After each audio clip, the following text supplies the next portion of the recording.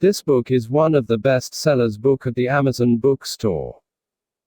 In the second edition of this witty and infectious book, Madsen Piri builds upon his guide to using, and indeed abusing, logic in order to win arguments. By including new chapters on how to win arguments in writing, in the pub, with a friend, on Facebook, and in 140 characters, on Twitter, Piri provides the complete guide to triumphing in altercations ranging from the everyday to the downright serious. He identifies with devastating examples all the most common fallacies popularly used in argument. We all like to think of ourselves as clear-headed and logical, but all readers will find in this book fallacies of which they themselves are guilty. The author shows you how to simultaneously strengthen your own thinking and identify the weaknesses in other people's arguments. And, more mischievously, Piri also shows how to be deliberately illogical, and get away with it. This book will make you maddeningly smart. Your family, friends and opponents will all wish that you had never read it. Publisher's warning: in the wrong hands this book is dangerous. We recommend that you arm yourself with it whilst keeping out of the hands of others. Only buy this book as a gift if you are sure that you can trust the recipient. Introduction. Sound reasoning is the basis of winning at argument. Logical fallacies undermine arguments. They're a source of enduring fascination, and have been studied for at least 2.5 millennia.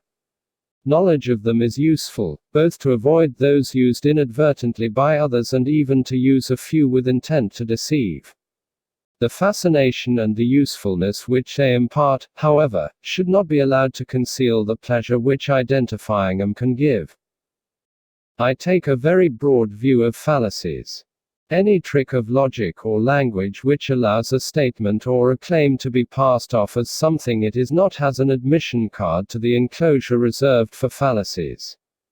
Very often it is the case that what appears to be a supporting argument for a particular contention does not support it at all. Sometimes it might be a deduction drawn from evidence which does not sustain it. Many of the fallacies are committed by people genuinely ignorant of logical reasoning, the nature of evidence, or what counts as relevant material. Others, however, might be committed by persons bent on deception. If there is insufficient force behind the argument and the evidence, fallacies can add enough weight to carry them through. This book is intended as a practical guide for those who wish to win arguments. It also teaches how to perpetrate fallacies with mischief at heart and malice aforethought.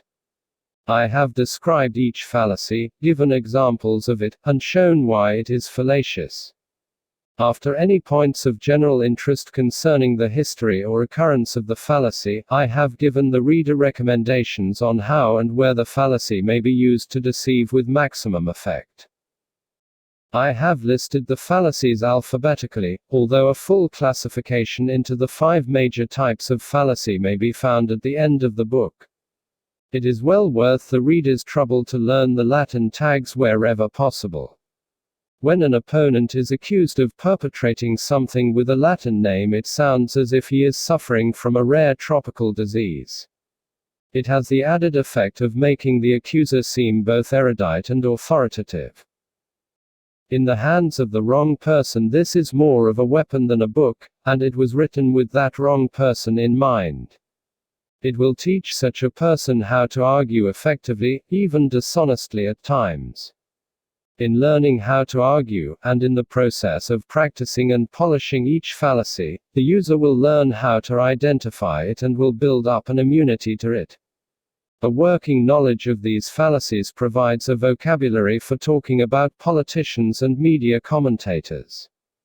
Replacing the vague suspicion of double-dealing will be the identification of the precise crimes against logic which have been committed. Knowledge of fallacies can thus provide a defensive as well as an offensive capability.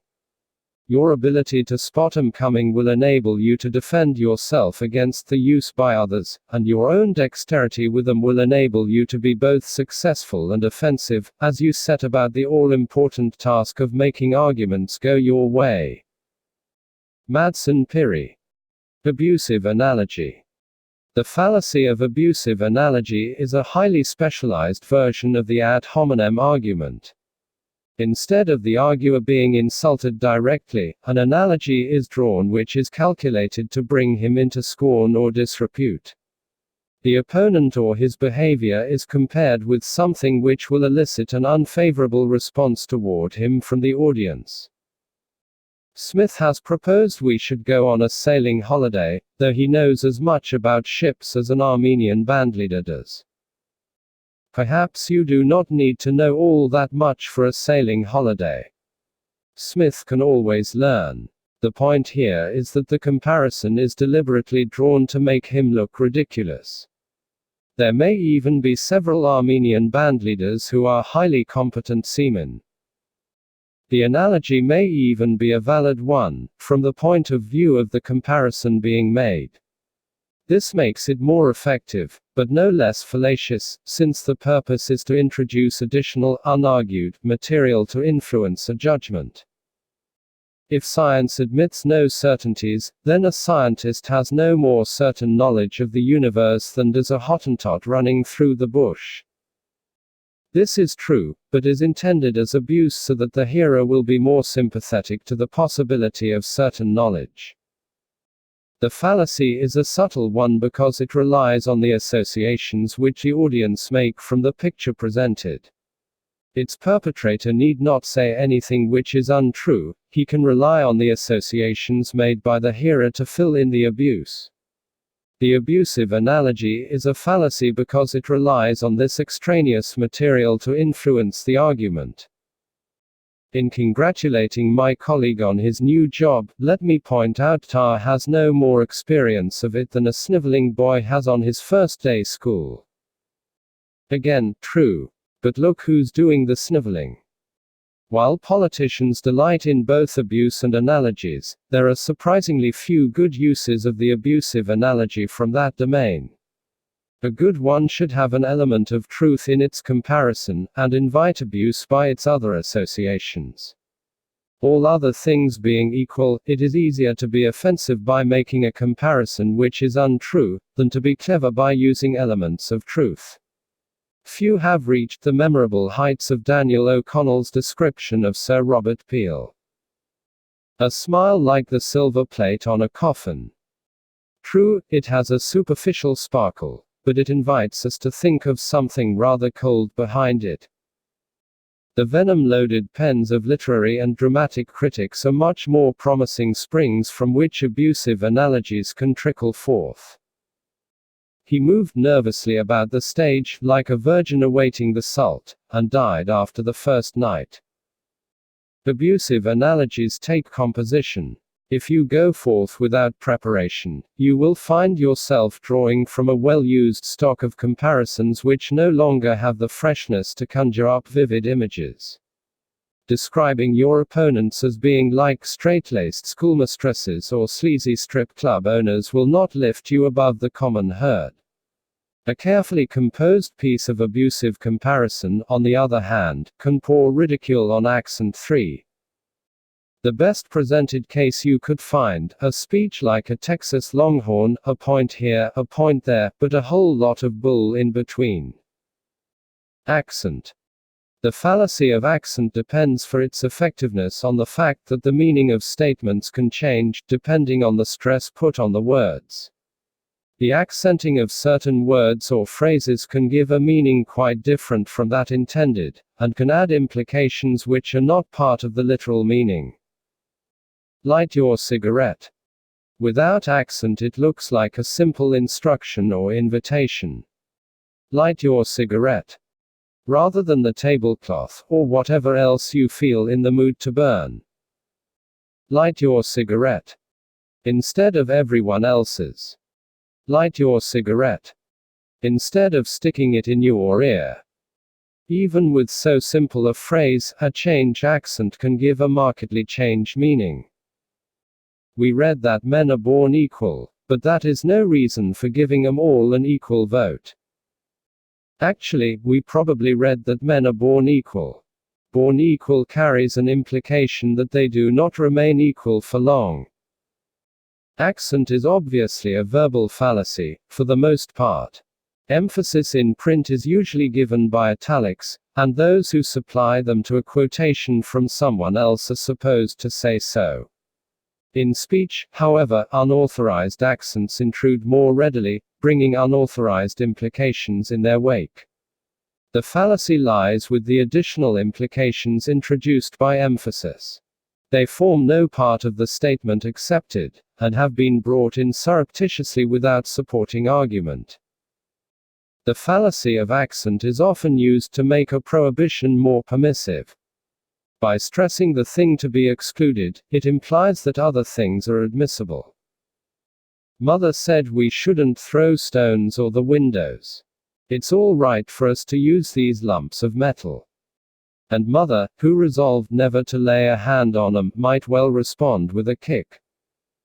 In many traditional stories, the intrepid hero wins through to glory by using the fallacy of accent to find a loophole in some ancient curse or injunction. Perseus knew that anyone who looked at the Medusa would be turned to stone. Even villains use it. Samson was blinded by the king of the Philistines who had promised not to touch him. Your most widespread use of the fallacy of accent can be to discredit opponents by quoting them with an emphasis they never intended. He said he would never lie to the American people. You will notice all of the things that left him free to do. Richelieu needed 6 lines by the most honest man in order to find something on which to hang him. With skillful use of the fallacy of accent, you can usually get this down to half a line. Accident 5. It is particularly useful when you are advocating a course of action which normally meets with general disapproval. Accent can enable you to plead that your proposed action is more admissible. I know we are pledged not to engage in germ warfare against people in faraway lands, but the Irish are not far away. When trying to draw up rules and regulations, bear it in mind that there are skilled practitioners of the fallacy of accent quite prepared to drive a coach and six through your intentions. You will then end up with something as tightly warded as the old male monopoly, which actually spelled out that people shouting across the street could be construed as a breach of the male monopoly. They did only say the street, though. Accident. The fallacy of accident supposes that the freak features of an exceptional case are enough to justify rejection of a general rule. The features in question may be accidental, having no bearing on the matter under contention, and may easily be identified as an unusual and allowable exception. We should reject the idea that it is just to repay what is owed. Supposing a man lends you weapons, and then goes insane. Surely it cannot be just to put weapons into the hands of a madman. This fallacy, used by Plato, lies in not recognizing that the insanity is an accident, in that it is a freak circumstance unrelated to the central topic, and readily admitted to be a special case. Almost every generalization could be objected to on the grounds that one could think of accidental cases it did not cover. Most of the general statements about the consequences 6 how to win every argument, which follow upon certain actions, could be overturned on the grounds that they did not cover the case of a meteorite striking the perpetrator before the consequences had occurred. To maintain this would be to commit the fallacy of accident. It is a fallacy to treat a general statement as if it were an unqualified universal, admitting no exceptions. To do so is to invest it with a significance and a rigor which it was never intended to bear. Most of our generalizations carry an implicit qualification that they apply, all other things being equal. If other things are not equal, such as the presence of insanity or a meteorite, the exceptions can be allowed without overturning the general claim. You say you have never met this spy. Can you be sure he was never near you in a football crowd, for example? Well, no. When was this occasion, and what papers passed between you? 1. If I did meet him, it was an accident. Accident is a fallacy encountered by those in pursuit of universal. If you are trying to establish watertight definitions of things like truth, justice, and meaning, you must not be surprised if others spend as much energy trying to leak the odd accident through your seals. Plato was searching for justice. John Stuart Mill, trying to justify liberty except where there is harm, or serious risk of harm, to others, found himself forever meeting objections which began, "But what about the case where it is an occupational hazard? If you are to avoid accidents, avoid universal promises should not always be kept. Suppose you were stranded on a desert island with an Austrian count who was running an international affirming the consequent 7 spy ring. And suppose there was only enough food for one, and you promised him. The only amazing feature of these lurid stories is that anyone should suppose such freak cases to make the general rule any less acceptable. One of the famous examples of the fallacy is a schoolboy joke. What you bought yesterday you eat today. You bought raw meat yesterday, so you eat raw meat today. With the generalization referring to the substance regardless of its accidental condition. The fallacy of accident is a good one for anarchists because it appears to overturn general rules. When it is claimed that you are breaking the rules, dig up the freakiest case your imagination will allow. If the rule does not apply in this case, why should it apply in yours? We all agree that it would be right to burn down a tax office if this were the only way to release widows and orphans trapped in the cellar. So what I did was not inherently wrong. Affirming the consequent. To those who confuse hopelessly the order of horses and carts, affirming the consequent is a fallacy which comes naturally. An occupational hazard of those who engage in conditional arguments, this particular fallacy fails to recognize that there is more than one way of killing a cat. When cats are bitten by rabid hedgehogs they die. Here is a dead cat, so obviously there is a rabid hedgehog about. Before locking up your cats, reflect that the deceased feline might have been electrocuted, garroted, disemboweled, or run over. It is possible that a rabid hedgehog got him, but we cannot deduce it as a fact. The arguer has mixed up the antecedents and consequence. In an if-then construction, the if part is the antecedent, and the then part is the consequent. It is all right to affirm the antecedent in order to prove the consequent, but not vice versa. If I drop an egg, it breaks. I dropped the egg, so it broke. This is perfectly valid. It is an argument called the modus ponens which we probably use every day of our lives. Compare it with the following version. If I drop an egg, it breaks. This egg is broken, so I must have dropped I. This is the fallacy of affirming the consequent. There could be many other incidents leading to a broken egg, including something falling upon it, someone else dropping it, or a chicken coming out of it. For valid logic we must affirm the first part in order to deduce the second. In the fallacy we affirm the second part in an attempt to deduce the first. Affirming the consequent is fallacious because an event can be produced by different causes. Seeing the event, we cannot be certain that only one particular cause was involved. If the Chinese wanted peace, they would favor cultural and sporting exchanges. Since they do support these exchanges, we know they value peace. Maybe. This conclusion might be the most plausible, but there could be other, more ominous reasons for the support of international exchanges. The cat can be killed in more ways than one. This fallacy receives a plentiful airing in our law courts, since it is the basis of circumstantial evidence. Where we have no amphiboly 9. Eyewitness evidence, we work back from what is known to those actions which might have caused it. If he had been planning murder, he would have taken out extra insurance on his wife. He did take out extra insurance. If he intended poison, he would have bought some. He did buy some weed killer. If he had wanted to cut up the body, he would have needed a big saw. Such a saw was found in his toolshed. There could be alternative explanations, innocent ones, for all of these actions. It would be fallacious to say that any of them prove him guilty. But as they mount up, it becomes progressively easier for 12 good persons and true to eliminate reasonable doubts about coincidence.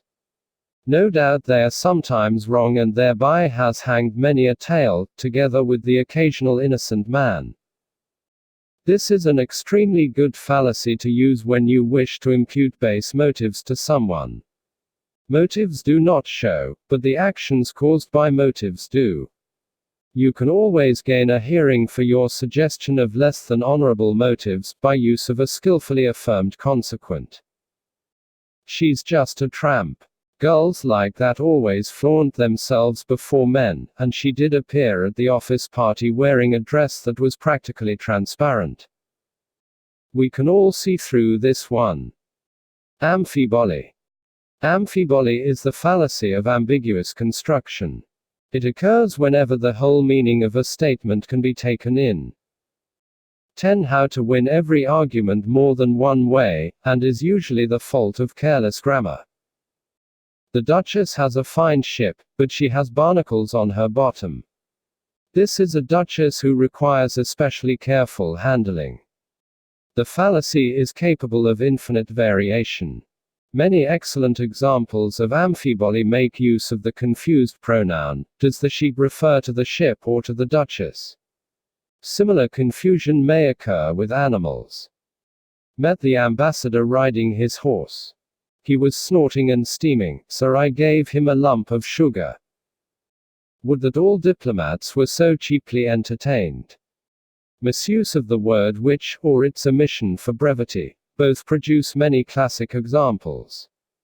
On the claim form I have filled in details about the injury to my spine, which I now enclose. There are innumerable versions of the advertisement. For sale, car by elderly lady with new body and spare tire. The mistake usually consists in the failure to appreciate that an alternative reading is possible. Sometimes the punctuation is misplaced, sometimes there is not enough of it to eliminate the ambiguity. Press headlines, with their need for both punch and brevity, are favorite long grasses from which the occasional delightful amphiboly will bounce into view.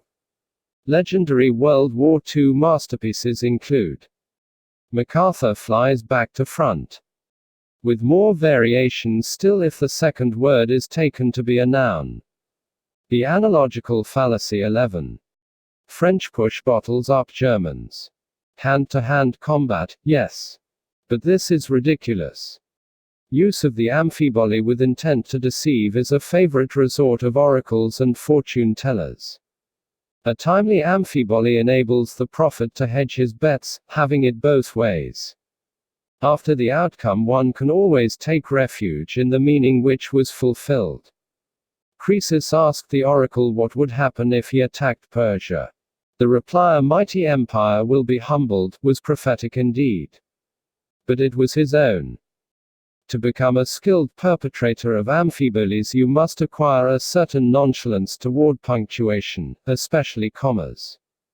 You must learn to toss off lines such as "I heard cathedral bells tripping through the alleyways," as if it mattered not a whit whether you or the bells were doing the tripping. You should acquire a vocabulary of nouns which can be verbs and a grammatical style which easily accommodates misplaced pronouns and confusions over subject and predicate. The astrology columns in popular newspapers provide excellent source material. The analogical fallacy. The analogical fallacy consists of supposing that things which are similar in one respect must be similar in others. It draws a comparison on the basis of what is known, and proceeds to assume that the unknown parts must also be similar. The body politic, like any other body, works best when there is a clear brain directing it. This is why authoritarian governments are more efficient. 12. How to win every argument. None of these false analogies likening the state to a human body ever seem to say much about its liver, pancreas, or waste disposal mechanism. Analogies are a useful way of conveying information. They enable us to talk about the new concept in terms which the audience already have experience of. The fallacy comes in the assumption of further similarities in the future on the basis of the ones already identified. Babies are like the weather in their unpredictability. They are also wet and full of wind. It is fallacious because analogies are tools of communication more than sources of knowledge. An analogy may suggest lines of inquiry to us, but it does not provide a basis for establishing discoveries. She had skin like $1 million. Green and crinkly. Analogical fallacies abound in the interpretation of history. In the attempt to make history mean something, all kinds of comparisons emerge. Past civilizations all have it in common that they are now past, once were civilizations, and before that were not. These three utterly commonplace facts lead many historians into a life cycle analogy. The simple sequence not alive, alive, no longer alive irresistibly invites comparison with living organisms. Before our defenses are ready, there we are with civilizations blooming and flowering, soon to be engaged in the act of withering and dying. The analogical fallacy 13. As our culture ripens, it is only natural that it should, like any organism, put out seeds to reproduce itself in distant places. An argument for colonialism which should be nipped in the bud. The fact is that civilizations are not flowers. If you fall into the analogical trap, you will soon be having them drawing strength from the soil, and perhaps even exhibiting the blooms in turn. Hume, in his dialogues concerning natural religion, has the earnest cleaners compare the universe to a delicate mechanism, like a watch. And, just as we can deduce from a watch the necessary existence of a watchmaker, so from the universe. But the skeptical Philo kills the argument at this point by saying that the universe seems to him much more like a cabbage. The analogical fallacy is devastatingly effective when used against the person who first produced the analogy. Everyone uses analogies of sorts, all you have to do is seize upon one used by an opponent and continue it in a way more conducive to your own line of argument. With luck, your opponent will be forced into the admission that his own analogy was not a very good one and will lose points with the audience. As we sail forth on our new committee, may I express the hope that we can all pull together for a smooth voyage. The chairman is right. But remember that rowers were usually put in chains and whipped. And if the ship sank, they went down with it. You will go far in any organization by likening it to a family. Family life evokes a pleasant glow, and the analogy will enable you in practice to argue for almost anything, including giving pocket money to the members and sending the naughty ones supperless to bed. 14. How to win every argument. Anticitum, argumentum ad.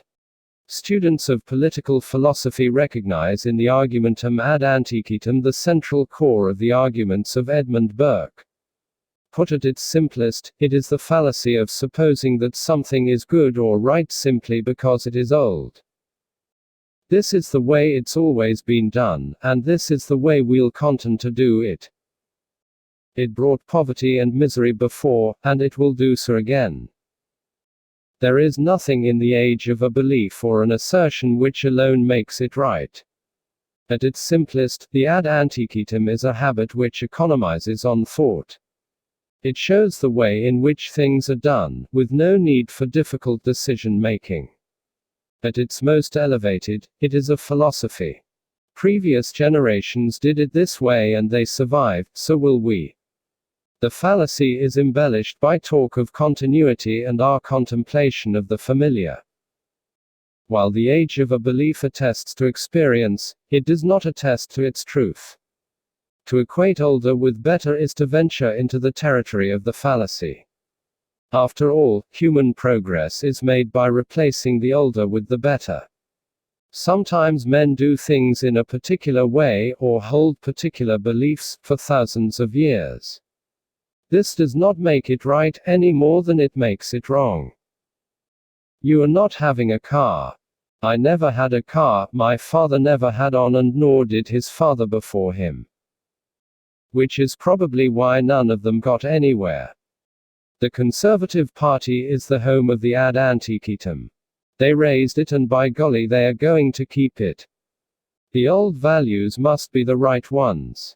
Patriotism, national greatness, discipline, you name it. If it's old, it must be good. Apriorism 15. The commercial world is sensitive to the prevalence of the fallacy, and modifies its actions accordingly. A cigarette brand called Woodbine, with a large market share, feared its image was becoming dated, but did not wish to shatter the instinctive preference for the traditional. A science fiction magazine called Astounding feared that its name reflected an earlier era and might hold back its development. In both cases, the decision was made to effect gradual change, with the cigarette packet design and the magazine name both changing imperceptibly over the weeks. Astounding made it into analog, but Woodbines seem to have disappeared without trace. Perhaps cigarette customers are more conservative than science fiction readers. Skillful use of the ad antiquatum requires a detailed knowledge of China. The reason is simple. Chinese civilization has gone on for so long, and has covered so many different provinces, that almost everything has been tried at one time or another. Your knowledge will enable you to point out that what you are advocating has a respectable antiquity in the Xinjiang province, and there it brought peace, tranquility of mind and fulfillment for centuries. We make our furniture in the best way, the old way. And it's every bit as uncomfortable as it always was. Apriorism. Normally we allow facts to be the test of our principles. When we see what the facts are, we can retain or modify our principles. To start out with principles from the first, a priori, and to use them as the basis for accepting or rejecting facts is to do it the wrong way round. It is to commit the fallacy of apriorism. 16. How to win every argument. We don't need to look through your telescope, Mr. Galileo. We know there cannot be more than 7 heavenly bodies. This was a short-sighted view. The relationship between facts and principles is a complicated one. We need some kind of principle, otherwise nothing presents itself as a fact in the first place. The fallacy consists of giving too much primacy to principles, and in not permitting them to be modified by what we observe. It makes an unwarranted presumption in favor of a theory unsupported by the evidence, and therefore rejects evidence relevant to the case. All doctors are in it for themselves. If yours really did give up all that tea for no payment, then all I can say is that there must have been some hidden gain we don't know about. In addition to the less well-hidden fallacy we do know about. A prioristic reasoning is widely used by those whose beliefs have very little to do with reality anyway. The fallacy is the short brush which sweeps untidy facts under a carpet of preconception. It is a necessary household appliance for those determined to keep their mental rooms clean of the dust of the real world. Engraved on the handle, and on the mind of the user, is the legend, "My mind's made up." Don't confuse me with facts. Many of us might be unimpressed with a patent medicine for which the claim was made that recovery proved that it worked, and lack of recovery was proof that more of it were needed. We might point out that the facts were being used to support the medicine, whichever way they turned out. Yet every day precisely the same claim is made for overseas development aid to poorer countries. If there is development, that shows it works. If there is no development, that shows we must give more of it. Heads they win, tails logic loses. Baculum argumentum ad 17. The fallacy of aphorism can also be used to support a preconceived judgment against the evidence. If a politician we support is caught cheating in examinations, or in a compromising position with an intern, these are character-improving situations. They steal him and test him, making him a fitter candidate for office. For anyone else, of course, they would disqualify them from office. Since there are no cats in Tibet, this animal here, with the ears of a cat, the tail of a cat, the fur of a cat and the whiskers of a cat, shows that Tibetan dogs are pretty good actors. Not only that, they also catch mice and drink milk from a saucer. It is generally unproductive, when using a prayerism, to dismiss the facts out of hand as untrue. After all, your audience might have been there to witness them. You will go much further by reinterpreting those facts, showing how they were not what they seemed. Far from contradicting your contention, they really support it. Still maintain that the books I recommended were the most popular ones. Of course, I don't deny that they were the least read ones in the entire library, but I take that as a sign of the popularity. You see, when a book is really popular, people buy it or borrow it from friends, they don't wait to borrow it from a library. At least the fallacy is popular. Baculum argumentum ad. When reason fails you, appeal to the rod. The argumentum ad baculum introduces force as a means of persuasion, and is often resorted to by those who would lose the argument without it. 18. How to win every argument. It would be better if you told us what we want to know. After all, we wouldn't want your aged mother or your crippled sister to suffer, would we? Probably yes. The threatened force does not have to take the form of physical violence.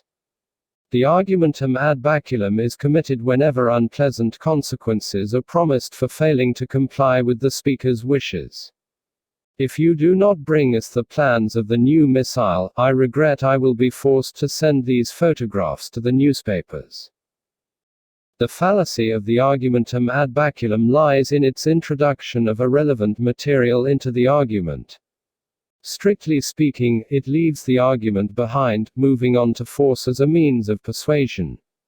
While force is undoubtedly effective sometimes in directing courteous attention to the speaker's wishes, its use represents the breakdown and subversion of reason. The ad baculum, alas, performs on the public stage of international relations. Powerful countries which fail to get their own way by reasoned discussion are not averse to tossing over an ad baculum to influence the talks. If even this fails, they toss over something a little larger. Joseph Stalin was a master of the ad baculum. Indeed, he made it his own to such an extent that his name is immortalized in a line of Khrushchev which sums up its potency, when Stalin says, "Dance. A wise man dances." Stalin himself appears to have taken the view that anyone without force to threaten had no business being involved in international affairs. His famous question, "How many divisions has the Pope?" was in response to a suggestion that the Pope should take part in an international conference. As Stalin's enemies often discovered, argument is not a very effective counter to an ad baculum. Bifurcation 19. Political parties founded on an idealized view of human nature frequently accuse their rivals of too frequently resorting to ad baculum diplomacy. Sir William Browne delivered a well-wrought epigram on the subject. The king to Oxford sent a troop of horse, for Tories own no argument but force, with equal skill to Cambridge books he sent, for Whigs admit no force but argument. It would be a close thing today to decide whether it would be harder to find a Tory at Oxford than a literate man at Cambridge. You can use the ad baculum when you have the force to deploy and can escape the consequences of using it. The law is there to prevent arguments always being won by the stronger, and the many broken bones it would take to determine which was he. But your threats need not be strong physical ones to be effective. Many a speaker has gained his way by threatening to make an intolerable nuisance of himself until his demands were met. The Romans probably destroyed Carthage just to shut up Cato. Bifurcation. The presentation of only two alternatives where others exist is called the fallacy of bifurcation. Sometimes known as the black and white fallacy, it presents an either-or situation when in reality there is a range of options. If you are not with us, you are against us. 20. How to win every argument. Some people might think you partly right. Others might be with you on some things, against you on others. The vast majority probably do not care enough to have an opinion at all.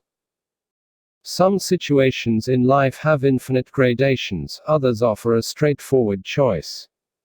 There are many intermediate shades between light and dark, but not all that many things between a boy and a girl. The fallacy of bifurcation consists in taking the limited choice of the second class into situations more properly covered by the first. There are two types of people in this world, the rich and the suckers. Do you want to get rich, or are you happy to remain a sucker?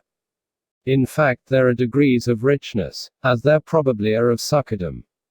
You can be rich by comparison with some, but poor when set alongside others. Suckers, too, seem spread across a continuum. The mistake is made by the denial of extra choices. In limiting the field, the perpetrator is leaving out of the discussion material which could well influence the outcome. The fallacy this time is caused not by the intrusion of irrelevant material, but by the exclusion of relevant items. Bifurcation is used to limit choice. Large political parties employ it to squeeze out smaller ones by denying that they are valid options. Fanatics, for and against, use it to flail the vast mass in between who cannot be bothered. Ideologues use it to classify people into one category or another, rather than admit to the vast range of individual opinions. One of the more irritating uses of the fallacy of bifurcation occurs in the collection of statistical information. Marketing research polls, along with official forms, can only work by assigning people into broad categories. Information is often requested with the answer "Yes or no" when the individual. Bifurcation 21. Concerned knows that neither is correct. Personality tests which pose hypothetical situations always grossly underestimate human ingenuity. Bifurcation often occurs in a dilemma, even though the dilemma itself is a sound form of argument. If we import goods, we send our jobs abroad; if we export goods, we our property abroad. Since we must either export or import, we either our jobs or our property. But it is not a black and white choice. We can import some things, export others. Lord Nelson uttered the famous cry, "Westminster Abbey or victory," overlooking the possibility that he might get both, or the option of St. Paul's, where he ended up. The greatest use you can make of bifurcation is to offer a choice limited to something very unpleasant or the course you are advocating. Either the audience does what you suggest, or it will be the end of all life on earth as we know it. Either we paint the door green, or we will be mocked and ridiculed. People will think we have no taste at all, and we'll become the laugh stock of the whole neighborhood.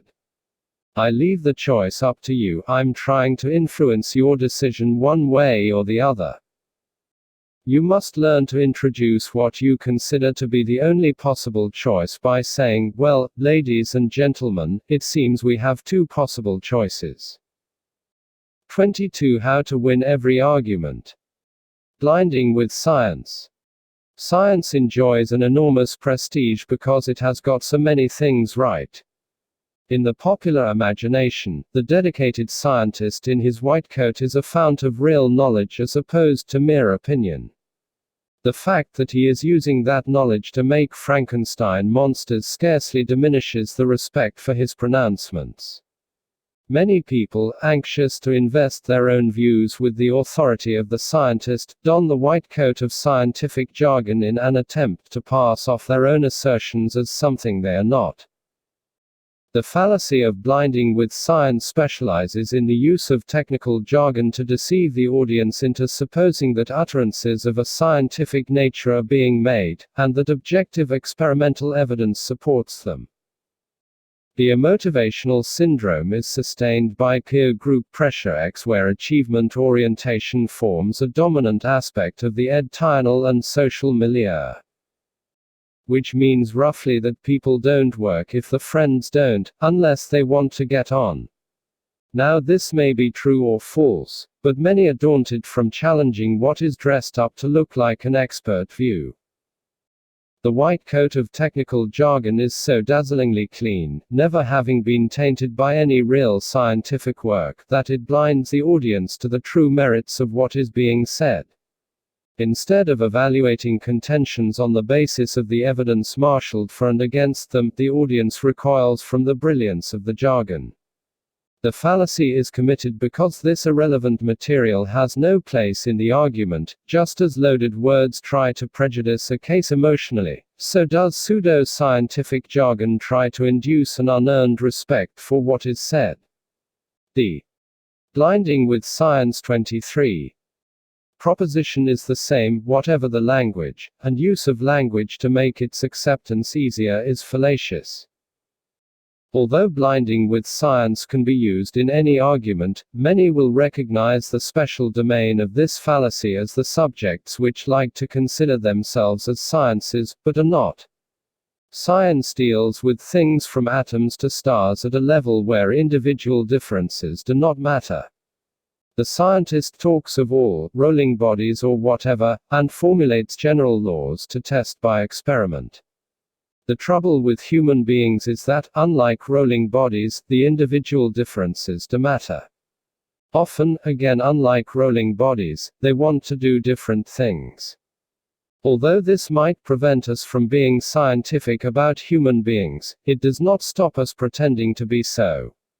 What we do here is to add the word science onto the study, giving us economic science, political science, and social science. Then we dress them in that white coat of scientific language, and hope that no one will notice the difference. The transportation carrot flow charts for the period following the post-meridian peak reveal a pattern of decantation of concentrated passe units in cluster formations surrounding the central area. You could spend years formulating laws to predict this, and might even be in the running for a Nobel Prize. Just remember never to mention that people are coming into town to have a bite to eat, followed by a movie or a show. The first rule for using this fallacy is to remember to use long words. When the pie was opened, the birds commenced to sing. Never use a 4-letter word, especially if you can think of a 24-letter word to take its place. The jargon itself is harder to master, but a subscription to New Society is a good investment. Remember that the basic function of words is to prevent communication. Their real task is to transform what is banal, trivial 24 how to win every argument, and easily refuted into something profound, impressive and hard to deny. The small, domesticated carnivorous quadruped positioned itself sedentary mode in superior relationship to the coarse-textured loose-woven horizontal surface fabric, with its saucer of milk beside it. The fallacy of blinding with science is well worth the time and trouble required to master it. The years of work at it will repay you not only with a doctorate in the social sciences, but with the ability to deceive an audience utterly into believing that you know what you are talking about. The bogus dilemma. Quite apart from the casual use of the term to describe a difficult choice, the dilemma is also the name of an intricate argument.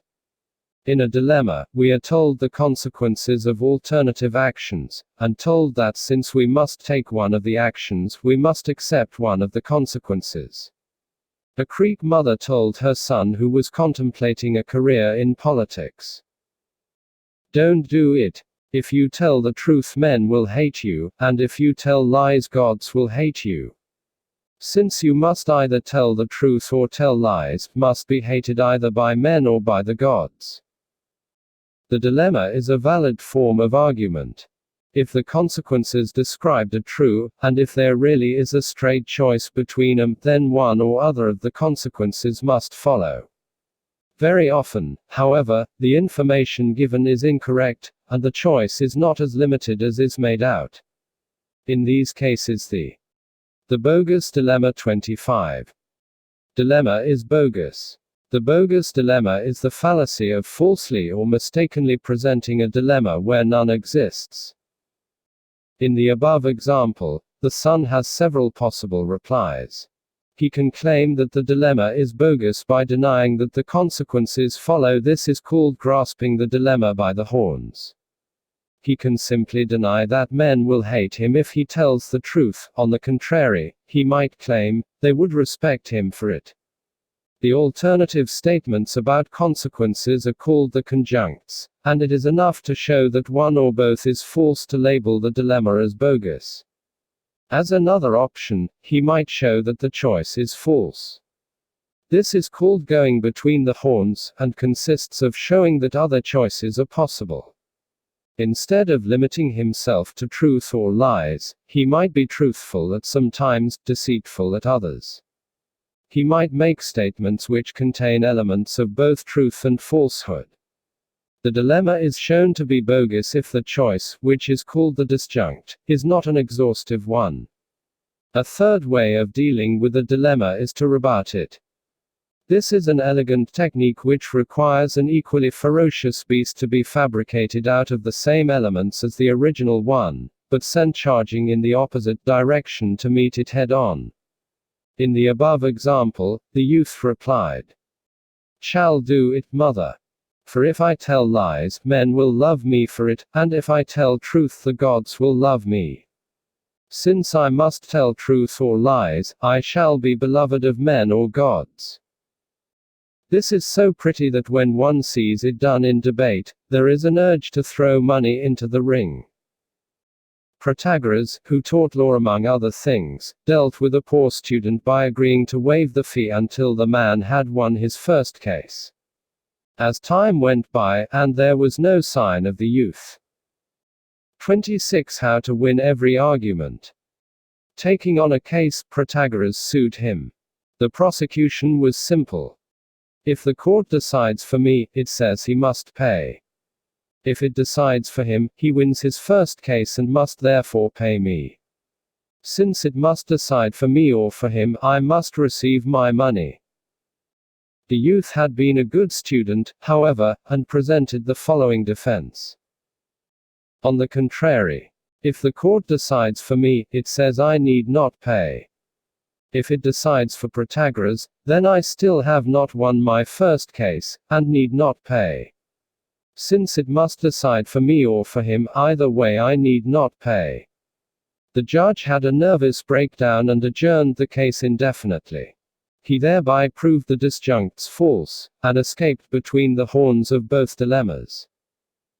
The fallacy in the bogus dilemma consists of presenting false consequences or a false choice, and it will be of most use to you in situations where decisions which you oppose are being contemplated.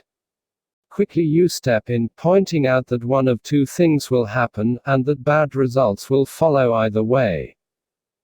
If we allow this hostel for problem teenagers to be set up in our area, either it will be empty or it will be full. If it is empty, it will be a useless waste of money, and if it is full, it will bring in more troublemakers than the area can cope with. Reluctantly, therefore, cross your fingers and hope there are no students of Protagoras on the committee. Surulus in probando 27.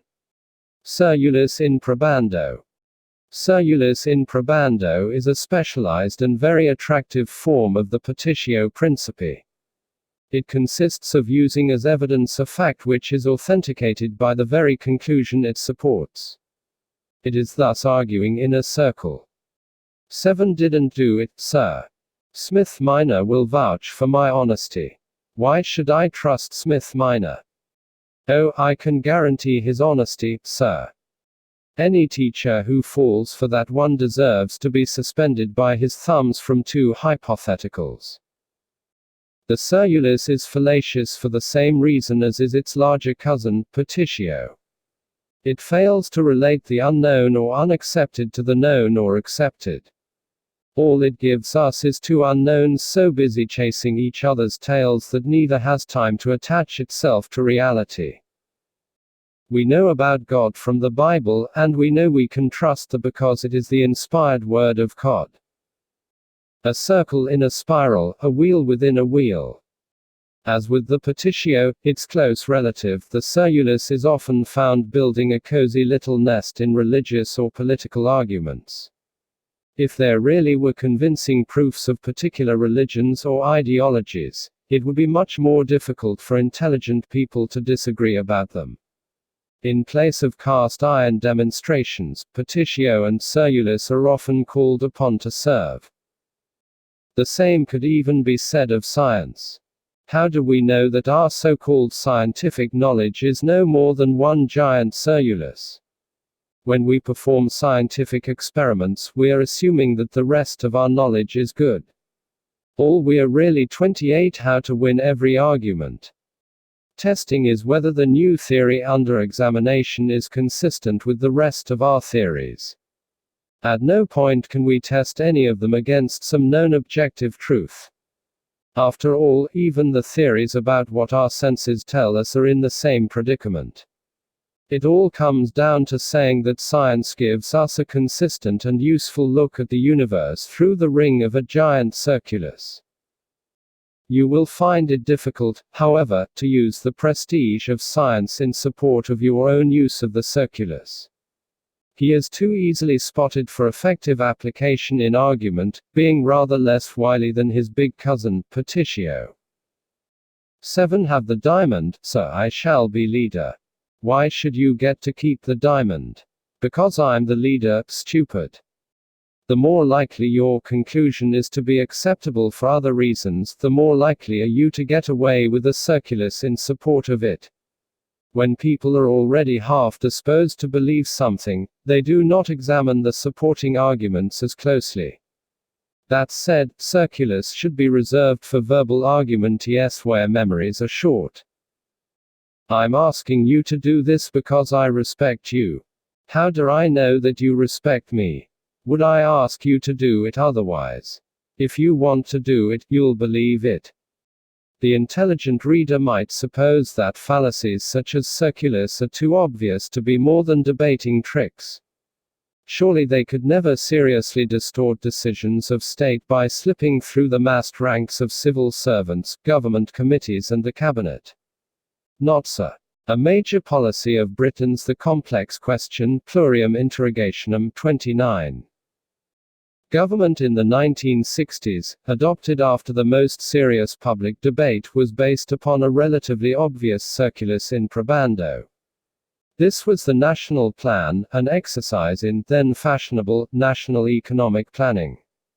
Firms were asked to assume a national growth rate of 3.8%, and to estimate on that basis what their own plans for expansion would be. These various estimates were added up by the government, which concluded that the combined plans of British industry suggested a growth rate of 3.8%. The national plan was valueless then and subsequently, except to connoisseurs of logical absurdity lucky enough to snap up remaindered copies of it in second-hand bookshops. The Complex Question, Plurium Interrogationum. Plurium Interrogationum, which translates as of many questions, is otherwise known as the fallacy of the complex question. When several questions are combined into one, in such a way that a yes or no answer is required, the person there asked of has no chance to give separate replies to each, and the fallacy of the complex question is committed. Have you stopped beating your wife? If yes, you admit you were. If no, then you still are.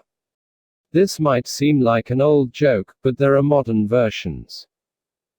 Did the pollution you caused increase or decrease your profits? Did your misleading claims result in you getting promoted?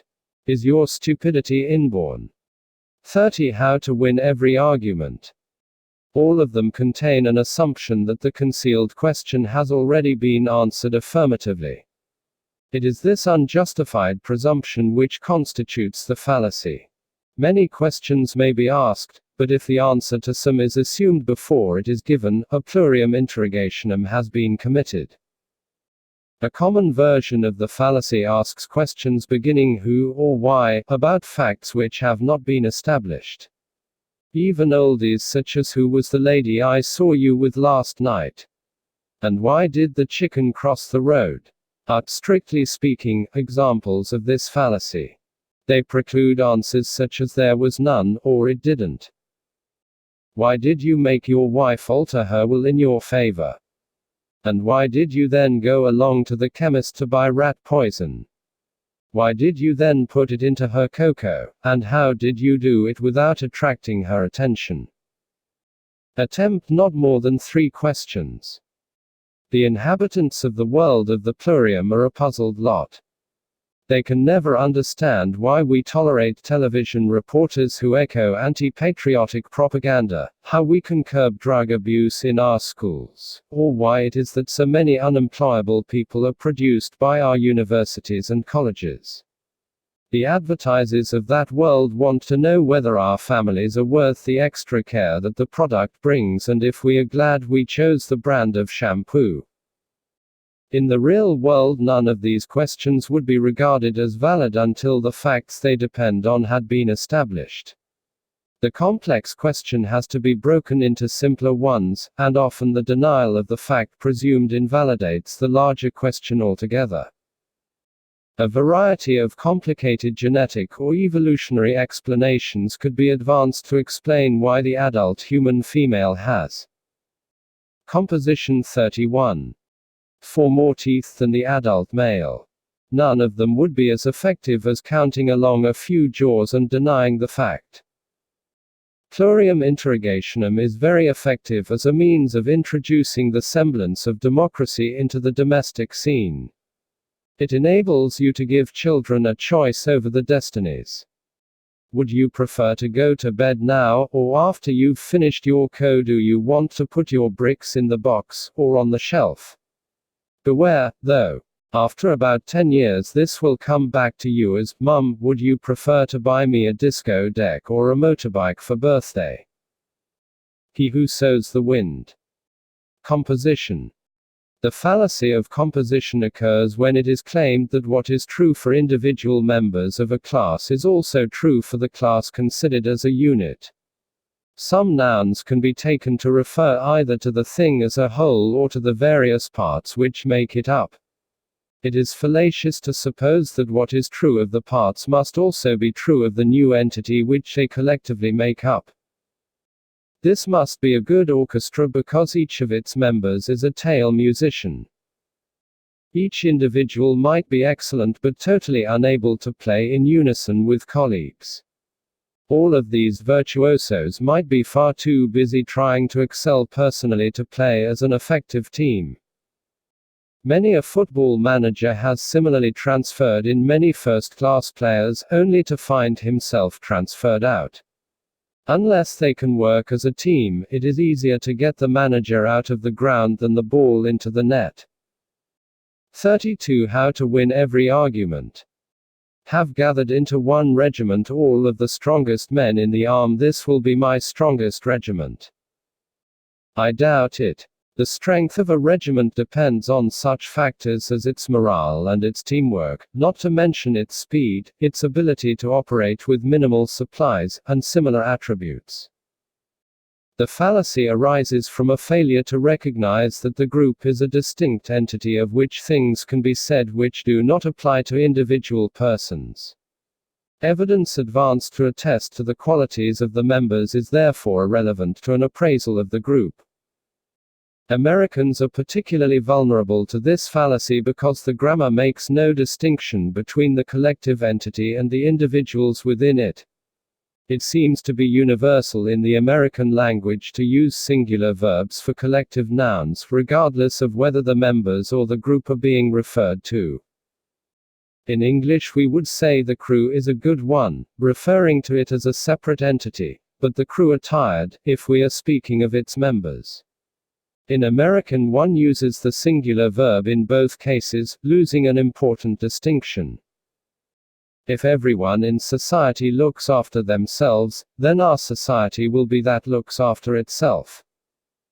It will certainly be a society of people who look after themselves, but maybe society has aspects which need to be looked after by people acting in concert. A variant of the fallacy of composition covers cases in which things which are true for individuals become untrue if they are extrapolated to cover the whole group. Concealed quantification 33.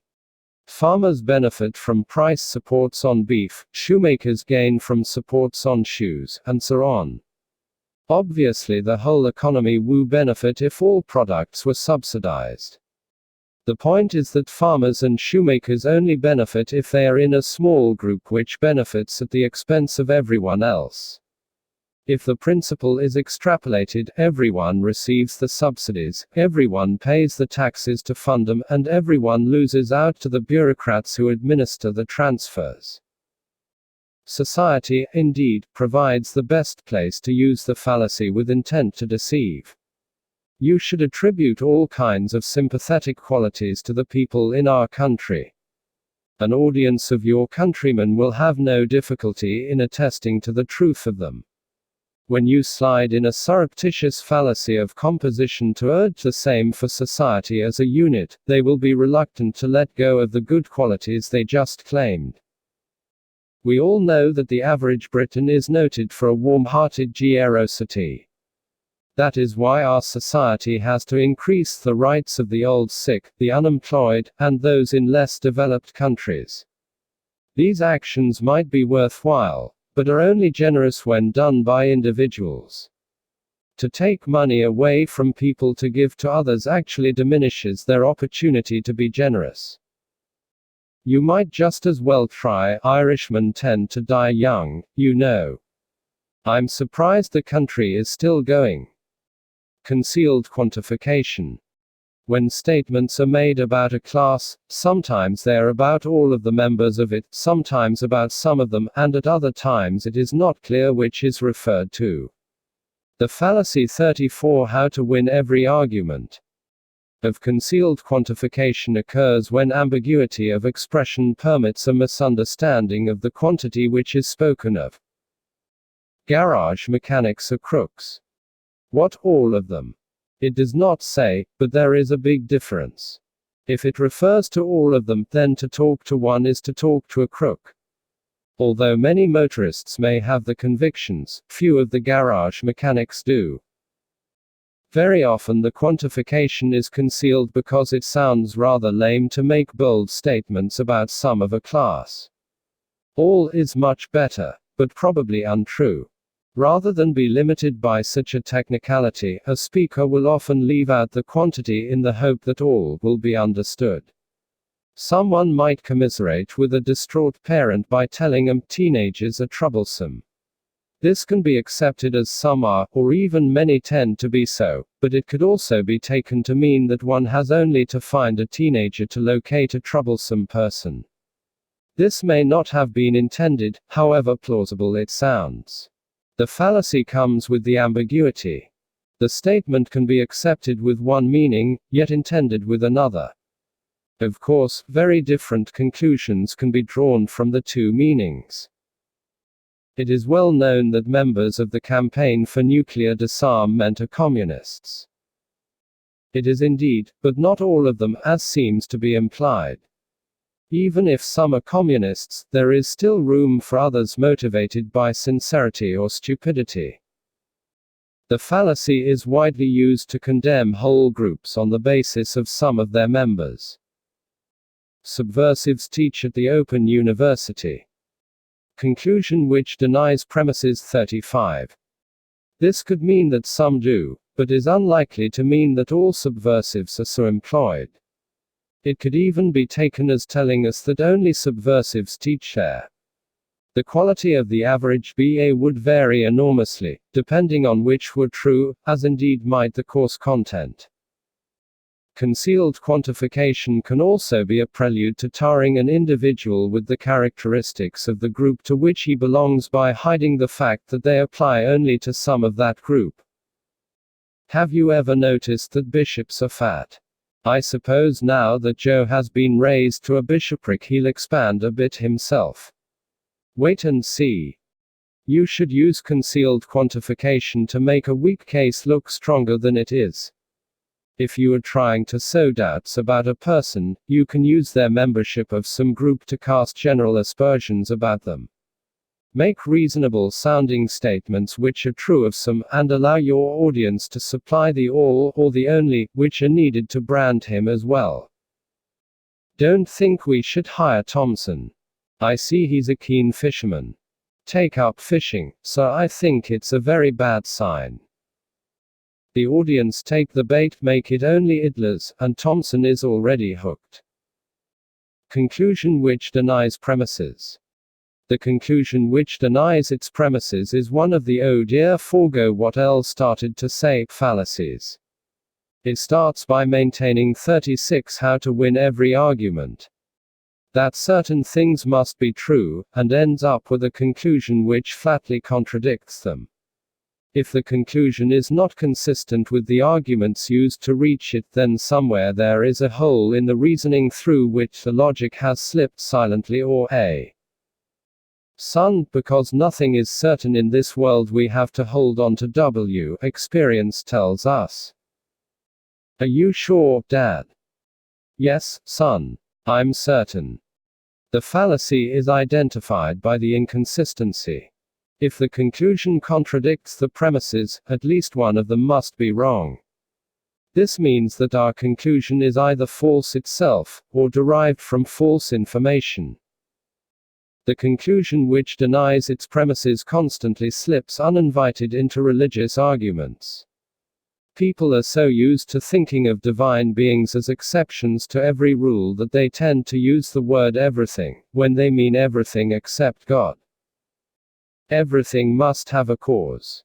That, in turn, must result from a privy cause. Since it cannot go back forever, we know that there must be uncaused causa to start the process. But if everything must have a cause, how can there be such a thing as an uncaused causa? The fallacy has a most distinguished history, being used, although not identified as such, by Aristotle and Thomas Aquinas among many others. It has many faces. The uncaused causa can be a first cause, or even a first mover. It can be reworded in many ways, but never without fallacy. Attempts to make a divine being the allowable exception to 37. The original claim usually beg the question or subvert the argument, everything in the universe must have a cause outside of itself. The intention is clearly to establish a cause which is outside of the universe and therefore needs no cause to account for it. Unfortunately, the rewording admits several faults. 1. The new version is more complex and is not obviously true. 2. The universe is not in the universe, it is the universe. 3. Everything in the universe is the universe. This allows us to translate the opening line as, the universe must have a cause outside of itself. Given such an assumption, it is hardly surprising that we go on to prove it. There are many simpler versions in popular currency, none of them free from the basic inconsistency of allowing the preferred answer to be the one permitted exception. No matter how many stages you take it back, everything must have a beginning somewhere. God started it all. He presumably did not have a beginning somewhere. Nothing can go on forever. There must have been a God to start it, one who goes on forever, of course. When using the conclusion which denies premises, you should bear in mind three things. First, the more distance there is between your opening line and your conclusion, the less likely are your audience to spot the contradiction. Second, they will often allow a speaker to make statements about everyone, without applying them to the speaker himself. Third, if your conclusion is about things which are usually admitted to have exceptional properties, your fallacy has a better chance of escaping detection. 38. How to win every argument. Never believe what people tell you about patent medicine, they are always liars. It is because you know that I am truthful about this that will know I am also telling the truth when I tell you that my snake here is the most remarkable. Remarkable. Contradictory premises. No matter how good the logic may be, you cannot rely on an argument which has certain falsity built into it. For a sound argument, true premises are needed, as well as valid logic. The problem with contradictory premises is that they cannot both be true. If one is true, the other must be false, and vice versa. In other words, we can be certain that at least one of them must be false, and cannot therefore generate a sound argument. Everything is mortal, and God is not mortal, so God is not everything. This might look like an argument against pantheism, but it is in fact an argument against common sense. Since the premises contradict each other, one must be false. This makes any conclusion unreliable. The fallacy is an interesting one because it permits the logic to be valid. It usually amazes non-logicians to hear that with inconsistent premises any conclusion, no matter how irrelevant, can be validly inferred. Logicians, however, do not use the word valid to mean sound, if there is known falsity built in, as there must be with contradictory premises, then it matters not how good the logic is, the argument is not sound. This is the fallacy which enables us to prove that the moon is made of green cheese. The proof is quite complicated, but quite fun. 39. We are given two premises, that milk is white, and milk is not white. If milk is white is true, then it is also the case that either milk is white or the moon is made of green cheese is true. This is correct. Since we are also given that milk is not white, the second alternative must be true, namely that the moon is made of green cheese. There is nothing wrong with the logic. The known falsity in the contradictory premises can be used to establish anything, including a rather smelly satellite. It is difficult to use the fallacy of contradictory premises in everyday argument, because your audience will normally see that you are contradicting yourself. What you can do, however, is to use contradictions which are normally accepted in loose speech, and proceed to wrap them up in tight logic. He's a real professional, but a bit of an amateur at times. It sounds acceptable enough, but remember that from it you can literally prove that the moon is made of green cheese. Crumenum argumentum ad. The argumentum ad crumenum assumes that money is a measure of tightness, and that those with money are more likely to be correct. If you're so right, why ain't you rich? Is the common form, but it translates poetically as the belief that truth is booty.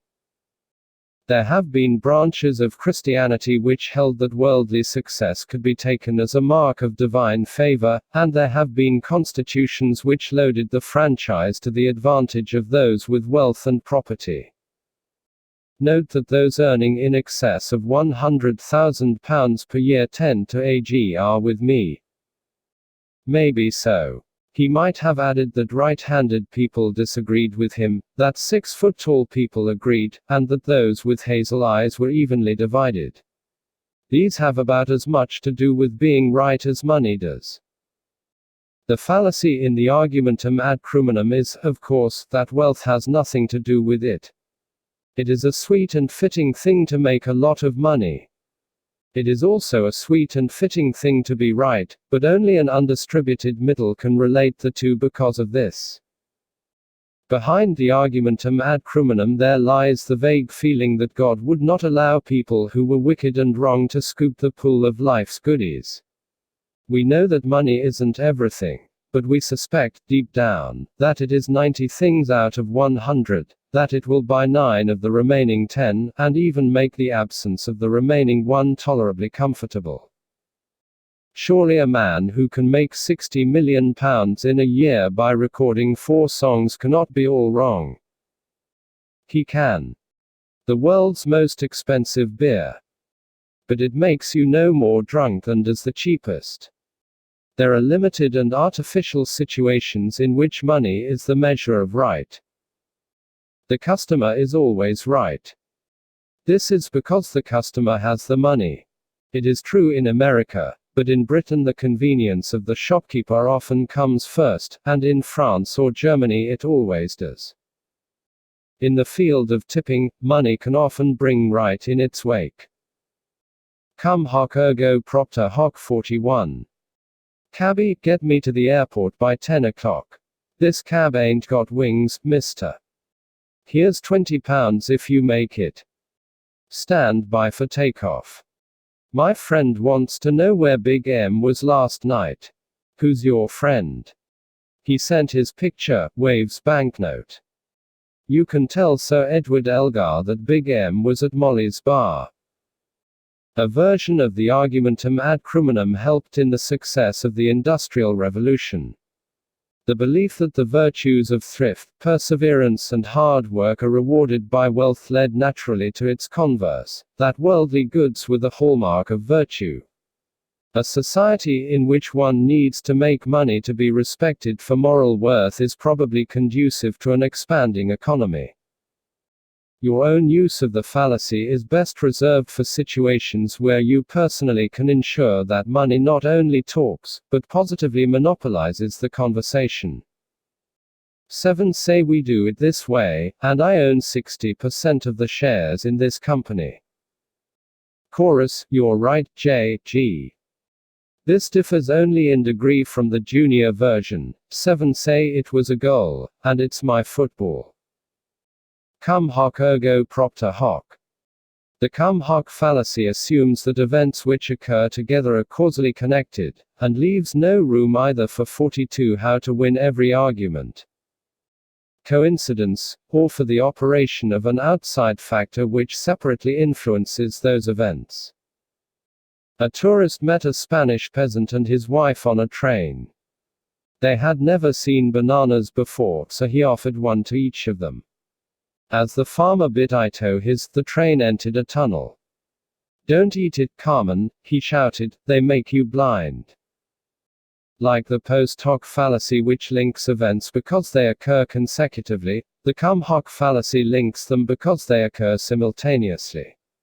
It is a fallacy because of its unwarranted assumption that either of the events would not occur without the other one. Things are happening all the time. Scarcely a day goes by without rain, electricity bills, televised show jumping, or the Guardian newspaper. It is inviting to link these endemic discomforts with simultaneous events, and conclude that they are all somehow connected. In primitive societies such assumptions are made routinely, and one of the jobs of the witch doctor is to sort out which actions are linked with various consequences. In our society, alas, life is more complicated. The field of statistics provides a natural habitat for the cum hoc fallacy to lurk undetected. Indeed, a whole branch of statistics called regression analysis is devoted to measuring the frequency and extent of simultaneous events, and to calculating the probability of the being linked. Correlation coefficients are produced, with percentages attached showing the likelihood that mere chance was involved. Statisticians routinely offer us relationships with a 95% or a 99% probability that more than chance is involved. A statistician looking over figures for pupil performance was astounded to discover in the 7 to 12 age group that neatness of handwriting matched with size of shoe. He checked the figures for hundreds of children, but it, cum hoc ergo propter hoc 43, was quite clear.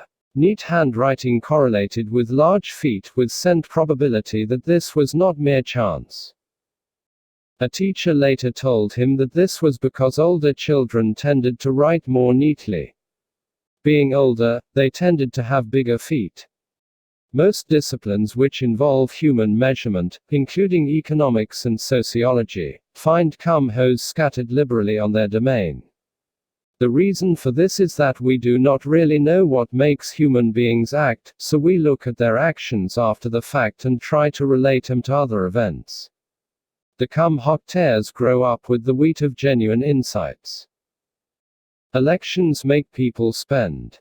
The figures are clear. Spending goes up in an election year. Could it be that governments seeking re-election tend to keep taxes down in election years, and that people, in consequence, have more to spend? Deliberate use of the cum hoc ergo propter hoc is best made with the support of reams of statistical information. Your audience, bemused by the figures, rarely have any of their own to set against you. They can be made even more disposed to accept the link which you are proposing if you cite the authority of leading figures in the social sciences. This is easy. There is nothing so absurd that it has not been attested to by such people. It helps to be selective in your use of information. Gun ownership is a major cause of violent crime. The prevalence of G in the US matches the high rates for crimes of violence. When vile contemplated, the guns are all too available. Excellent, but remember not to mention Switzerland, where almost every household has a gun as part of military training. Switzerland has low rates for violent crime, and the guns are almost never used. 44. How to win every argument. A U.S. legislator recently noted that a high crime rate correlated with a high prison population, and suggested that the prisoners be released in order to cut the crime figures. For use of the fallacy in print, simply juxtapose articles. Study the front pages to see how it is done. Mark Twain comes to town, asked gold cup stolen. Damning the alternatives. In cases where there is a fixed and known set of alternatives, it is legitimate to establish the superiority of one by showing all of the others to be inferior. However, in cases where the alternatives are not fixed or known, and where absolutes rather than comparatives are sought, it is a fallacy to suppose that we argue for one by denigrating the alternatives. The fallacy is that of damning the alternatives. Hawkins' theory has to be the right answer. All the others have been proved hopelessly wrong. And his may be proved wrong tomorrow. Even where there are only two alternatives, we cannot show that one is good by showing that the other one is not. Both might be equally bad. The same applies for larger groups. Chelsea is a really great team. Look at Liverpool and Manchester United, they are both useless. Other teams not taken account of might enter the reckoning.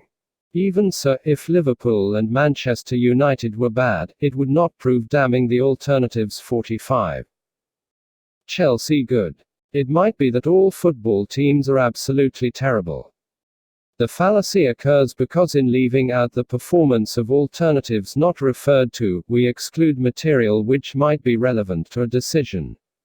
Second, by introducing material which denigrates others in cases where a simple judgment is required, we bring in irrelevant matter.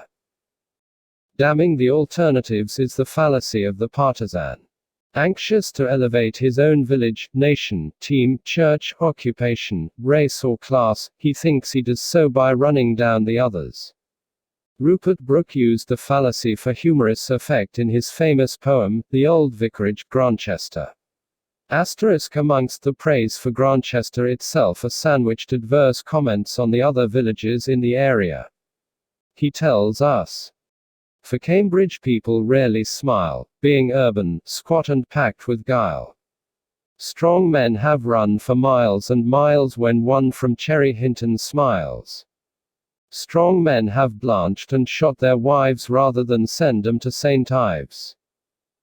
In British elections it is considered bad form for a candidate to promote his own cause by castigating his opponents, he lets his election agent do it instead. In the USA there is no such compunction. You takes your choice, a convicted rapist, an adulterer, a practice pervert, an embezzler and me. Rupert Brooke, The Old Vicarage, Grantchester, in Brooke, Collected Poems, London, Sidgwick and Jackson, 1918. 46. How to win every argument. The candidates tend to be more exotic in the USA, this might explain it. The fallacy will give you hours of innocent fun, and a fair amount of guilty fun, in running down the alternatives to what you are proposing. We appear to have a kind of double vision which leaves us short-sighted on virtue but hawk-eyed for faults. To you this is but opportunity. When you pick on a couple of alternatives and expose their imperfections, the audience will be turning those defective eyes away from your own proposal. They will assume that you would not run down everything else as mean, foolish, wrong and wicked if your own ideas were no better. They will be mistaken. No design for a new building ever meets with universal approval. But look at the alternatives: a glass-fronted matchbox, something with all the pipes on the outside, or a molded concrete monstrosity. Whereas the one you approve of lets in water, sheds tiles on passersby and needs a king's ransom to maintain. But they won't see that if you keep 'em focused on the damned alternatives. Definitional retreat. A definitional retreat takes place when someone changes the meaning of the words in order to deal with an objection raised against the original wording. By changing the meaning, he turns it into a different statement. He's never once been abroad. As a matter of fact, he has been to Boulogne. You cannot call visiting Boulogne going abroad. Definitional retreat 47. What can you call it then? How about calling it sitting on a deck chair at Blackpool? Words are used with conventional meanings. If we are allowed to deal with objections to what we say by claiming that they mean something totally unusual, rational discourse breaks down altogether. The fallacy in a definitional retreat lies in its surreptitious substitution of one concept for another, under the guise of explaining what the words really mean. The support advanced for the one position might not apply to its substitute. When I said I hadn't been drinking, officer, I meant that I hadn't had more than I get through in a normal social evening. 0. The definitional retreat allows someone beaten in an argument to save face by claiming that he was really putting forward a totally different view.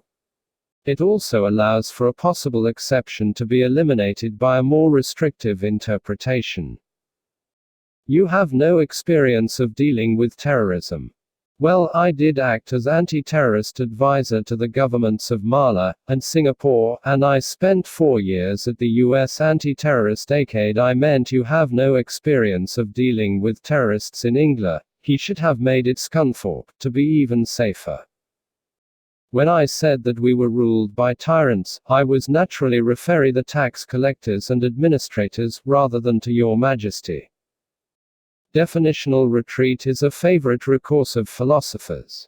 The proposed definitions of virtue, the good, and even of meaning itself, are set up like wickets for the colleagues to bowl at.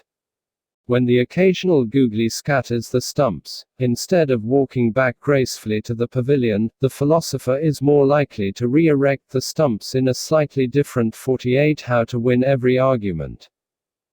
Place and show that the ball would not have hit him in that position. A passage from Lewis Carroll sums it up. There's glory for you. I don't know what you mean by glory, Alice said. Humpty Dumpty smiled contemptuously. Of course you don't, till I tell you. I meant there's a nice knockdown argument for you. But glory doesn't mean a nice knockdown argument, Alice objected. When use a word, Humpty Dumpty said in rather a scornful tone, it means just what I choose it to mean, neither more nor less. Asterisk. The UK's finance ministers are no less skilled. They have vast numbers of Treasury officials whose sole purpose is to redefine words like growth, investment, spending, and business cycle. When you marshal your own arguments into a timely definitional retreat, it is advisable to claim a meaning for the words which is at least plausible. It should have some authority behind the usage. One good way is to slip into a technical vocabulary when you started out using ordinary speech. Of course, I was using expectation, as statisticians do, multiplying th probability of the returns by the size. I didn't mean it in the sense that we expected anything to happen. Except, perhaps, for a fish wriggling artfully off a hook. A useful device to provide covering fire for a definitional retreat is the presumption that everyone understood your Lewis Carroll, Through the Looking Glass, London, Macmillan, 1927, pp. 1245. Denying the antecedent 49. Second meaning all along, and only your critic has been so finicky as to ignore it. Everybody knows that when we talk of trains being punctual, we use railway definition of being within 10 minutes of the timetable. They do now anyway. Denying the antecedent. As with affirming the consequent, the fallacy of denying the antecedent is for those who do not really care if the brain is going forwards or backwards. It does not admit the possibility that different events can produce similar outcomes. If I eat too much, I'll be ill. Since I have not eaten too much, I will end ill. So saying, he downed a whole bottle of whiskey, cut his hand on a rusty nail, and Saturday out all night in wet clothes. The point is, of course, that other events can bring about the same result, even if the event referred to does not take place. With these if-then constructions, it is all right to affirm the antecedent, the if part, and it is all right to deny the consequent, the then part. It is the other two which are fallacious, affirming the consequent or denying the antecedent. If he's slow, he'll lose. Since he isn't slow, he won't lose, but he might just be stupid. You can affirm the antecedent, he is slow, he will lose. You can deny the consequent, he didn't lose, so he can't have been 50. How to win every argument. Slow. The first of these is a type of argument called the modus ponens, the second is called the modus tollens, and both are valid. It is the other two which are fallacies, even though they resemble the valid forms. Denying the antecedent is a fallacy because it assigns only one cause to an event for which there might be several. It dismisses other possibilities which could occur. The fallacy commonly occurs where plans are being laid. It engenders the belief that if those things are avoided which bring harmful consequences, then a pleasant outcome can be expected. If I smoke, drink, or have sex, it will shorten my lifespan.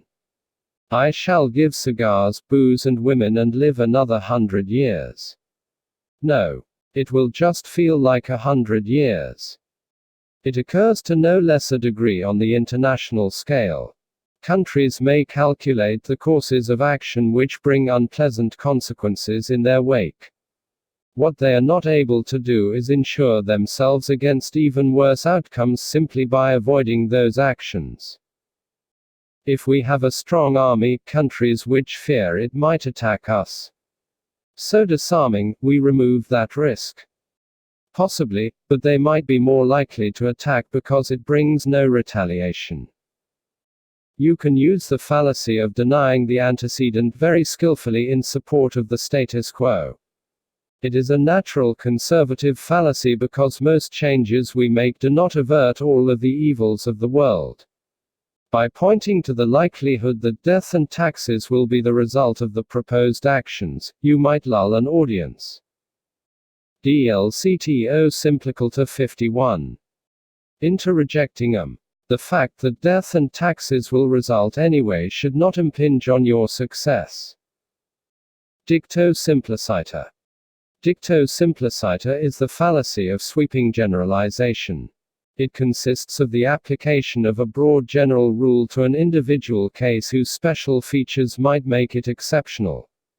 To insist that the generalization must apply to each and every case regardless of individual differences, is to commit the fallacy of dicto simpliciter. Of course you voted for the resolution.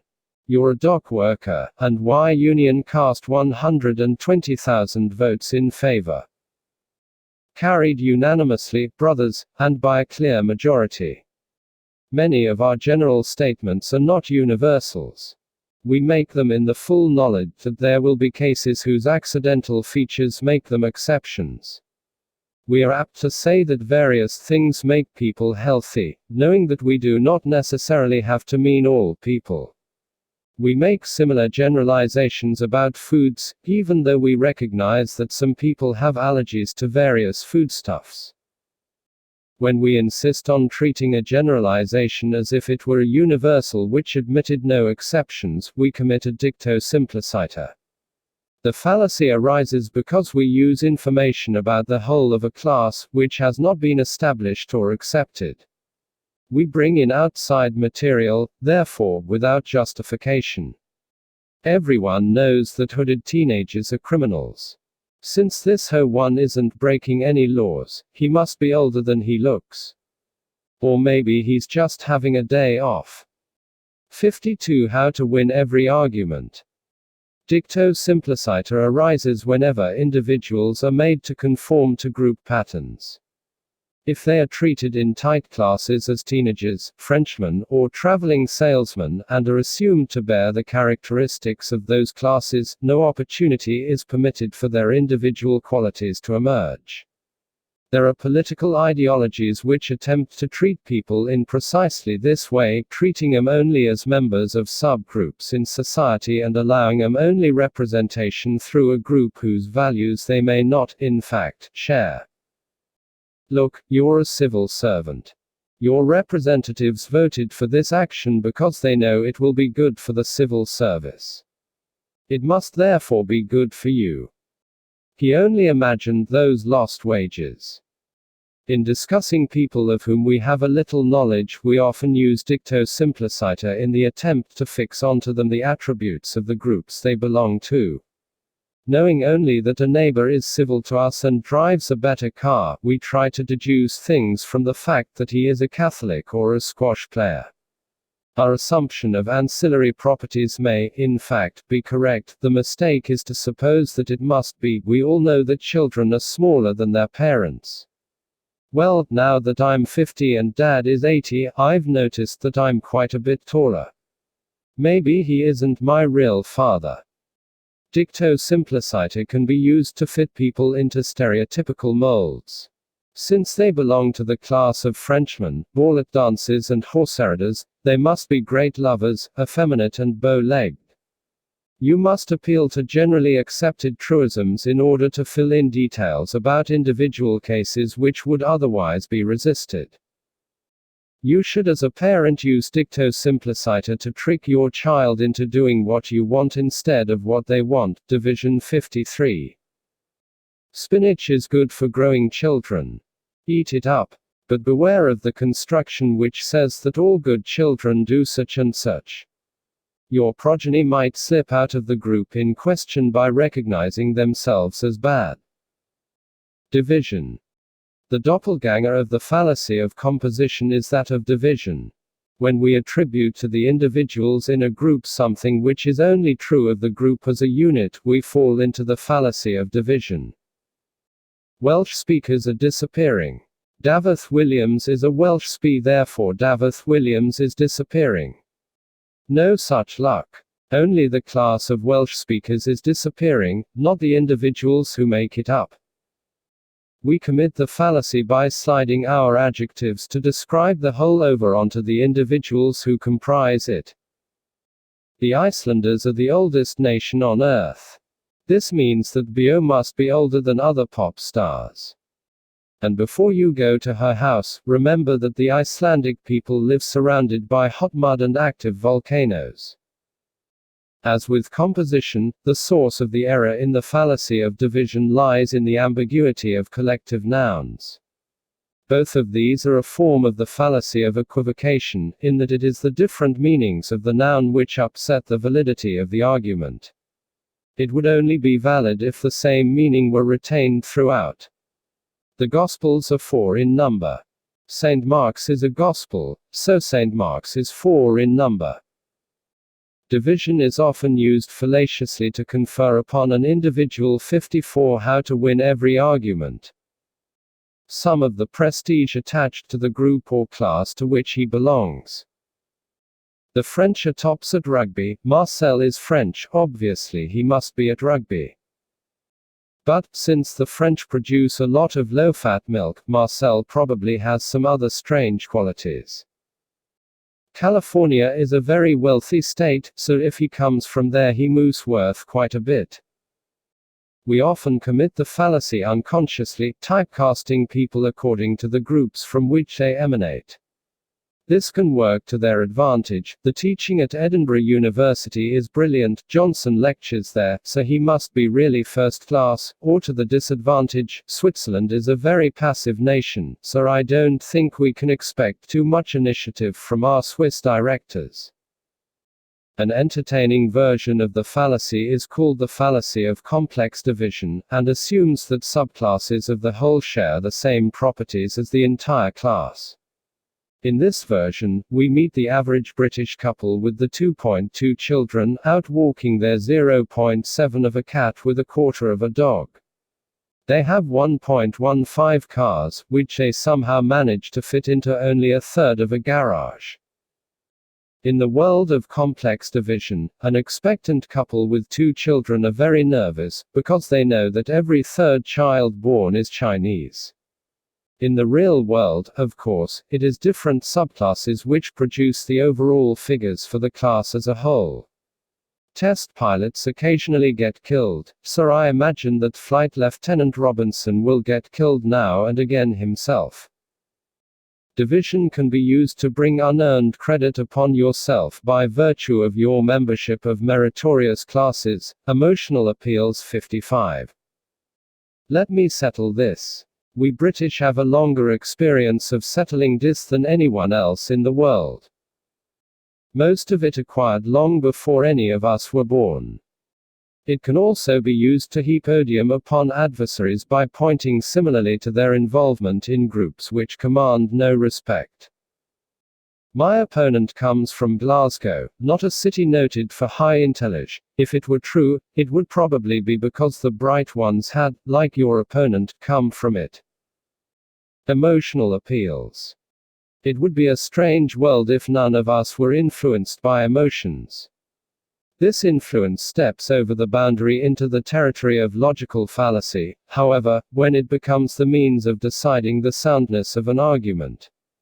The emotions which influence our behavior should not influence our judgment on questions of fact. While it might be appropriate to show pity to a convicted criminal, it is certainly not sound procedure to let pity affect our judgment of whether or not he committed the crime.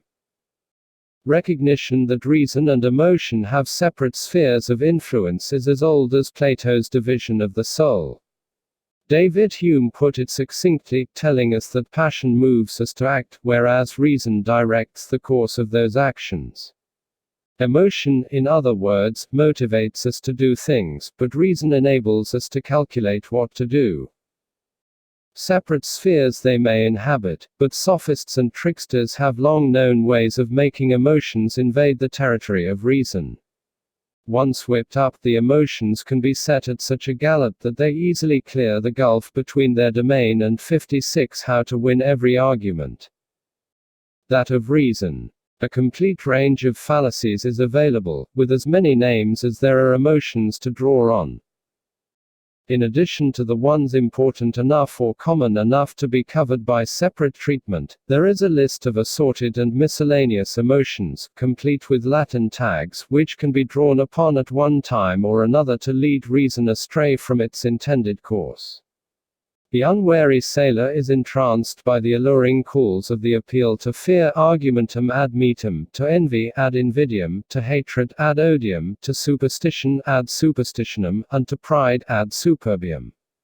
There is even more to tempt our preference for a quiet time with an appeal to a just proportion of everything, ad modum, and one which actually says straight out that sentiment is a better guide than reason, sentimens superior.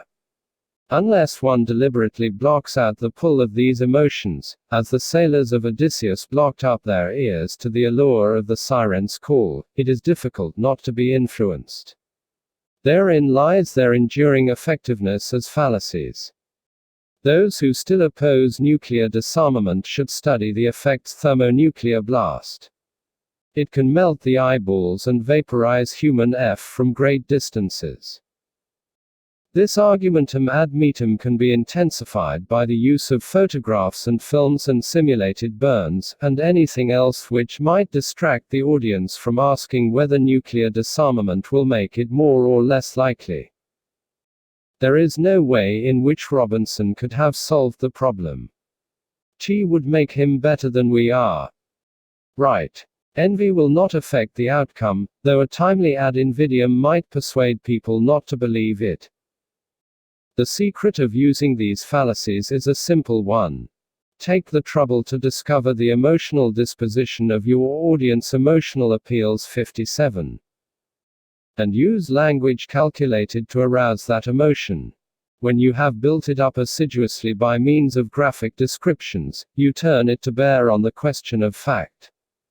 Very few audiences are able to turn it off abruptly, most will allow it to flood out onto the area normally reserved for reasoned assessment. Whether your appeal is to fear, envy, hatred, pride, or superstition makes no difference. Indeed, you can use them alternately. Pride in one's own race, class, or nation can be appealed to, even as envy of others is built up, perhaps to the point where an ad odium becomes possible. The argumentum ad modum deserves a special mention because its appeal is to the audience's desire for gradualism. An audience is most vulnerable to it when they are trying to be reasonable. They equate reason with a quiet life, thinking that something admitted in due measure is more likely to be right. Like the argumentum ad temperantium, which urges the middle course between extremes, the ad modum appeals to that most ancient of maxims which recommends moderation in all things. You should always introduce your subtle appeal to lure them away from reason by urging your audience. Let's be reasonable about this. A strong emotional appeal for the quiet life. Sentiments is a clever fallacy. Its idiotic claim, that emotion is a better guide, is most alluring to an intelligent audience. Intelligent people are often afraid of being thought rather cold because they use reason so much. They do not want to appear to be emotionally deficient, and are easy prey to a speaker who assures them that they are just as sensitive, loving, and compassionate as the next person, who is also a bit of a bore. This permits them the delusion that they are welcome into the common fold, instead of remaining aloof from it. They happily abandon reason as the price of their admission ticket to the human race. 58. How to win every argument. An individual can be ensnared with sentiments, and led to drop a carefully thought-out position after being assured that he or she cares just as much about humanity as the rest of us. A denial would hardly count as a good response. A crowd is even easier to lead by the nose on a sentimental string. I have rarely seen an international gathering which did not give a standing ovation to any gaga idiot who urged them to forget reason and concentrate on loving each other. Most of the troubles of this world are caused by people thinking things out, instead of responding naturally with warmth and humanity. We should ignore these facts about third world dictatorships, and reach out with love in our hearts and yuck. Equivocation. Equivocation means using words ambiguously. Often done with intent to deceive, it can even deceive the perpetrator.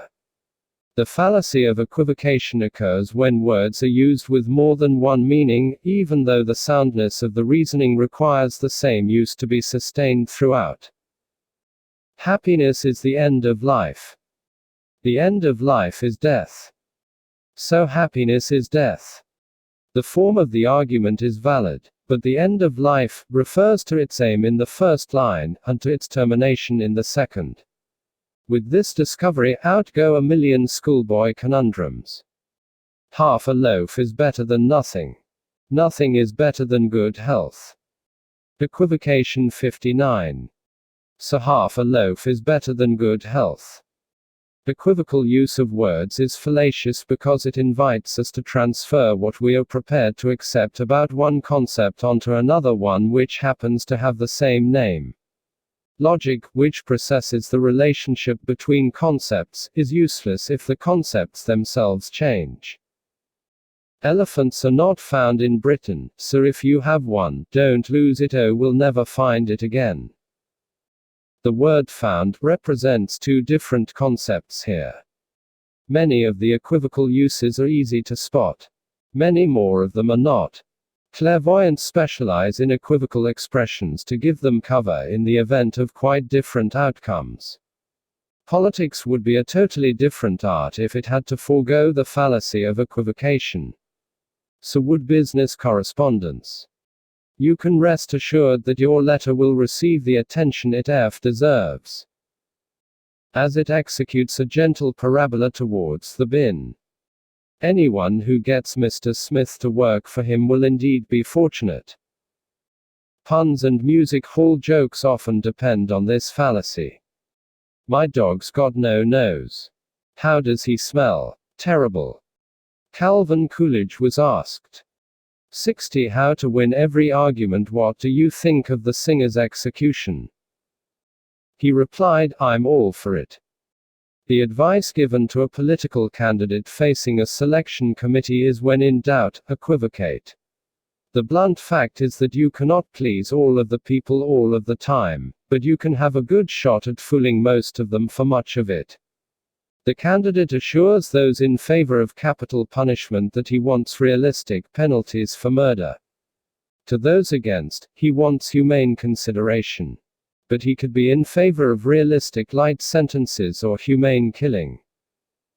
Equivocation is a particularly tough paste for pouring into the cracks of international discord. It joins irreconcilable differences with a smooth and undetectable finish. Many full and frank discussions are terminated happily by the appearance of a joint treaty whose wording is carefully chosen to mean entirely different things to each of the signatories. The vocabulary of equivocation may be learned from the Stranger's Gallery of the House of Commons. If you have a seat in the chamber, there is nothing you have to learn about it. Once you have acquired the knack, and are fluent in phrases such as having due regard for, you can move on to the more subtle manifestations of the fallacy. Well, it all depends on what you mean by full-hearted consent. You might have thought it obvious. You'd be wrong. Every schoolboy knows. You would be amazed what every schoolboy knows. Anxious to secure acquiescence in the controversial claims, disputants solemnly assure their audiences that every schoolboy knows the every schoolboy knows 61. Truth of what they are saying. The audience, not wishing to be ignorant of matters so widely understood by children, are supposed to keep silent about the doubts. Thus complex and dubious assertions are passed off unquestioned. Every schoolboy knows that the rate of gene loss from a closed reproductive system is expressed by a simple and well-known formula. Indeed, this is the main topic of conversation over catapults and conkers. The tactic is fallacious. Its basic purpose is to appeal beyond the evidence to secure acceptance. The audience is invited to assent not from conviction but out of shame and fear of being thought less knowledgeable than a mere child. The merits of the point are meanwhile overlooked. So widely used is the tactic that the hapless youth is now encumbered with several encyclopedias of knowledge. There is scarcely anything which he does not know. As my learned colleague is doubtless aware, every schoolboy knows that it was Rex v.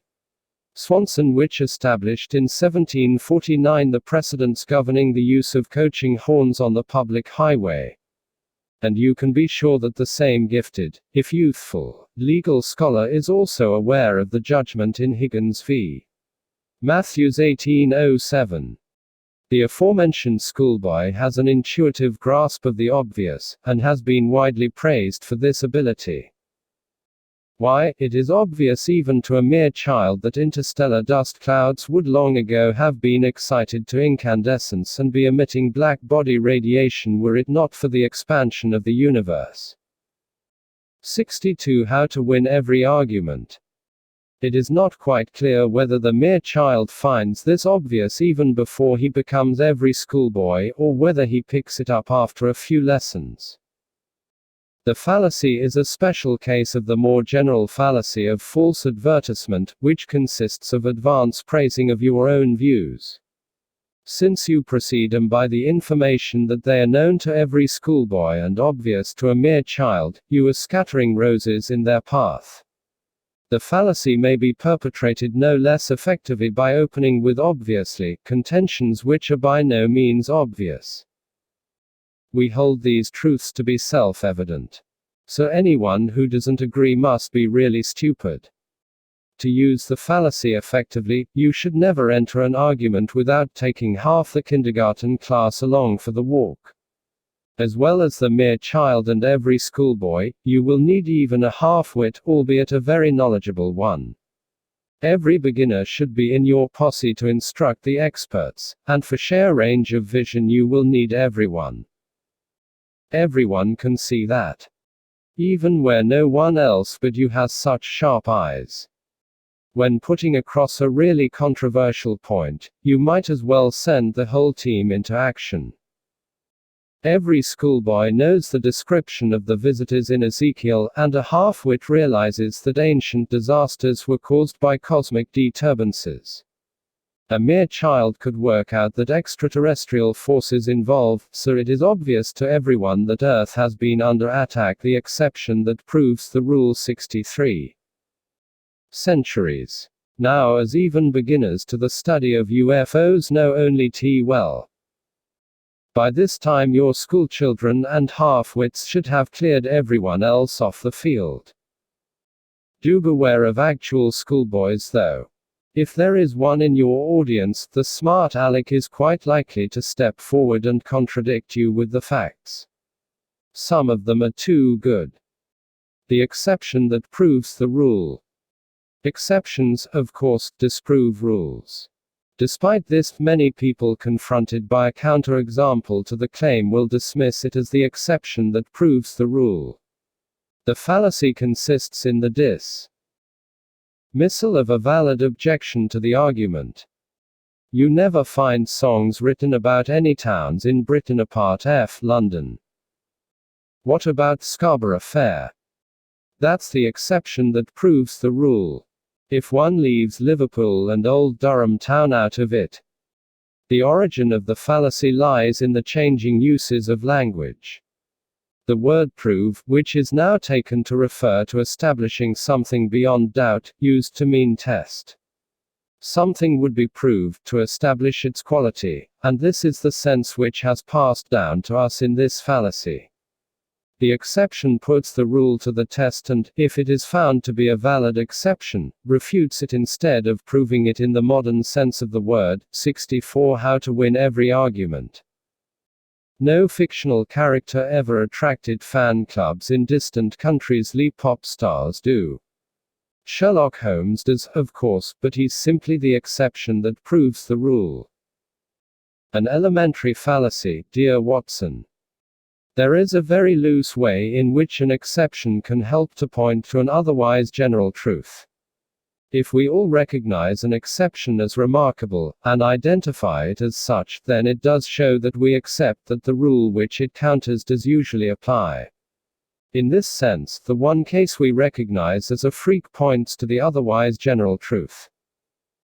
Medical advances are made by painstaking research, not by chance. No, there was penicillin, but everyone knows that was a chance in million.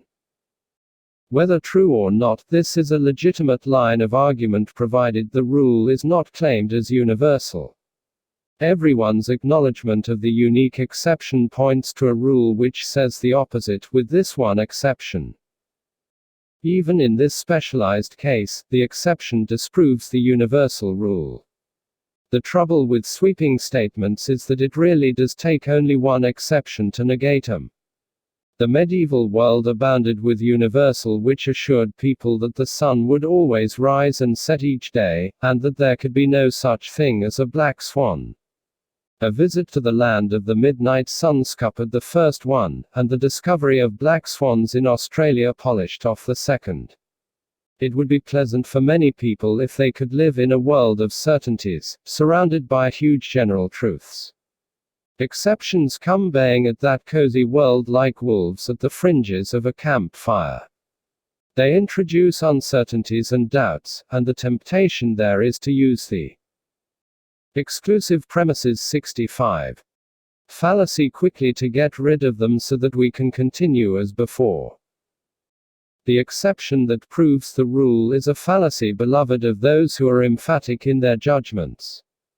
They have the world neatly divided into categories, and do not intend the irritant sand of exceptions to intrude into the well-oiled machinery of their worldview. In their smooth-running world, all pop stars are drug addicts, all feminists are lesbians, and all young people are weirdos. Any honorable exceptions to the above categories are ejected with equal smoothness as exceptions that prove the rule. The great thing about this particular fallacy is that it renders your argument invulnerable to factual correction. The most embarrassing proofs that you are just plain wrong can be swallowed whole as exceptions that prove the rule, and need occasion no more than a slight pause in your declamation. Lend us a $5. I've always paid you back before. What about last week? That was the exception that proves the rule. You know you'll get it back in the long run. Put on your trainers. Exclusive premises.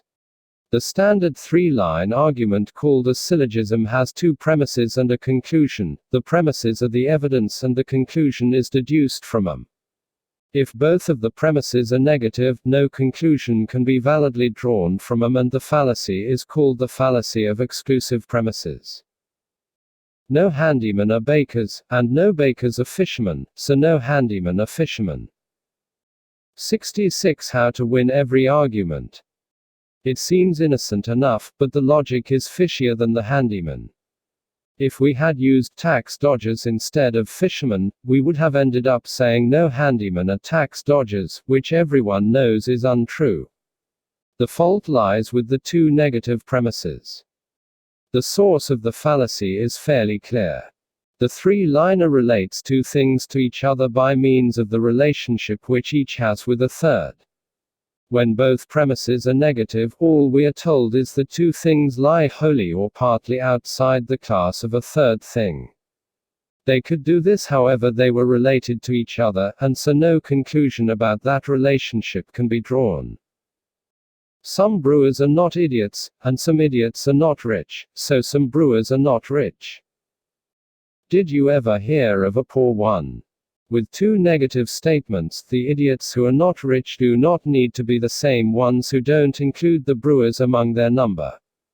If this sounds confusing, remember two things: two negative premises do not prove anything, and all brewers are rich. The fallacy tends to occur because some people genuinely believe that if a group is excluded from something, and that group in turn is excluded from something else, then the first group is also excluded from it. If John cannot get into the Masons, and the Masons cannot get into the country club, it seems plausible to assume that John doesn't stand a chance for the country club. Of course, since the Masons cannot get in, John might stand a better chance because he isn't one of them. No pudding eaters are thin, and some smokers are not pudding eaters, so some smokers are thin. The existential fallacy 67. Many of us are negative about puddings, but two negative statements about them will not tell us anything about smokers. If smokers are thin, it might well be from worrying about the health warnings, and a lack of money to eat puddings after paying for the cigarettes. When you want to use the fallacy of exclusive premises, you should try to make your negative statements ones which the audience will accept the truth of. When you slip in a conclusion which seems plausible, they will assume that you have proved it. You will not get very far if you start out with statements such as no council workers are lazy, but should try instead to keep within the bounds of your audience's experience. Use obvious truisms such as no removal men are careful. The existential fallacy. It is a curious feature of logic that statements which refer to the whole of a class do not actually tell us whether there are any members of that class. All cats are selfish. This tells us that there are such things as cats, then they are selfish. It does not imply that there are cats, any more than the existence of unicorns could be deduced from a similar statement about them. Statements which tell us about some of a class, however, do imply the existence of members of the class. Some cats are selfish. This tells us that there are such things as cats, and that some of them are selfish. 68. How to win every argument. The existential fallacy occurs when we draw a conclusion which implies existence from premises which do not imply that. If our premises are universal, telling us about all or none, and our conclusion is a particular one telling us about some, we have committed the fallacy. All UFOs are spaceships, and all spaceships are extraterrestrial, so UFOs are extraterrestrial. This seems harmless enough, but it is not valid. We could have said all UFOs were extraterrestrial, but by limiting it to some we imply that they exist. It seems puzzling that we can be more entitled to say that all are than to claim that only some are. We can console ourselves with the thought that perhaps we have to know some of them to start talking about the features which apply to some but not the others. The universal statements, by not sorting any out, carry no such implication. The fallacy consists of putting into the conclusion something for which no evidence was offered, namely the presumption that what is being talked about actually exists. By going beyond the evidence, we enter into the territory of the fallacy. All policemen are tall people, and no honest Welshman are tall people. Some honest Welshmen are not policemen. Alas, no evidence has been produced to show that there is such a thing as an honest Welshman. A conclusion about all honest Welshmen would have been acceptable, because it would refer only to any who might exist. The existential fallacy is clearly the domain of those who wish to engage in rational discourse about astral forces and demonic entities but who suffer from the minor disadvantage that there is ex post facto statistics. 69. No evidence that any of these things exist at all. Statements are made telling what the things must be like if they do exist, and somehow we begin to encounter claims made about some of them. At that point, unknown to the audience, the assumption of real existence has been slipped in without evidence, like an ace dropped furtively from the sleeve. All psychic entities are affected by human emotions, but some of T are more sensitive than others, and tend to be aroused by fear or hatred. And the same is true of invisible frogs, spotted Saturnians and warm-hearted Swedes. Before you can start sorting them out, you must first catch your hare. Use of the existential fallacy is surprisingly easy. Most audiences will respect your modest claims if you move down from assertions about all things to claims made for only some of them. This readiness is the gate through which you can drive a coach and six loaded with fairies and hobbits, ectoplasm and dementals.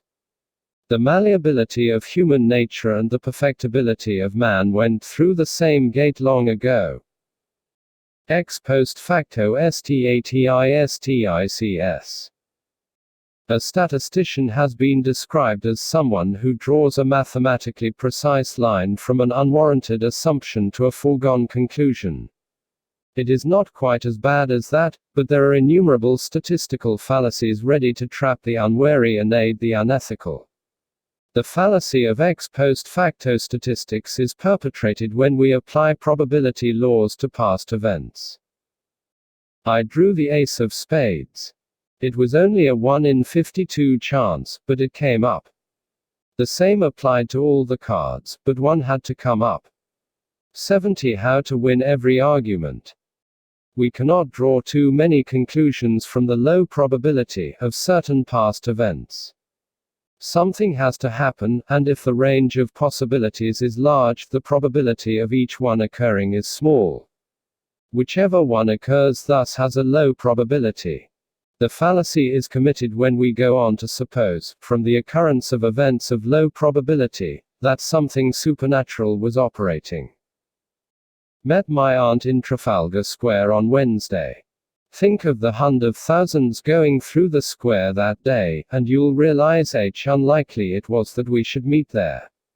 Maybe we are telepathy, and the same applies to the thousands of others you met. The probability of heads coming up 4 times in a row is only 1 in 16. The same is true of every other combination which might come up. Only one thing is certain, that a 1 in 16 chance will come up if you make 4 tosses. The fallacy goes beyond the evidence, using statistics in an inapplicable way to point to mysterious influences where none are needed. Ex post facto statistics often appear in speculations concerning the origins of life and the universe. Exotic calculations are trotted out showing the incredible unlikelihood that things could ever have happened as they did. How lucky we are that our planet has just the right temperature for us, and just the right atmosphere for us to breathe. It has to be than luck. 10-legged blue things breathing ammonia on the third planet of 70 Ophiuchi are even now saying the same thing. Similar claims are made of the probability of the right chemicals coming together to form life. The fact is that in our universe chemicals combine in certain ways. If they were ex post facto statistics 71. Different, no doubt different beings in a different universe would be congratulating themselves on the good fortune. The fallacy is a great prop for those who suppose themselves the children of destiny. Looking at the unlikely events which have led to the present position, they see the unseen but inexorable hand of fate behind them, never realizing that had things been different they could have said the same. Just think, if we hadn't happened to be staying in the same hotel, might never have met and never have married. But they might have met and married other people, and thought themselves just as fortunate. Your use of this fallacy will depend a great deal on your temperament.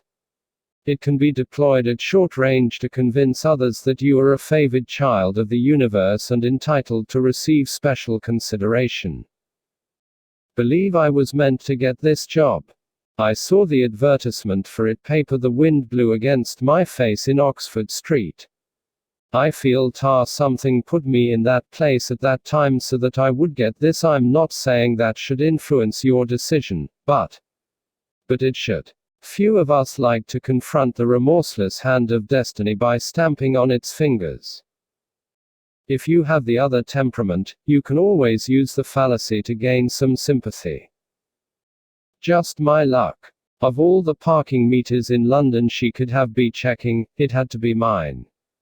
And just at the worst possible time. 72 How to win every argument. If you can fit going to the pub in between being used as a punch bag by the universe, lines like this should be good for the odd sympathetic pint. Extensional pruning. We are guilty of extensional pruning if we use words in the commonly accepted meaning, but retreat when challenged into a strictly literal definition. The fallacy becomes possible because there are 2 ways of understanding what words mean. We can describe the properties of what we refer to, or we can give examples. The first is called the intension, and the second is the extension of the word. We could convey the sense of an expression such as movie star, for example, either by describing the role of lead actors and actresses in films, or by listing several well-known stars. Words carry nuances of meaning by their associations. Little tendrils of thought ripple around them, evoking all kinds of ideas dependent on past associations. These nuances are part of the meaning of the word, provided they're understood by user and hearer alike. The fallacy of extensional pruning takes place when the user subsequently retreats from that meaning by insisting upon only a literal intentional definition. While I said I would accept an inquiry, I at no time said that it would independent, that it would be a public one, or that its findings will published. He might be correct in a limited, technical definition of the word. But this is not what most people normally understand from the associations they make with previous inquiries. The fallacy is committed by saying one thing, but permitting another to be understood. A contention must be the same to extensional pruning 73.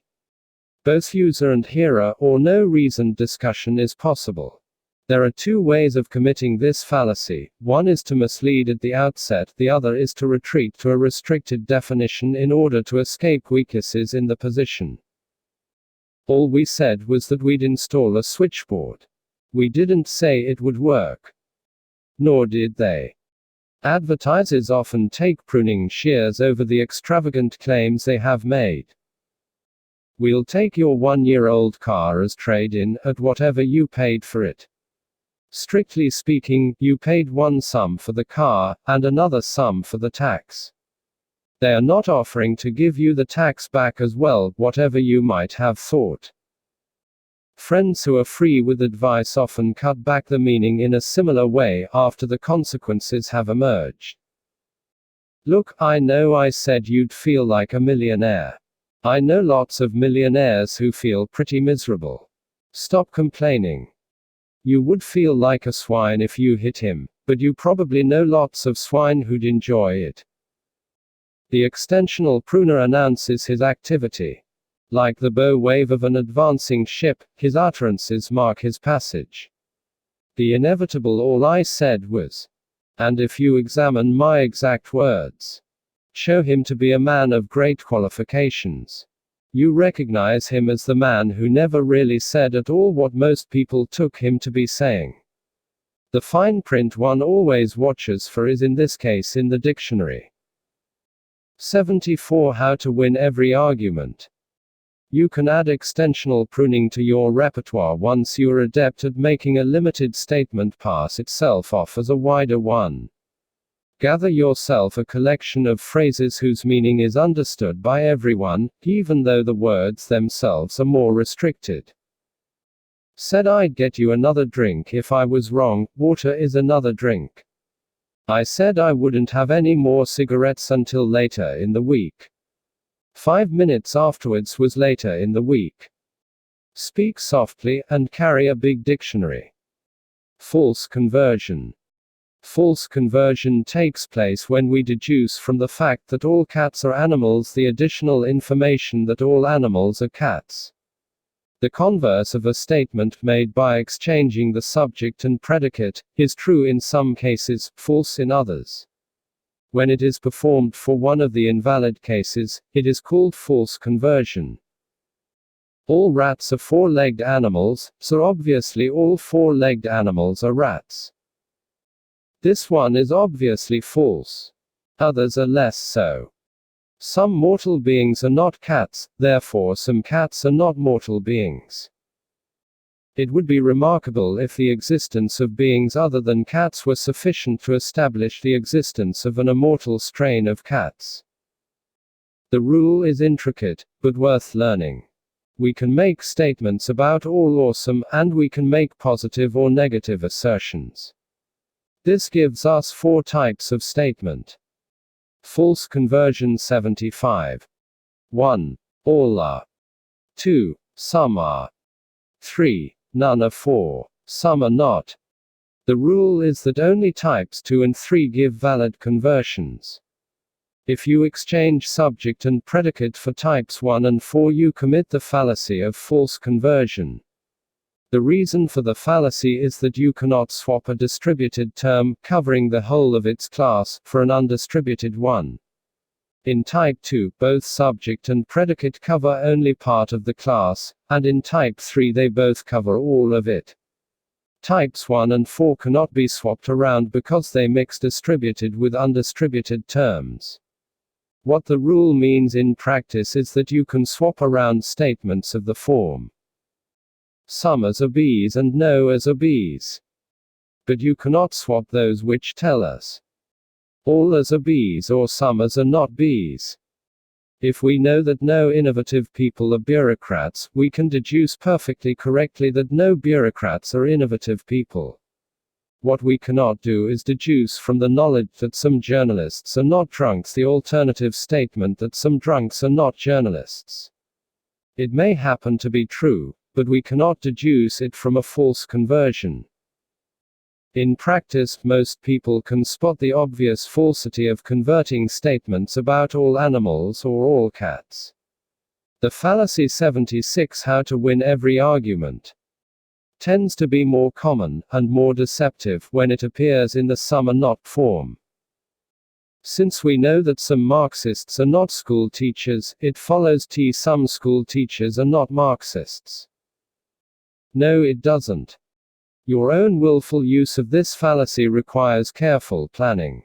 It is a short-range tactical fallacy, and is best concealed by not letting the audience know if you are talking about some or all. The claim that Texas rabbits are animals which grow to more than a meter long is skillfully ambiguous. It is not clear whether it refers to some Texas rabbits or all of them. Your surreptitious false conversion would then leave your audience convinced that any animal in Texas more than a meter in length must be a rabbit. It would also leave any Texans hopping mad. False precision.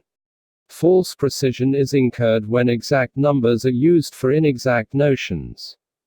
When straightforward statements about experience are decked out in numbers well beyond the accuracy of possible measurement, the precision is false and can mislead an audience into supposing that the information is more detailed than is really the case. People say the Scots are mean, but they have been shown in surveys be 63% more generous than the Welsh. What measurement of generosity allows for that kind of a figure to be put on it? False precision 77. Both mathematics and science make widespread use of numbers, and both have prestige as sources of authority. The extension of exact numbers into areas quite inappropriate to them is often little more than the attempt to invest certain statements with the aura and prestige attaching to mathematics and science. The fallacy derives from the use of unjustified material, and from the attempt to impart more confidence in the assertions than the evidence for them actually merits. Our mouthwash is twice as good, yes 2 times as good, as its lead competitor. On what instrument, do you suppose, can one read off the quality of a mouthwash, and in what units? There are several versions of this fallacy, all of which have it in common that the numbers used give a misleading impression of the confidence one can place in the claim. 4 out of 5 people can't tell margarine from butter. It may be true, but how is it established? If large numbers on our own against one test repeatedly fail to distinguish them, we might be impressed. If smaller numbers fail to pick out the one margarine sample from a plateful of crackers covered with different types of butter, we might be rather less impressed. Yet another version might talk about quantity, where quality was a highly important factor. Kills 99% of all household germs. A worthy claim, unless the rest happen to be typhoid. 78 How to win every argument. False precision is as necessary to the continued happiness of many academics as are public money and whiskey. Whole departments float upon it, just as some do on the other 2 ingredients. Those who are engaged in the study of human beings, for example, find few measuring rods scattered about. Because the real qualities of people cannot be measured, indices are constructed which can be measured, and then the indices are passed off as the real thing. Birmingham children are more racist than their London counterparts. Study of essays written by 10-year-olds showed that the London GRU used 15% less racial epithets than their peer group in Birmingham. The assumptions here are manifold. Maybe one can identify and agree upon what constitutes a racial epithet. Maybe their appearance in essays reflects their importance in the lives of children. Maybe the use of them by children is evidence of racism.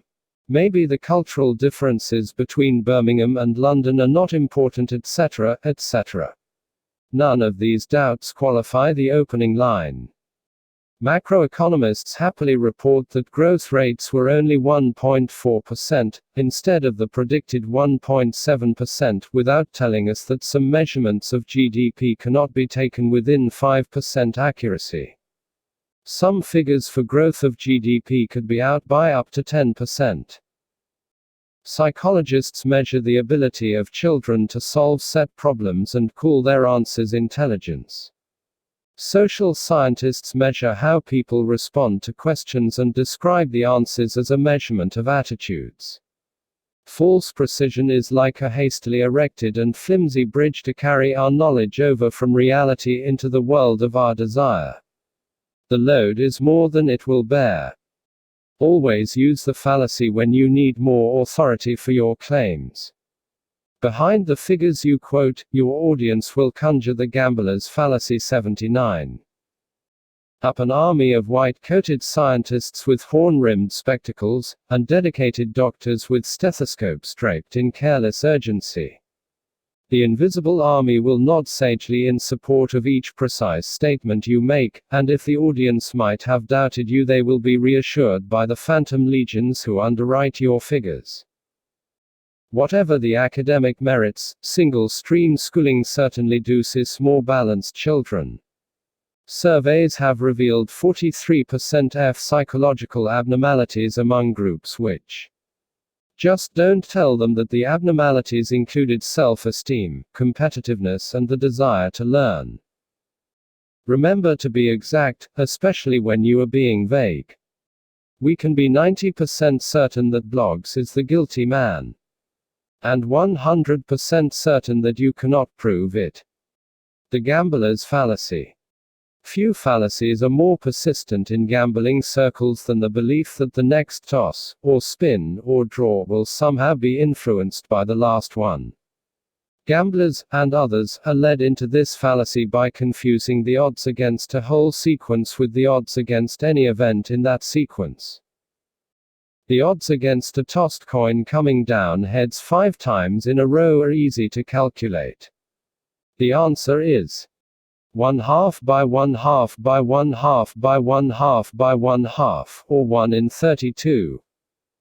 If the first 4 tosses, despite the odds, come down heads, the chance of the 5th toss being heads is not 1 in 32, but 1 in 2, as it 80. How to win every argument was for each of the other tosses.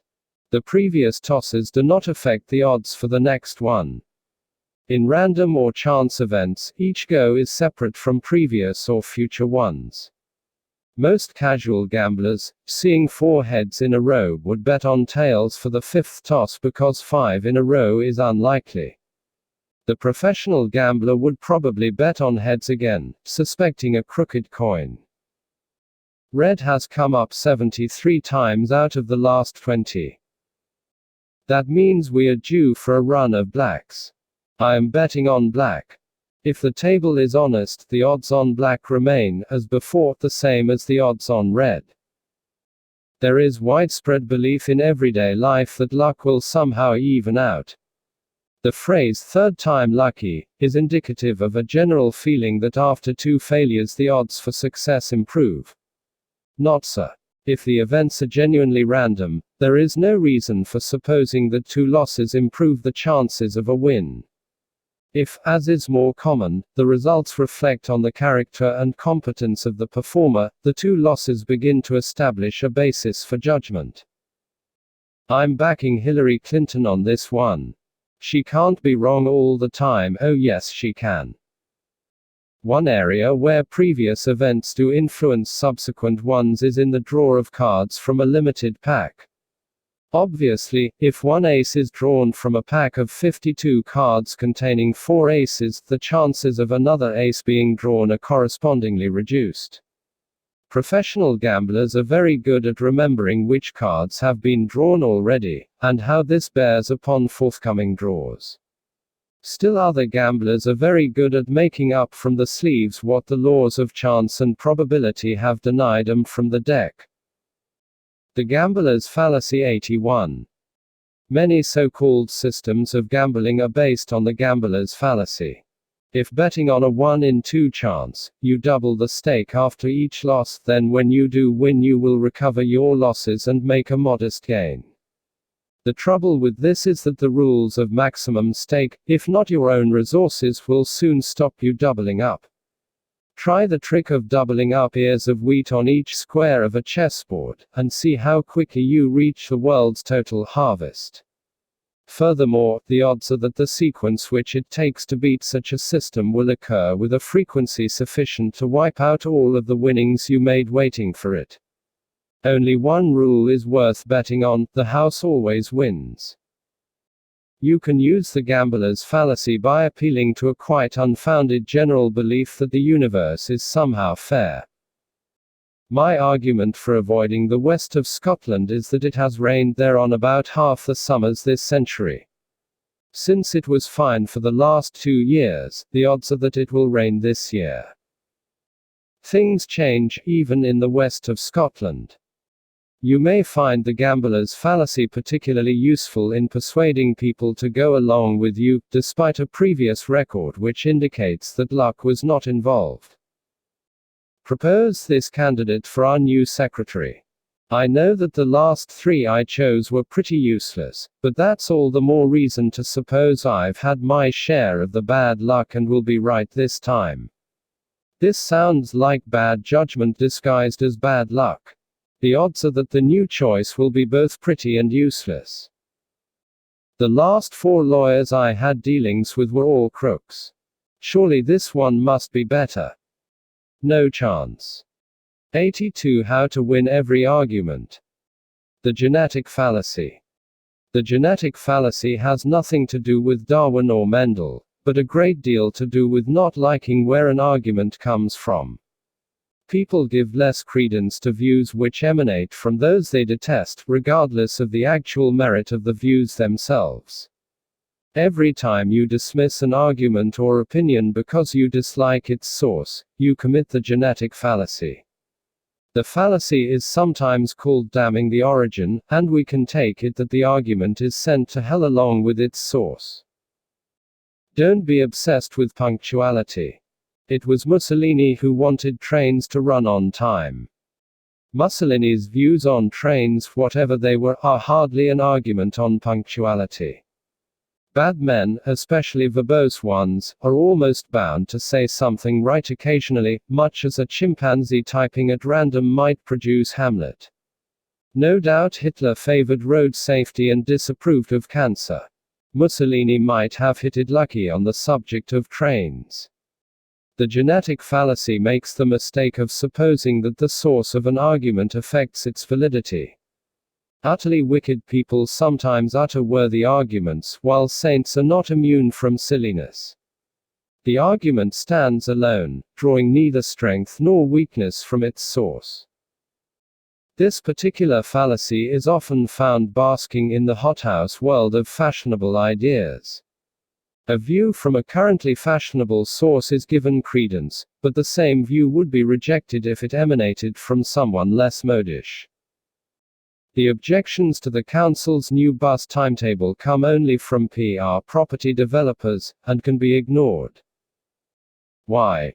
Private developers might well have legitimate opinions or insights on such matters. There, alas, still beats no eyes in the world. Half-concealed qualification 83. Of local politics.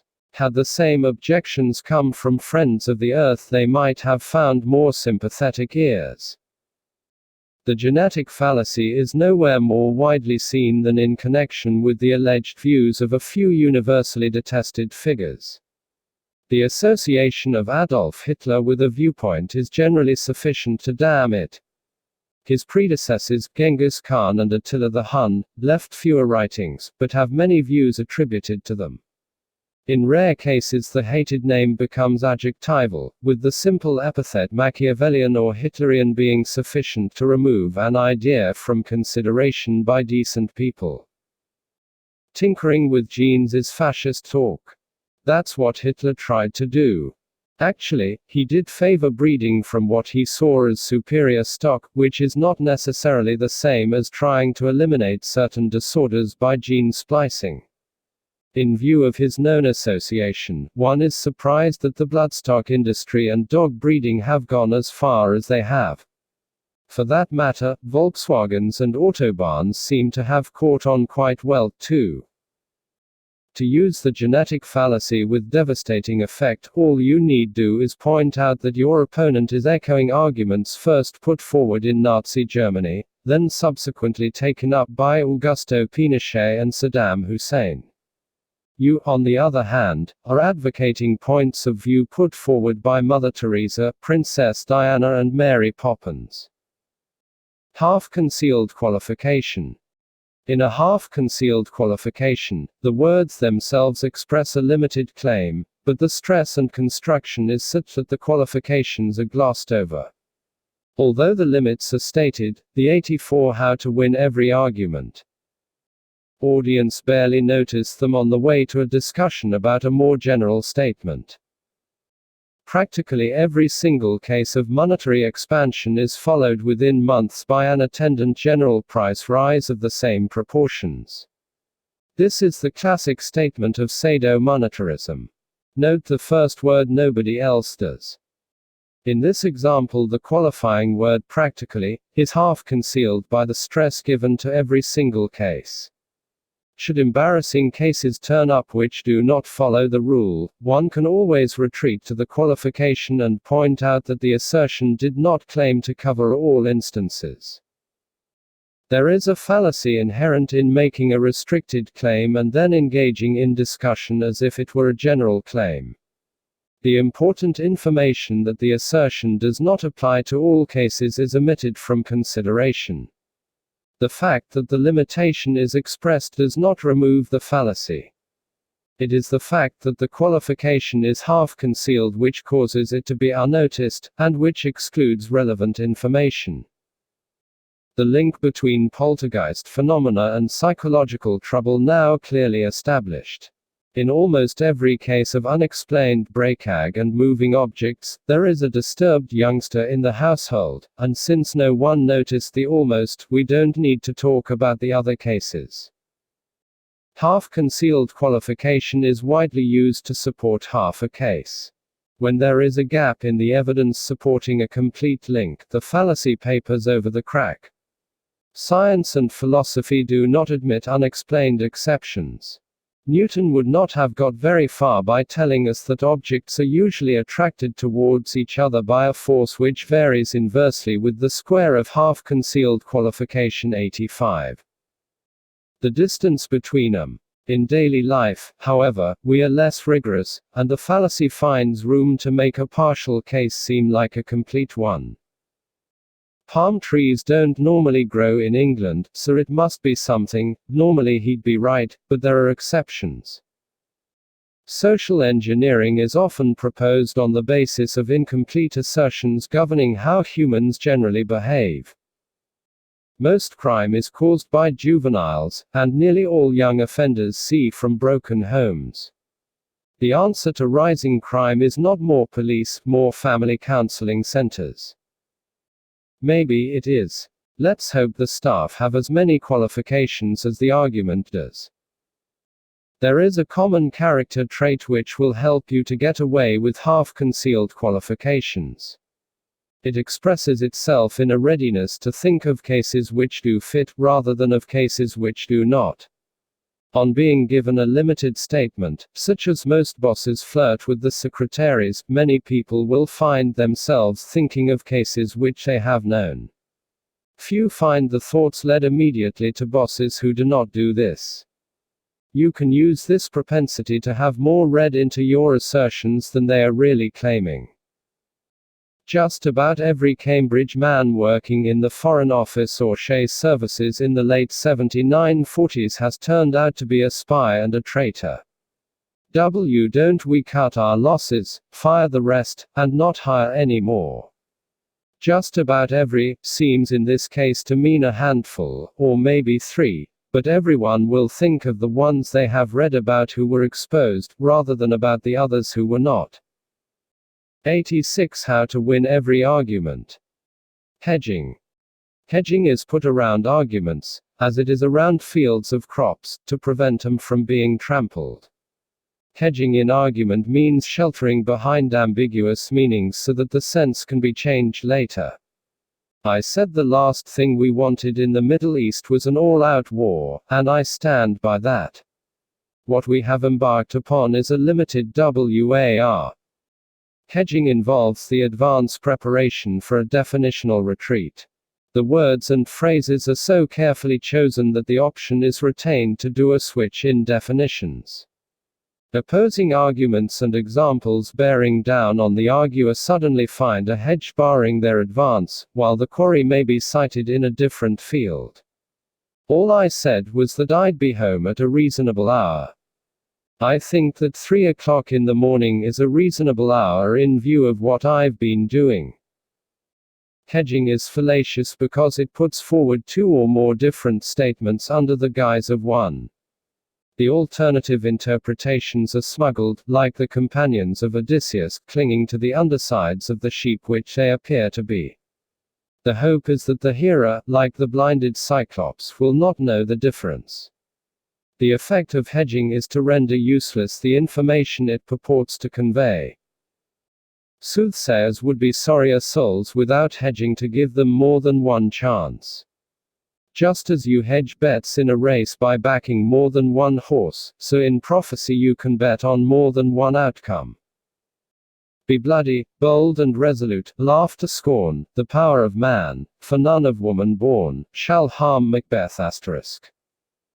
The hedge was that the witches failed to tell Macbeth that this description did not apply to those such as Macduff, born by William Shakespeare, Macbeth, IV, 7981. Hedging 87. Caesarean section. He found this out after a very large hedge had moved from Burnham to Dunsinane. Most oracles and insurance agents are notorious for the use of hedging, some take it to unimagined lengths. The centuries of Nostradamus are so obscure, and can be translated in so many ways, that they can be used to predict literally anything. People have claimed to find in them the most astonishingly detailed, and astonishingly accurate, foretelling of the future. Not only Napoleon and Hitler, but even recent popes and politicians emerge from his pages. As with all hedged prophecies, however, there are telltale signals. People are very good at finding references in the writings of Nostradamus to what has already happened. They are not successful at finding accurate accounts of what will happen. There is also a remarkable consistency to the way in which subsequent ages have found that many of his prophecies made sense for their own time. Dishonesty is an essential aspect of hedging. The ambiguity is inserted deliberately with intent to deceive, and for the purpose of proving the perpetrator correct whatever the outcome. The fairground fortune teller shelters harmlessly behind her hedge by telling you that you are destined to travel, even if only on the number 36 bus home. The economist hides rather more willfully behind the hedge that things will get worse, barring a major change in the world economy. When they get better, it is because there was a major change in the world economy. Hedging requires planning. Few people can toss off ambiguous phrases on the spur of the moment. We expect to find them in the prepared statement which is issued, rather than in the off-the-cuff remark. You should accumulate a stock of phrases which look plain enough from one angle, but are bedecked with hedges as you approach them. You will find the check paid directly into your bank account. When 88 How to win every argument. Hominem abusive argumentum ad. If you cannot attack the argument, attack the arguer. While an insult itself is not fallacious, it is if made in a way calculated to undermine an opponent's argument, and to encourage an audience to give it less weight than it merits. When this is done, the famous argumentum ad hominem abusive is committed. Dr. Green argues very plausibly for fluoridation. What he does not see is that he is the same Dr. Green who 10 years ago published article favor of both euthanasia and infanticide. Unless his argument is that fluoride will kill off the old people and infants more effectively, it is hard to see how this bears on the arguments for or against fluoride. The fallacy here, as with most fallacies of relevance, is that the argument is not treated on its merit. Arguments should stand or fall by their own qualities. Strictly speaking, the merits of the arguer do not come into it. Even the public relations industry is not always in error. It is only because we are reluctant to suppose that a good and sensible argument can come from a bad and stupid source that the ad hominem abusive has any effect. Now I come to Professor Robinson's argument in favor of amalgamating the two colleges. Far be it from me to reopen old wounds by referring to the professor's conviction 3 years ago for drunk drive, but we have to ask ourselves. Note the ritual denial. It is usually the signal for an ad hominem abusive, I don't wish to be catty, but meow. There are many forms of this fallacy, some so specialized that they are identified and named as separate fallacies. Effective use demands a bold attempt to make the abuse appear to have some hominem abusive argumentum ad 89. Bearing on the issue under consideration. The use of personal attacks to cast doubt on the arguer's judgment gives one possible avenue. Lawyers, when cross-examining hostile witnesses, tread a fine line between establishing the character of a witness and a simple ad hominem abusive to discredit the testimony. Similarly, the use of witnesses on the character of the accused can often venture over the line into the territory of the fallacy. The political arena is fertile territory in which some fallacies grow like weeds and others like carefully cultivated blossoms. The ad hominem abusive is one of the staples of parliamentary question time. Would remind the House that when my questioner was in office, unemployment and inflation doubled, and wages went down almost as fast as prices went up. And he has the temerity to ask me about the future of the mining industry. No comment, which is what he is saying in a more circumlocucious form. Some of the poor quality of parliamentary debate can be laid at the door of the press. So long as there are sycophantic journalists prepared to praise an ordinary ad hominem abusive as a splendid riposte, there will be politicians laboring through the midnight hours to compose such gems as like being savaged by a dead sheep. They perform to their audience. The rules to remember when committing this fallacy are that the hostile material should, wherever possible, be introduced with apparent reluctance, and it should be made to bear on the question of whether your opponent deserves consideration by such a worthy and serious audience as you are both addressing. 90. How to win every argument. It is with a heavy heart that I release copies of these photographs and letters. I ask you whether this council can be seen to be influenced in its policy toward the new suspension bridge by a man whose behavior with an 11-year-old girl flouts every standard of public and private behavior which we, as a council, have a sacred duty to uphold. Look out below. Hominem circumstantial argumentum ad. In the argumentum ad hominem circumstantial, the appeal is to the special circumstances of the person with whom one is arguing. Instead of trying to prove the contention true or false on the evidence, its acceptance is urged because of the position and interests of those appealed to. You can't accept the legitimacy of lending for profit. You are a Christian, and Christ drove the money lenders from the temple. This is not a general argument. It might not do much for a Hindu or a Jew, for example. The listener is invited to assent because of his Christian convictions. In a similar way, people can be asked to accept a view because of their circumstances as members of the political party which supports it. In this version of the fallacy, the error comes in by bringing the particular position of the audience into what is urged as a generally accepted truth. While such tactics might indeed convince that specific audience, they would not establish the tightness or wrongness of what is urged, nor the truth or falsity of a statement. Hominem circumstantial argumentum ad 91. No one in this university audience can be opposed to handing out state money to subsidize services, otherwise you would not be here occupying a subsidized place. Actually, it is other state handouts which students oppose. A variant of the fallacy dismisses a person's views as representing only the special circumstances. It assumes that an oil company executive can reflect only his corporation's interest when he voices an opinion on the future of energy supplies. In the first place, the executive may well have independent views which differ from those of his company. In the second place, there is nothing to say that the corporation view is not the correct one, self-interested though it may be. The fallacy arises in this version by the wanton dismissal of possibly relevant material as much as by bringing in irrelevant matters such as the circumstances of the audience. Even if it can be shown why an opponent thinks as he does, it still does not show him to be wrong. As an opera lover, you will be the first to agree that we need more subsidy for the arts. The appeal to special circumstances occurs in arguments addressed to specialist audiences. The American expression building a constituency refers quite often to the process of adding together enough interest groups, all of which give support on account of the special circumstances.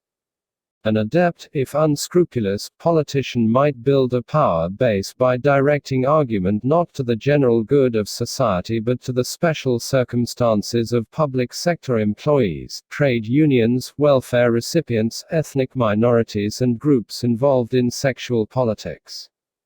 The tightness or wrongness of the program need not come into it if enough special circumstances can be appealed to. Both versions of the argumentum ad hominem circumstantial can be used to advantage. You should employ the first version with respect to circumstances which are broad enough to 92. How to win every argument. Include fairly large audiences. You, as members of the working class, will appreciate. Especially useful to you will be the nominal membership of the Christian Church. Many people like to think of themselves as Christians, although they do not like the obligations which serious Christianity would impose. Thus, when you appeal to them that as Christians they can hardly oppose your views, they will be forced into a reluctant and resentful acquiescence you could never have gained otherwise. The second version is spectacular in the rejection of expert evidence against you. An expert is someone in the field, and as such his views represent only his circumstances as one who is involved.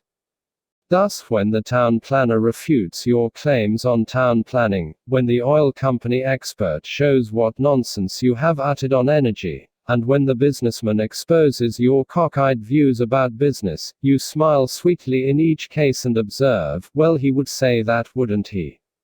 Ignorantium argumentum ad. Socrates was thought by the oracle to be the wisest man because he alone knew how ignorant he was. The knowledge of ignorance might have been good at keeping Socrates modest, but it forms a poor basis for deduction. The argumentum ad ignorantium is committed when we use our lack of knowledge about something in order to infer that its opposite is the case. Ghosts exist, all right. Research teams have spent many years and millions of pounds attempting to prove that they don't, and they haven't succeeded. The same could probably be said of Aladdin's lamp and the prospects for world peace. Ignorantium argumentant ad 93. The positive version of ad ignorantium asserts that what has not been disproved must happen. There is, in addition, a negative form which claims that what has not been proved cannot occur. Talk of extraterrestrial life forms is nonsense. We know there are none because every single attempt to establish their existence has failed utterly. Also true of the Yeti, Bigfoot, the Loch Ness Monster and editorial integrity. In both versions of the fallacy, the appeal is to ignorance. It is called upon to supply support for an assertion, even though our own state of knowledge does not normally bear on the truth or falsity of that statement. The fallacy consists of the intervention of irrelevant material, in the shape of our own ignorance, into an argument which is about something else. It is notoriously difficult to prove that something exists, especially if it is a shy creature which hides coyly in the deep of a Scottish loch, on the slopes of a mountain wilderness, or in the mists of the third planet of 61 Cygni. You practically have to meet one. Even then, a wealth of recorded evidence would be required to convince others. To establish non-existence is even more difficult. You have to look at the whole universe simultaneously to make sure that your quarry is not lurking in any part of it. Not surprisingly, this feat is rarely accomplished, and thus leaves us with boundless spaces thickly populated with ad ignorantiums and the other products of our imagination. Kid, I've flown from one side of the galaxy to the other. I've seen a lot of strange stuff, but I've never seen anything that could make me believe there's one all-powerful force controlling everything. Of course, there are cases in which our lack of knowledge does influence our judgment. They occur where we would expect to 94 how to win every argument. Have that knowledge if the thing were true. One would rightly reject a report that Camden Town Hall had been swallowed whole by a slime monster if there were no reports of it in the newspapers, no eyewitness accounts on television, no street celebrations, or any of the evidence we would expect to accompany such an event. The ad ignorantium forms the semblance of a cloak to cover the otherwise naked beliefs of those who are predisposed to give credence to extraordinary things. Under its comforting warmth shelters a widespread popular belief in telepathy, poltergeists, demonic possession, magic pyramids, Bermuda triangles, and the innocence of tobacco. Television violence doesn't do any harm. None of the surveys has ever managed to prove that it does. The argumentum ad ignorantium is useful if your own views do not follow received opinion. You can persuade others to share these bizarre notions by appealing to the lack of evidence to the contrary. Only slight difficulty is occasioned by the abundance of evidence in many cases to prove you wrong. You reject the evidence, deploying further ad ignorantiums to show that no one has ever proved the evidence to be reliable. In this way you will be able to sustain a preconceived view of things in the teeth of all sense and experience. When you are expert at it, you can add the letters ad IGN after those denoting your degree in sociology. After all, no one can prove that you shouldn't. Ignoratio elenchi. Ignoratio elenchi is one of the oldest fallacies known to us, being first identified by Aristotle. When someone believes himself to be proving one thing, but succeeds in proving something else instead, he commits ignoratio elenchi. He not only argues beside the point, but directly to a different conclusion. Ignoratlo elench 95. Shall oppose this measure to permit people to leave school early, proving once again the value of education. Proving the value of education does not prove the case against permitting earlier leaving.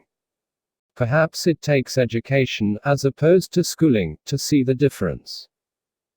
The thesis which is proved is not relevant to the one which the arguer sought to prove, which is why this is sometimes known as the fallacy of irrelevant thesis. The fallacy consists of supposing that the one conclusion equates with the other, when in fact they make separate points. The arguments which would support the first conclusion are omitted, and those which support the irrelevant conclusion are brought in instead. How could my client have ordered the murder? I have proved beyond a shadow of doubt that he was not even in the country at the time. Well done. Does that show he didn't order it before he left, or arrange it by telephone? Ignoratio elenchi has a subtle appeal. Its strength lies in the fact that a conclusion is validly proved, even though it is the wrong one. Anyone who concentrates on the argument may well find that its soundness diverts his attention away from the irrelevant conclusion. Is gambling a worthwhile occupation? Believe me, we not only work as hard as anyone else, but harder. It takes hours of study every day, quite apart from the time spent doing it. Okay, it's hard work. Now, is it worthwhile?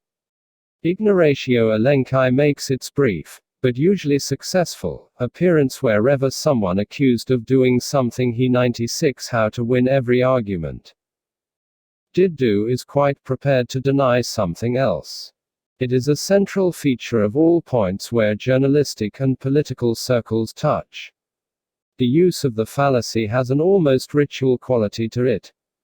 Whether it is under the steady beam of studio lights, or the staccato illumination of flash cameras in the streets, the little tableau is enacted. The eager pressmen solemnly charge the great man with one thing, and he, with equal solemnity, shows that he has not done another. Isn't it true, Minister, that you have allowed the living standards of Poor to fall in real terms? What we have done is to increase by 3.7% the allowance to childless dependent females, and by 3.9% the allowance to widows with 2 children, these increases both being larger than opponents ever managed in a single year of the term of office. In the more relaxed atmosphere of a studio interview, the great man will often brazen it out with royal trumpeters announcing his ignoratio elenchi. Well, John, that's not really the point, is it? What we have done is, and you can bet that this certainly isn't the point.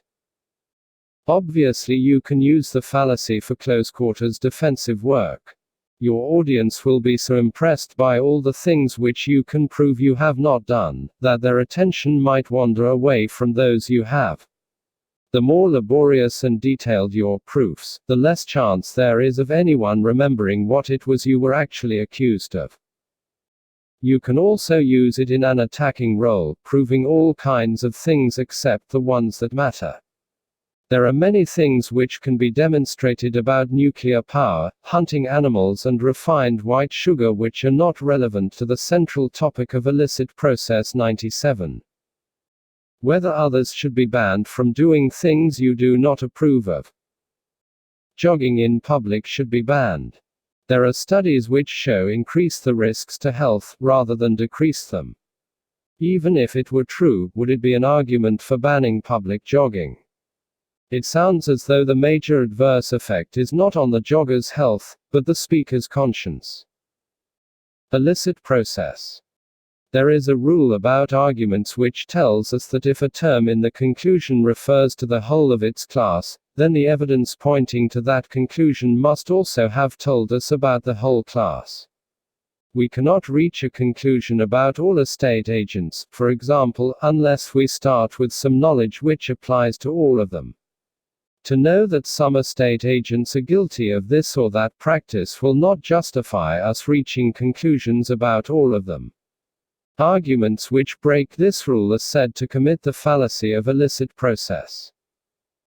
All tax collectors are civil servants, and all tax collectors are bullies, civil servants are bullies. Too harsh. There may be some somewhere who are just a little overbearing. The fallacy is that we refer to all civil servants in the conclusion, but the premise only tells us that tax collectors are some of them. The argument which uses illicit process has to be fallacious because it makes unsupported claims.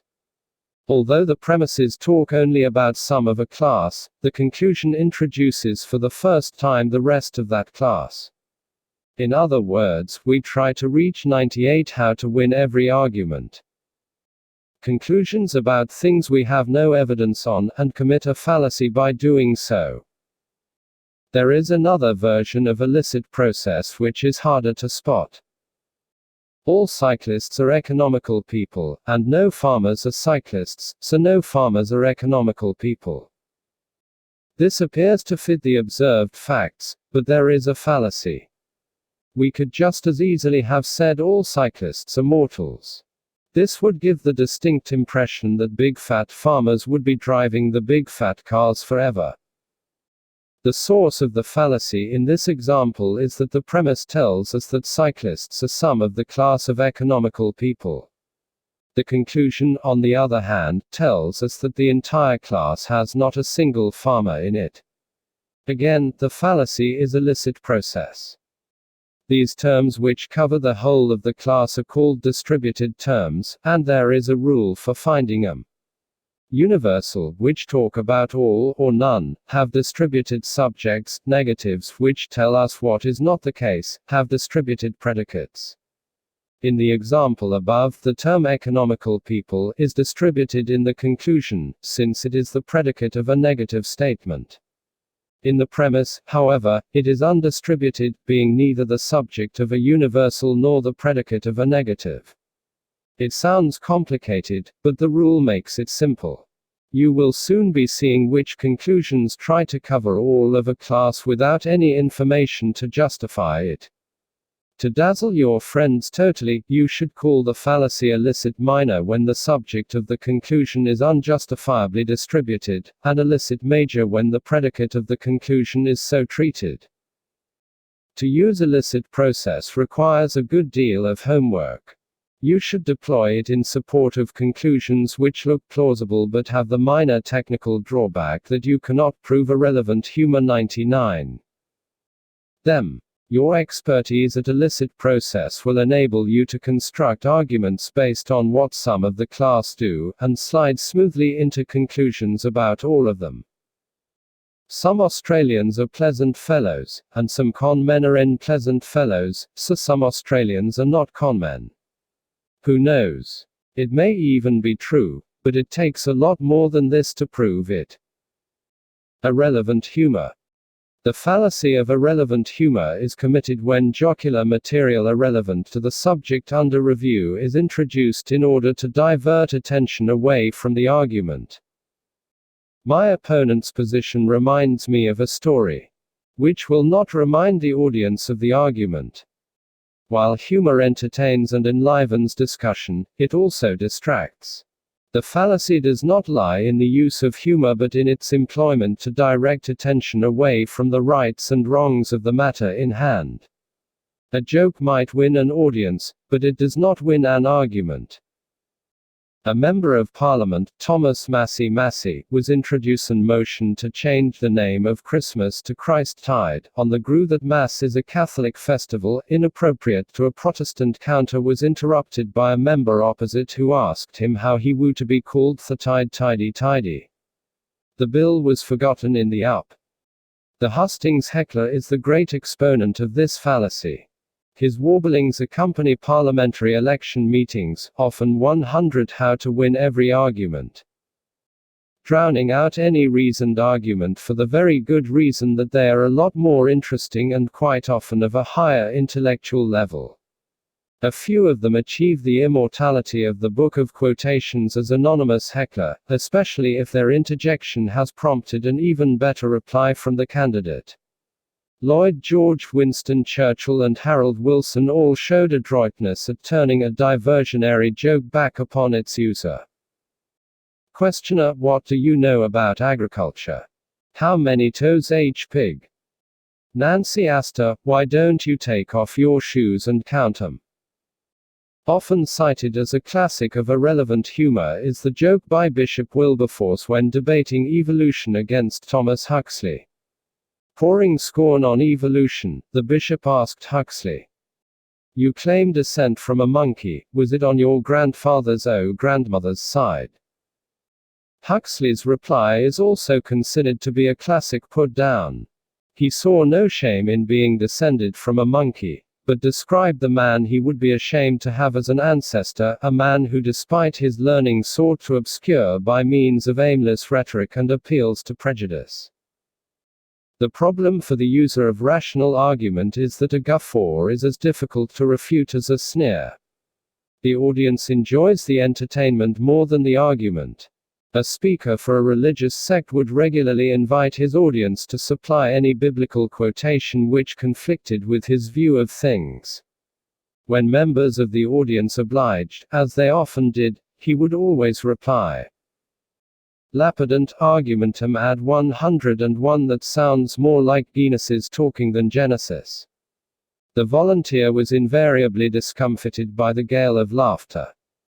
Those who set out upon the trail of public debate should carry a knapsack full of custom-built jokes ready to toss before an audience in times of need.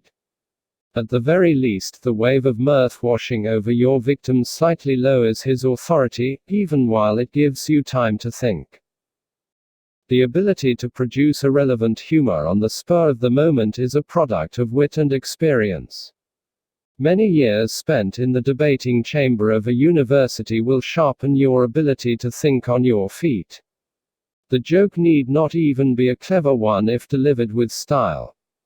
I once saw a speaker making a perfectly valid point about sales to authoritarian states of airplanes which could carry nuclear weapons. He was floored by an interjection which suggested that wheelbarrows could do the same.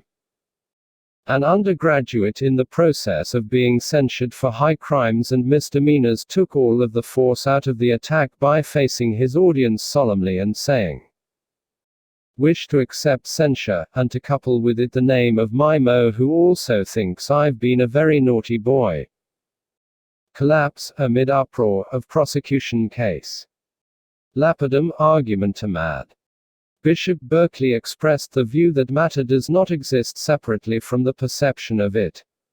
When Boswell told Dr. Johnson that this was an idea impossible to refute, the good doctor's response was to kick against a stone so that his foot rebounded. "I refuted thews," he said. He was not so much refuting it as ignoring it, because the evidence for the existence 102 how to win every argument of the stone, including the sight, sound and feel of a kick against it, is all perceived by the senses. Dr. Johnson's treatment has given us the name of the argumentum ad lapidem, the appeal to the stone. It consists of ignoring the argument altogether, refusing to discuss its central claim. He's a friend of mine. I won't hear a word spoken against him. Top marks for loyalty, none for knowledge. An argument or piece of evidence cannot be dismissed because it fails to conform to an existing opinion. Much as we might like to toss out material which offends our ordered view of things, it is a fallacy to suppose that we can do so without cost. By refusing to admit material which may be relevant to a sound conclusion, we proceed in ignorance. Ignorance is more reliable as a source of bliss than of correctness. The argumentum ad lapidem is most appropriately named after Dr. Johnson's use of it, for it was one of his favorites. His reasoned and balanced view on the freedom of the will, for example, came out as, "We know our will is free, and there's an end want." It does tend to finish an argument, as it is meant to. Jeremy Bentham described all talk of natural rights as nonsense, and talk of inalienable natural rights as nonsense on stilts. So much for the American Declaration of Independence. There are always plenty of stones to kick in fields where proof has no footing. Wherever a belief is indemonstrable, its adherents can use the ad lapidem. Lapidant argumentum ad 103. Reason is no guide, you must open your heart. And you will know. This is not terribly useful to outsiders looking for the truth of a thing, comforting though it may be to those who know. This fallacy occurs in a university setting far more than one might suppose. It is often argued quite seriously in quasi-academic circles that certain books should not be allowed on campus because they propagate error. Speakers are quite frequently shouted down because their audience know they are speaking falsehoods, and do not need to hear the argument. Some student unions actually make a policy of the ad lapidem, refusing to allow a platform on campus for known error, a category which can even include members of the elected government of the country. A charming version of the fallacy emerged from the pen of Herbert Marcuse. Now forgotten, although he was a high priest of student radicals in the 1960s, his critique of pure tolerance made the interesting point that tolerance can be repressive because it permits the propagation of error.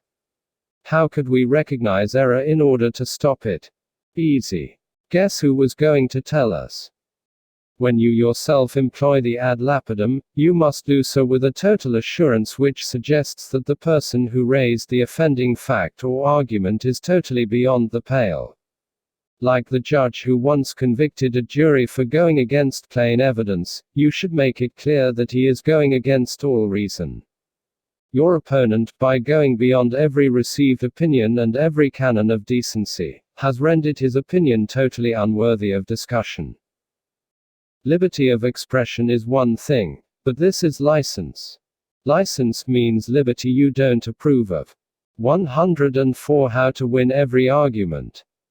Where you have control of events, you can afford to be less subtle. I don't care what time it is. Get to bed this minute. Lazarutan, argumentant ad. The poor may indeed be blessed, but they are not necessarily right. It is a fallacy to suppose that because someone is poor that they must be sounder or more virtuous than one who is rich. The argumentum ad Lazarum, after the poor man, Lazarus, takes it that the poverty of the arguer enhances the case he or she is making.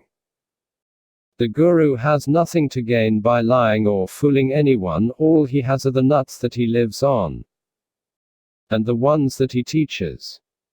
Poverty does not contribute to the soundness of an argument, any more than riches do. The fallacy consists of giving attention to the person instead of to the contentions which he or she is putting forward. It may well be that the poor are less exposed to the temptations of affluence, but it may equally be that the rich are less distracted by disease, hunger and degrading toil, and the temptations to escape them. Even if we take it that a person who eschews wealth is not acting for material gain, we should remember that there are other ways of achieving satisfaction. All power is delightful, we are told, and absolute power is absolutely delightful. Although we should not take account of the circumstances of the arguer, the ad Lazarum is deeply ingrained into our thinking. We tend to suppose that the poor have less opportunities for error, having less opportunity, full stop. The literature of our Lazarum, argumentum ad 105. Culture compensates them for the poverty with extra measures of wisdom and virtue, sometimes of beauty. With her clogs and shawl she stood out from the others. It could just have been malnutrition, though. The poor are probably more likely to prefer the means of acquiring real education, health and respite from an arduous life than to want the phantoms wished on them in the rose-tinted imaginations of detached observers. The politician who astutely recognizes that most of his constituents are poor will often go to extraordinary lengths to feign a similar poverty, thereby hoping to command respect.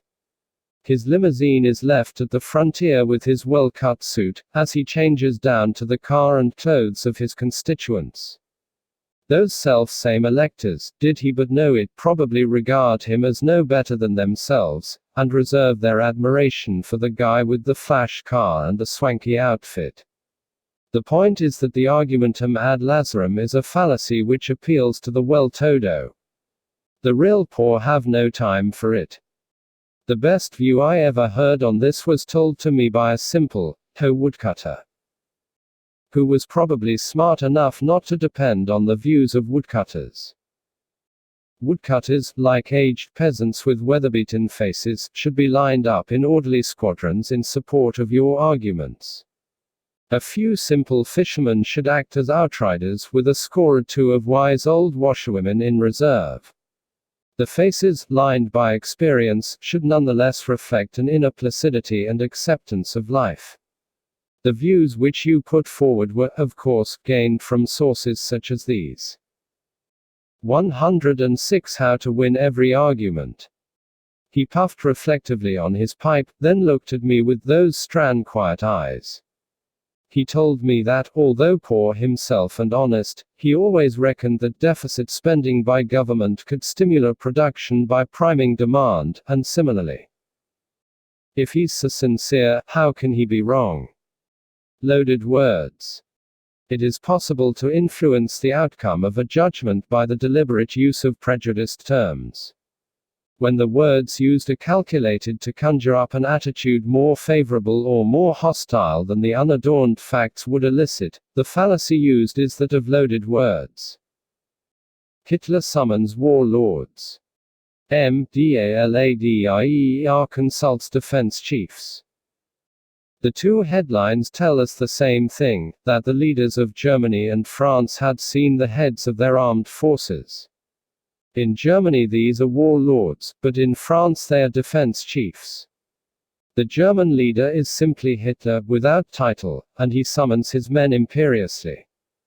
Daladier, however, is a monsieur, and being a good Democrat, consults. Near synonyms carry subtle nuances of meaning which can be used to influence attitudes to the statement which bears them. The fallacy derives from the fact that these attitudes are not part of the argument. They were conjured up illicitly to achieve more effect than could the argument alone.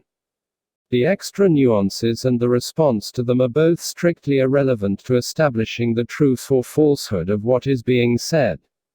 Language abounds with ways of putting our own attitudes into a description in order to elicit a response from others. People may loaded words 107. Be forgetful or negligent, they may be steadfast or unyielding, they may be confident or arrogant. Many of these terms are subjective, they depend for their accuracy on the feelings of the observer and on how he or she interprets the situation. A fair argument requires a conscious effort to put forward the case in terms which are reasonably neutral. Once again Britain has been found sucking up to dictatorships, or maintaining friendly relations with strong governments. Note how found implies that they were discovered in a guilty secret. The judge's bench, as he directs the jury, is good territory for loaded words to roam on. English law, through a tiresome oversight, gives the jury the right to decide the verdict. Many a judge will help to fill this gap in legal procedure by choosing words to help the unfortunates in their deliberations. Are we to believe the word of this sniveling, self-confessed pervert of a man whose reputation is a byword for honor and integra? If you had thought of doing so, this is a good point at which to change your mind. There is a series of verb conjugations which brings out the different loading a speaker will apply to words describing him, the person he speaks to, or an absent third party. Thus, I am firm, you are stubborn, he is a pig-headed fool. Descriptions of contests can invite us to take sides by the choice of terms, rather than by the events they report. Scotland stole a goal in the first half, but England's efforts were rewarded in the second half when 108 How to win every argument. Guess which side of the border the reporter comes from. What goes for the sports section applies even more to the leader page. The public can distinguish Labour bribes from Tory pledges. They can certainly distinguish whose side the writer is on. Public affairs programs on television are great fun for the connoisseur of loaded words. There is an unfortunate conflict of interests. They want to present material to make you share the prejudices, their authority requires at least some semblance of objectivity and balance. While blatant bias does occur, the satisfaction comes in spotting the loaded words at a slightly more insidious level. Which side has terrorists, for example, and which has freedom fighters? Which countries have a government and which a regime? When you are in the situation of trying to persuade people, you will find loaded words most useful. Your verbal picture shows the bleak outlook of one alternative, and contrasts it with the rosy setting which results from the other. Your listeners need never know that you could have done it just as easily the other way round. Would you rather believe the careful words of an internationally respected columnist, or the incoherent ramblings of a well-known hack? Are you not moved by the just case which is even now being voiced by thousands of concerned demonstrators outside this very building? I'm not going to be taken in by the bleatings of a mob. When describing actions, remember to load your words in such a way that even to observers who know nothing of the ML Sericordium argumentum ad 109. Facts, there will be an obvious distinction between your prudent investments and the reckless spending of others, between the modest perquisites to which you were entitled and the wholesale embezzlement in which they have engaged. Your dispassionate testimony should contrast well with their frenzied diatribe. Misericordiam argumentum ad. While pity is an admirable human quality, it does not provide the best basis for argument. When we turn to pity instead of reasoned discourse to support a particular contention, we commit the argumentum ad misericordiam. In asking yourself if this man is to be convicted, ask yourself what I mean for him to be locked up in prison, deprived of his liberty, turned into an outcast from humanity. The question is whether he is guilty or not what conviction will do to him. When we are called upon to settle questions of fact, we should be weighing up the evidence on each side and attempting to arrive at the truth. The introduction of pity does nothing for the argument. While it might reasonably influence our actions, it should not influence our judgment.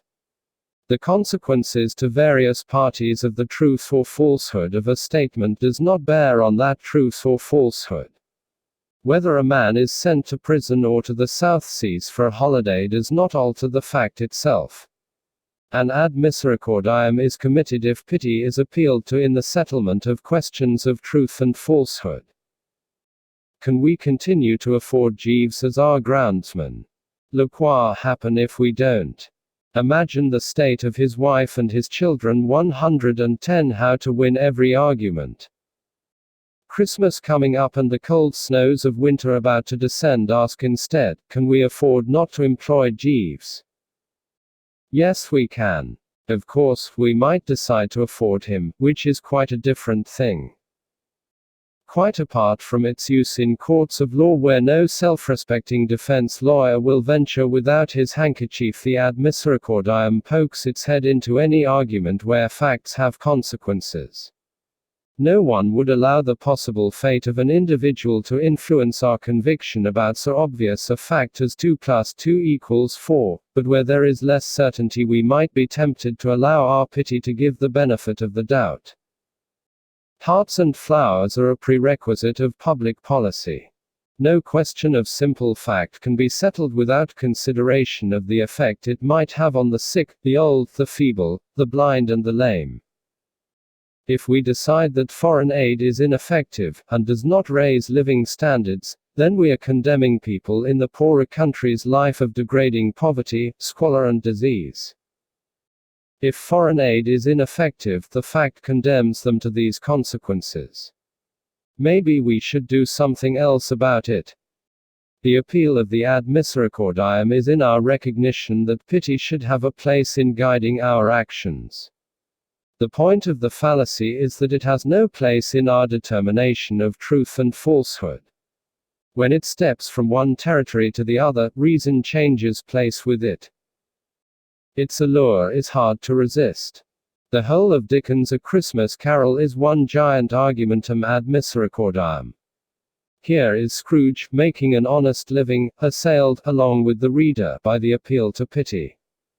Bob Cratchit commands a skill as a clerk and scribe, and is perfectly free to seek employment elsewhere ad nauseam argumentum ad 111. Market rates if he is dissatisfied with what Scrooge offers. But no, ghosts rise up to torment his employer with the ad misericordiam, and the hapless Scrooge is morally compelled to reach a decision quite contrary to economic reality. A more valid response to this treatment would have been bah! Humbug! You will have a great time making your opponent squirm under the ad misericordiam. Your audience is not too interested in the fine distinction between fact and fiction, so you can easily make those who reach different conclusions about the truth of things seem like the most hard-hearted of Victorian landlords for doing so. If you really believe that high wages keep teenagers from getting jobs, then all I can say is that you will have on your conscience the thousands of poor families who struggle to find the means for life's necessities. May God have mercy on your soul. Even if he does, the audience won't. When faced with this treatment, turn it right back. What about the suffering and humiliation of those poor teenagers, unable to find work because of your heartless opponent? You can't expect to win with dueling pistols when your opponent is using a howitzer. Nauseam argumentum ad Simple repetition of a point of view does nothing by way of supplying additional evidence or support. Yet it can erode the critical faculty. There is a completely mistaken supposition that a thing is more likely to be true if it is often heard. The argumentum ad nauseam uses constant repetition, often in the face of massive evidence against a contention, to make it more likely to be accepted. 112 How to win every argument. Just the place for a snark. I have said it thrice, what I tell you 3 times is true. Whereas in fact if someone repeats the same thing 3 times it is because he has nothing else to say. The point is that repetition adds nothing at all to the logic. It is done in an attempt to persuade an audience, either by wearing down their resistance, or by deceiving them into supposing that objections have somehow been dealt with. Since they add nothing, the extra versions are irrelevant to the consideration, and fallaciously appeal to psychological factors rather than to reason. Please sir, it wasn't me. But this is your catapult, Smith Minor. Please sir, it wasn't me. And witnesses saw you pick up the stone. Please sir, it wasn't me. This could go on indefinitely, unless the heavy hand of an ad baculum cuts it short. We can all spot that Smith Minor would have done his case more good if he had been able to find anything else to say. Would we spot it if he simply kept saying socialism means rule by the workers, however? Utterly discredited political credos, which adherents cling to for other than intellectual reasons, are supported by the ad nauseam fallacy. If an economic system brings general prosperity and gives ordinary people access to the things which were once the prerogative of the rich, it is quite difficult to make out a case that this is exploitation. Fortunately, one does not have to. The ad nauseam effect means that the charge can simply be repeated over and over again without argument or evidence. Eventually, some people will fall for it. Nauseam argumentum ad 113. Advertisers have long been life members of the ad nauseam society. They know that a specious claim acquires credibility and force if it is repeated often enough. They know the importance of building up not a rational conviction but a habit of association. It washes whiter than bleach, that's whiter than bleach, yes, whiter bleach. What they tell us 3 times is true. Many of the proverbs we hear in childhood are dinned into us so many times that we often come to suppose that there must be truth in them. This assumption seems able to survive all of the contrary evidence which life thrusts before us, and in some cases survives a simultaneous belief in contradictory proverbs. It is quite hard to look before you leap without being lost through hesitation, and while many hands make light work, they do tend to spoil the broth. All of which shows the power of the simple ad nauseam. To use the argumentum ad nauseam is easy enough, all you have to do is to repeat yourself. It is harder to recognize the situations where it might succeed. The general rule is that constant repetition over a long period of time is more effective than short bursts. You must be totally impervious to arguments against you, always reiterating the same point. This not only bores your audience to tears, it also instills in them the futility of opposing you. And when they give up in total weariness, observers will begin to suppose that they can no longer counter your claims. The civil servant advising his minister provides a case study of the argumentum ad nauseam.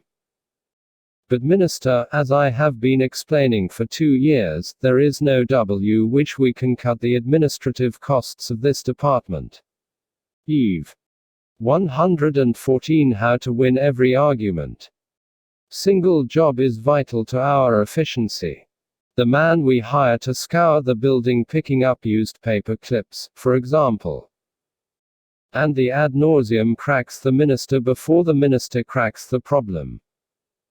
If you aspire to expert rank, however, study closely the form exhibited by the minister himself at the dispatch box. responded to charges of ministerial dereliction of duty on the 9th of November by saying that I had nothing to add to my statement of the 4th of June. I would not care to expand on that at this time. Please, sir, it wasn't me. Non-anticipation. The fallacy of non-anticipation consists of supposing that everything worth doing or saying has already been done or said. Any new idea is rejected on the grounds that if it were any good, it would already be part of current wisdom. Proposals are rejected because they have not been anticipated. If tobacco really is so harmful, how come people didn't ban it years ago? They didn't know. Nowadays more people live long enough to experience the adverse effects, and we now have more techniques for measuring such things. The central assumption of the fallacy is unwarranted. Progress is made on several fronts, including the scientific and the social. New ideas are constantly being adopted, and there is no justification for supposing that our ancestors would have found them all. The presumption that they did intrudes irrelevant material into the argument. Non-anticipation 115. Wise though the sages of old probably were, we can no more presume in them the totality of wisdom than we can assume complete stupidity. If breakfast television is all that good, why has it taken so long for it to appear? Because we didn't realize that people wanted even more pap with their morning milk. It is not just products and processes which are revolutionized by invention, the same is true of changes in our living patterns. People didn't need these long Christmas holidays years ago, why should they now? They probably did need them years ago, they just couldn't afford them. The same fallacy would have supported, and no doubt did, the continuance of child labor in mines and factories. The fallacy of non-anticipation is a great comfort to those who, while possessing a conservative disposition, cannot actually think of any arguments against the changes which are put forward. Mr. Chairman, this proposal has been kicked around for more than 20 years. If there were any merit in the idea at all, it would have been implemented long before now. The beauty of this is that your current rejection will serve as extra evidence against it in the future. Perhaps the reasons for past rejection were equally frivolous. To give added effect to the fallacy, you can enumerate some of the phantom legions who could have taken up the idea but did not. Their numbers appear to be ranged against the idea, like 116 How to win every argument. Yourself, even though they might simply never have thought of it. Are we to assume that we are cleverer than the thousands of the very learned and competent people over the years who could have acted on a proposal such as this, but wisely refrained from doing so?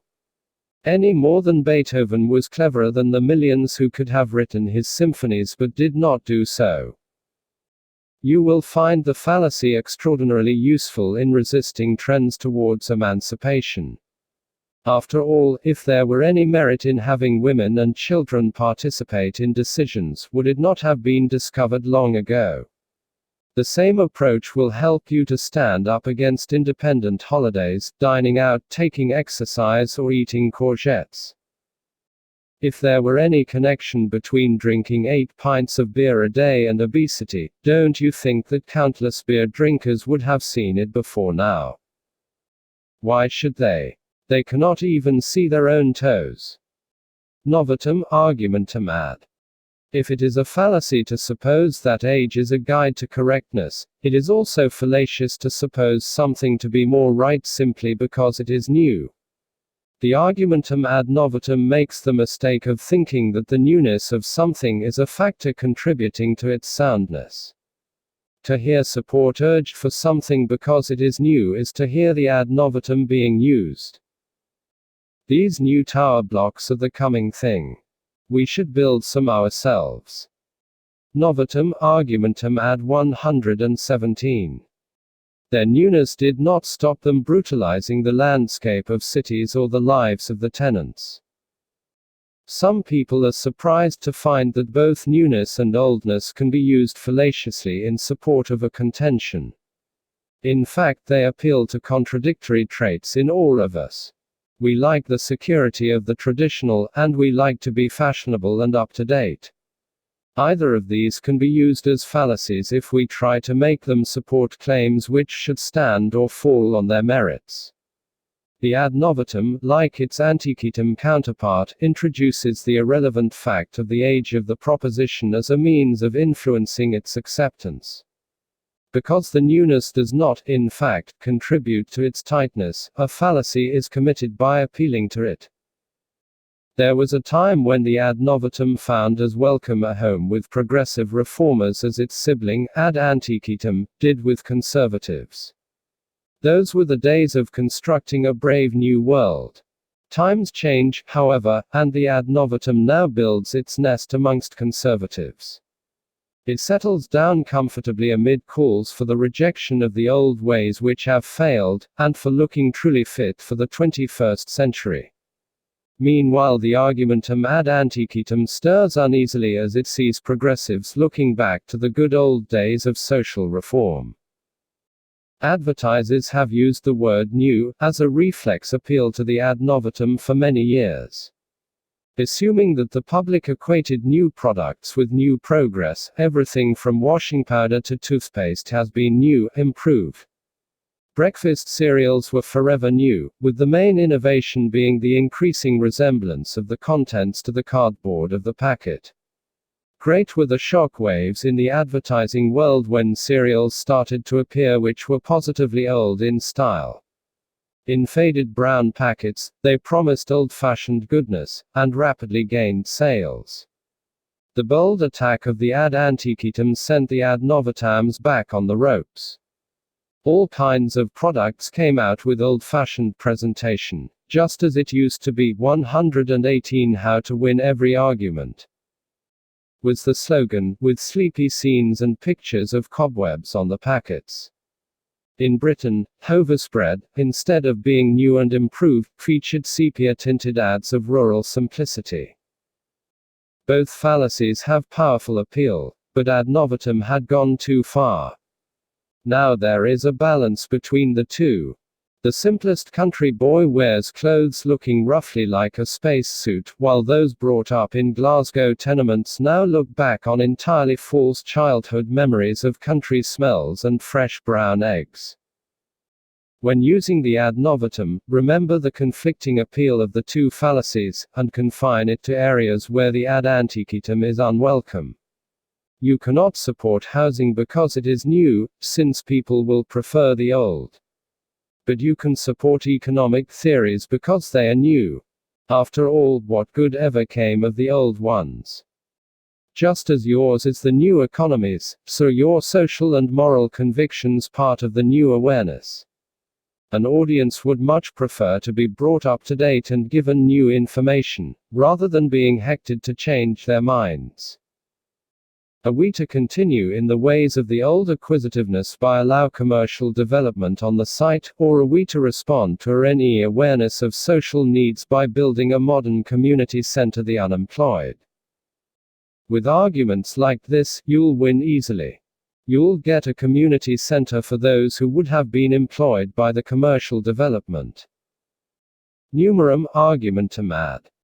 Not many people like to be out on a limb. Many prefer instead the comfort of solid numbers behind them, feeling there is less numerum argumentum ad 119. Possibility that so many others could be mistaken. The argumentum ad numerum wrongly equates the numbers in support of a contention with the correctness of it.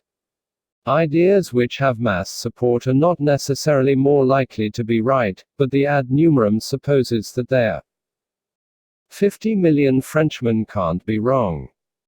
A glance at the history of that nation will show that they very often have been. The fallacy lies in the fact that the tightness or wrongness of a contention is neither helped nor hindered by the numbers in support. Many people are quite often wrong about even simple things, and received wisdom is not to be equated with factual knowledge. Simple observation, such as that which shows planets and stars turning across the skies, can be an unreliable guide, no matter how many millions attest to its truth. Everybody's smoking whifters, why don't you? Because he thinks everybody is stupid.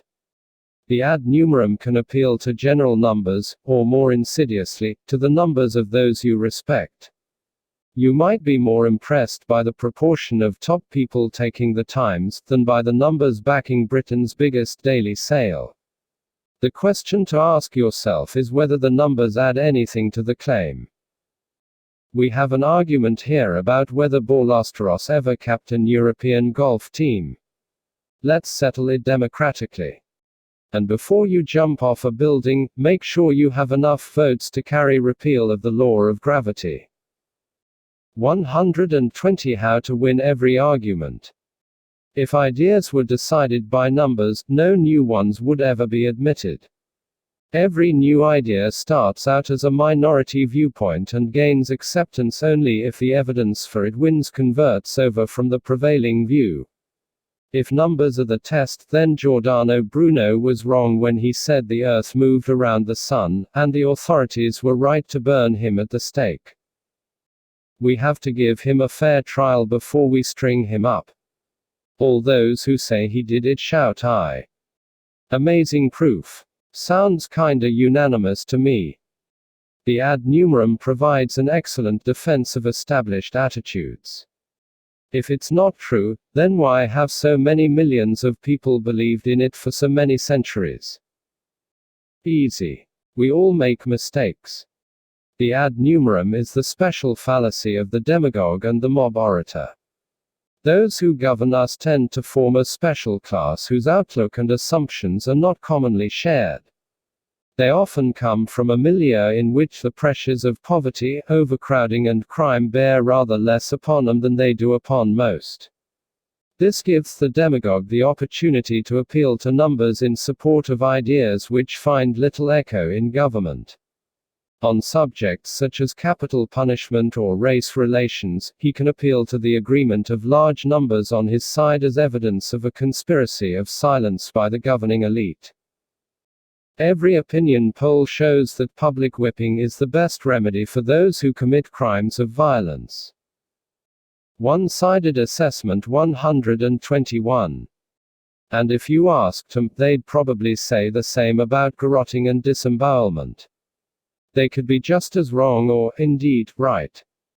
The ad numerum is a fallacy to be used with passion. In its ideal setting, you would be haranguing a rabble of 600 people armed with blazing torches outside a corn merchant's house during a famine. Even in print, you should not turn an ad numerum into a clinical counting of heads, but conjure up outrage that the obviously correct view of so many should be ignored. When your side is in an unfortunate minority, the technique is to quote from the past when your lot were on top, or from foreign countries where you do have a majority to back you. Sweden is an excellent source for majorities in favor of the most bizarre things. Are we to say that all Swedes are fools? That the people of the most enlightened country don't know what they are talking about? Yes. One-sided assessment. Many of the decisions we are called upon to weigh up have both advantages and drawbacks. The fallacy of one-sided assessment is fallen into when only one side of the case is taken into consideration. Decisions usually require both pros and cons to be taken account of, and a preference made for the side that wins on balance. To look at one side only is to avoid judgment of that balance. I'm not going to get married. There would be all that extra response, not to mention the loss of my freedom. Think of the costs of reason 122. How to win every argument. Children and putting them through college. Then there are the ink insurance premiums. If that really were all, no one would ever do it. It is equally possible to look only at the positive side. This encyclopedia is one you will be proud to own. Your friends will admire it. Your children will benefit. You will learn from it. It will clement your bookshelf. On the other hand, it will cost you a lot of money. Either way, the fallacy of one-sided assessment is committed. By looking only at the objections, or only at the advantages, we're excluding material which bears on the decision, and which should be taken account of. The omission of this relevant material from the argument is what is fallacious about one-sided assessment. One-sided assessment is not a fallacy when space is allocated for the other side to be presented similarly. There is in Anglo-American culture an adversarial tradition, which has it that if each side has the strongest case put forward, then a dispassionate observer is likely to arrive at a fair judgment. We therefore expect a counsel to put only the evidence for acquittal, and a trade union negotiator to put only the case for an increase, because we know that there will be someone else putting the other side. It would be one-sided assessment if those making the judgment considered one side only. Let's not go to Ibiza. Think of the heat, the mosquitoes and the crow. On the other hand, what about the lovely sunshine, the cheap wine, the excellent food and the low prices? Petitio Prinklul 123. Life's judgments often call for trade-offs. Those who have made the balance and come down in favor are apt to try to persuade others by emphasizing only the positive side. The unwary should remember that their own scale of values might call for a different judgment once they consider all of the factors. All of the arguments support the new road. It means progress, it means prosperity, it means a future for our town. And it really is rather unfortunate that they have to pull your house down to build it. There is a clever version of one-sided assessment which you should use when persuading others to agree with your judgment.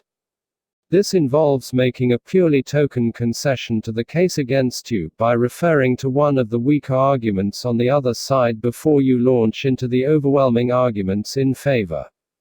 This polishes your case by adding to it the gloss of apparent objectivity. Of course, if we bought a bigger car, we'd need to make new seatco, but think of the convenience. All the shopping would go in the back, could use it for holidays, you could pick up the children in comfort, its extra speed would cut down our journey times. Sold, to the gentleman with the fallacy. Petitio Principi. The fallacy of petitio principi, otherwise known as begging the question, occurs whenever use is made in the argument of something which the conclusion seeks to establish. The petitio is a master of disguise and is capable of assuming many strange 124 how to win every argument forms. One of its commonest appearances has it using a reworded conclusion as an argument to support that conclusion. Justice requires higher wages because it is right that people should earn more. Which amounts to saying that justice requires higher wages because justice requires higher wages. It might seem to the novice that petitio is not a fallacy to take for a long walk, it seems too frail to go any distance. Yet a short look at the world of political discourse reveals petitios in profusion, some still running strongly after several hundred years. It is quite difficult to advance arguments for a commitment which is in essence emotional. This is why politicians deceive themselves accidentally, and others deliberately, with a plethora of petitios. The political petitio usually appears as a general assumption put forward to support a particular case when the particular case is no more than a part of that same assumption. The British government should prohibit the sale of the Constable painting to an American museum because it should prevent the export of all works of art. It looks like an argument, but the same reason could be advanced for each particular work of art. Adding them up would tell us no more than that the government should prevent the export of all works of art because it should prevent the export of all works of art. Argument is supposed to appeal to things which are known or accepted, in order that things which are not yet known or accepted may become so. The fallacy of the petitio principi lies in its dependence on the unestablished conclusion. Its conclusion is used, albeit often in a disguised form, in the premises which support it. Patatlo print p. 125. All arguments which purport to prove the unprovable should be carefully scrutinized for hidden petitios. Arguments in support of ideologies, religions or moral values all have it in common that they attempt to convince skeptics. They also have it in common that petitios proliferate in the proofs. Everything can be defined in terms of its purpose. Never be surprised when a discussion starting like this ends up proving the existence of a purposive being. If things are admitted at the outset to have a purpose, then a being whose purpose that is has already been admitted. This is a petitio principii disguised as a proof. When using the petitio yourself, you should take great care to conceal the assumption of the conclusion by skillful choice of words. Particularly useful are the words which already have a hidden assumption built into them. Words such as purpose fall into this group. Philosophers always go into battle with a huge stockpile of these words, especially when they try to tell us how to behave. The obligations they wish to impose upon us are hidden away in words like promise. It looks like a straight, factual thing, but it has an ought tucked away in its meaning. The important thing to remember about the petitio is that it is supposed to look like an argument in support of a case. You should therefore spatter it with argument link words such as because, and therefore, even if it is no more than a simple rewording. When pushed into a corner, you can often effect a dramatic escape with a well-chosen petitio by combining both the assumption of a general truth and a rewording of the conclusion. We should not sell arms to Malaysia because it would be wrong to equip other nations with the means of taking human life. 126 How to win every argument. This looks and sounds like an argument, but it is really just a clever way of saying that we should not sell arms to Malaysia because we should not sell arms to anyone. Poisoning the well. The most attractive feature of poisoning the well is that the opposition is discredited before they have uttered a single word. At its crudest, the fallacy consists in making unpleasant remarks about anyone who might disagree with a chosen position. When some willing victim steps forward to dispute that position, he only shows that the unpleasant remarks apply to him. Everyone except an idiot knows that not enough money is spent on education. When someone comes forward to suggest that enough money is being spent, he identifies himself to the audience as the idiot in question. The whole discussion is fallacious because it invites acceptance or rejection of the proposition on the basis of evidence which has nothing to do with it. The claim is only an insult, offered without evidence, and does not have to be accepted. Even if it were true, we would still have to examine the argument on its merits. Closer inspection shows that poisoning the well is a highly specialized version of the ad hominem abusive. Instead of insulting the arguer in the hope that the audience will be led to reject his argument, the well poisoner sets up the insult for anyone who might argue. It is cleverer than simple abuse because it invites the victim to insult himself by drinking from the poisoned well. In doing so, it discourages opposition. Poisoning the well 127. Of course, there may be those with defective judgment who prefer to trains. There may be those who take into account such factors as price, cleanliness, convenience, and running on time. To admit the preference now, however, would be owning up to defective judgment. In its crude and simple form, poisoning the well is seen to be great fun and can engender spectacular coups of withering scorn. A version which is only slightly more subtle appears in a game called Sociology of Knowledge. To play the game, one player starts by asserting that everyone else's view about society and politics is only the unconscious expression of the class interest. Next, he shows that for specialized reasons this analysis does not apply to him because he is unprejudiced and can see things objectively. When another player disagrees with any of his views, the first player triumphantly shows that the opinion of his opponent can be ignored as the mere expression of class interest. Choice in education is only a device by which the middle classes see an advantage for the children. There is no point now in pointing to any role which competition might play in improving standards, or to the advantages of allowing parents some say in the type of education given to the children. You have already been convicted of trying to buy advantage, the rest is just cover. Skillful use of poisoning the well should employ both of its main characteristics. The poison should not only incite ridicule from the audience, it should also act as a deterrent to anyone tempted to disagree with you.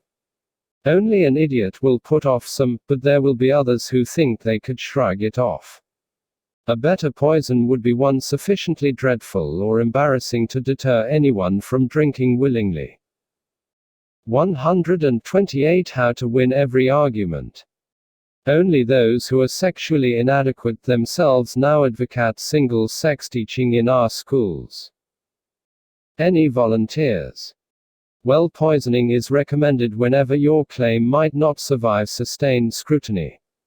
It is also useful for dealing with an opponent whose point goes against received opinion but is, unfortunately, valid. Judicious poisoning will make such an opponent look so foolish that people will ignore the validity. It will also make you look witty and confident, and may even serve to conceal the fact that you are wrong. Populum argumentum ad. The argumentum ad populum appeals to popular attitudes instead of presenting relevant material. In other words, it is based on prejudice.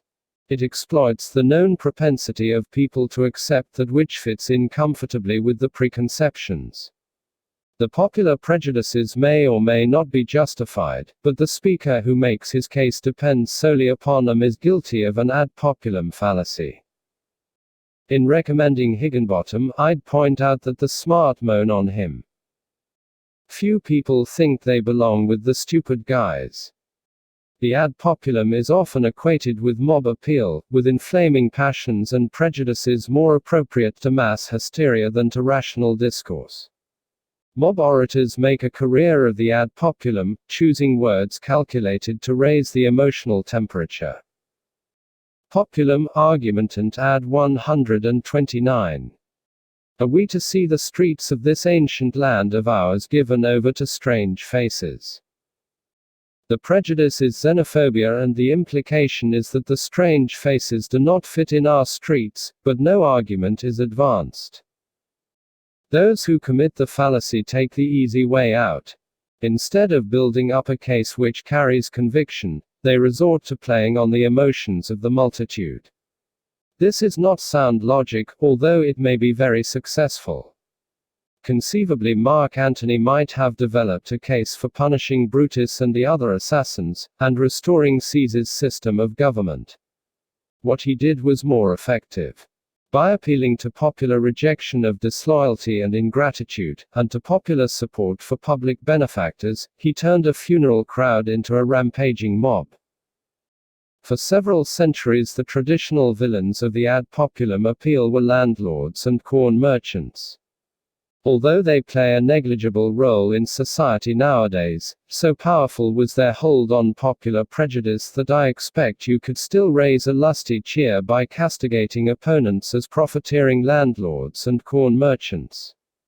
Their disappearance has left a gap in the ad populum only partly filled by the mysterious speculators. They are somewhat more nebulous because whereas letting property and dealing in corn were respectable occupations which could be identified, few people would write speculator in the space for their occupation. Still, their elusiveness imparts a shadowy and sinister quality to enhance their evil. Oppose enterprise zones because they will become sleazy red light areas, characterized by sharp dealers and speculators. You have to be careful, though. Some audiences would like the sound of this.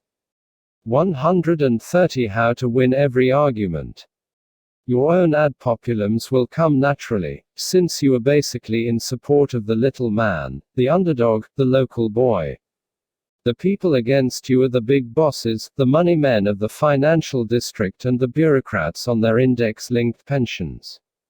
Rich bankers has lost its effect these days. Most people equate it with their local bank manager who is not all that rich.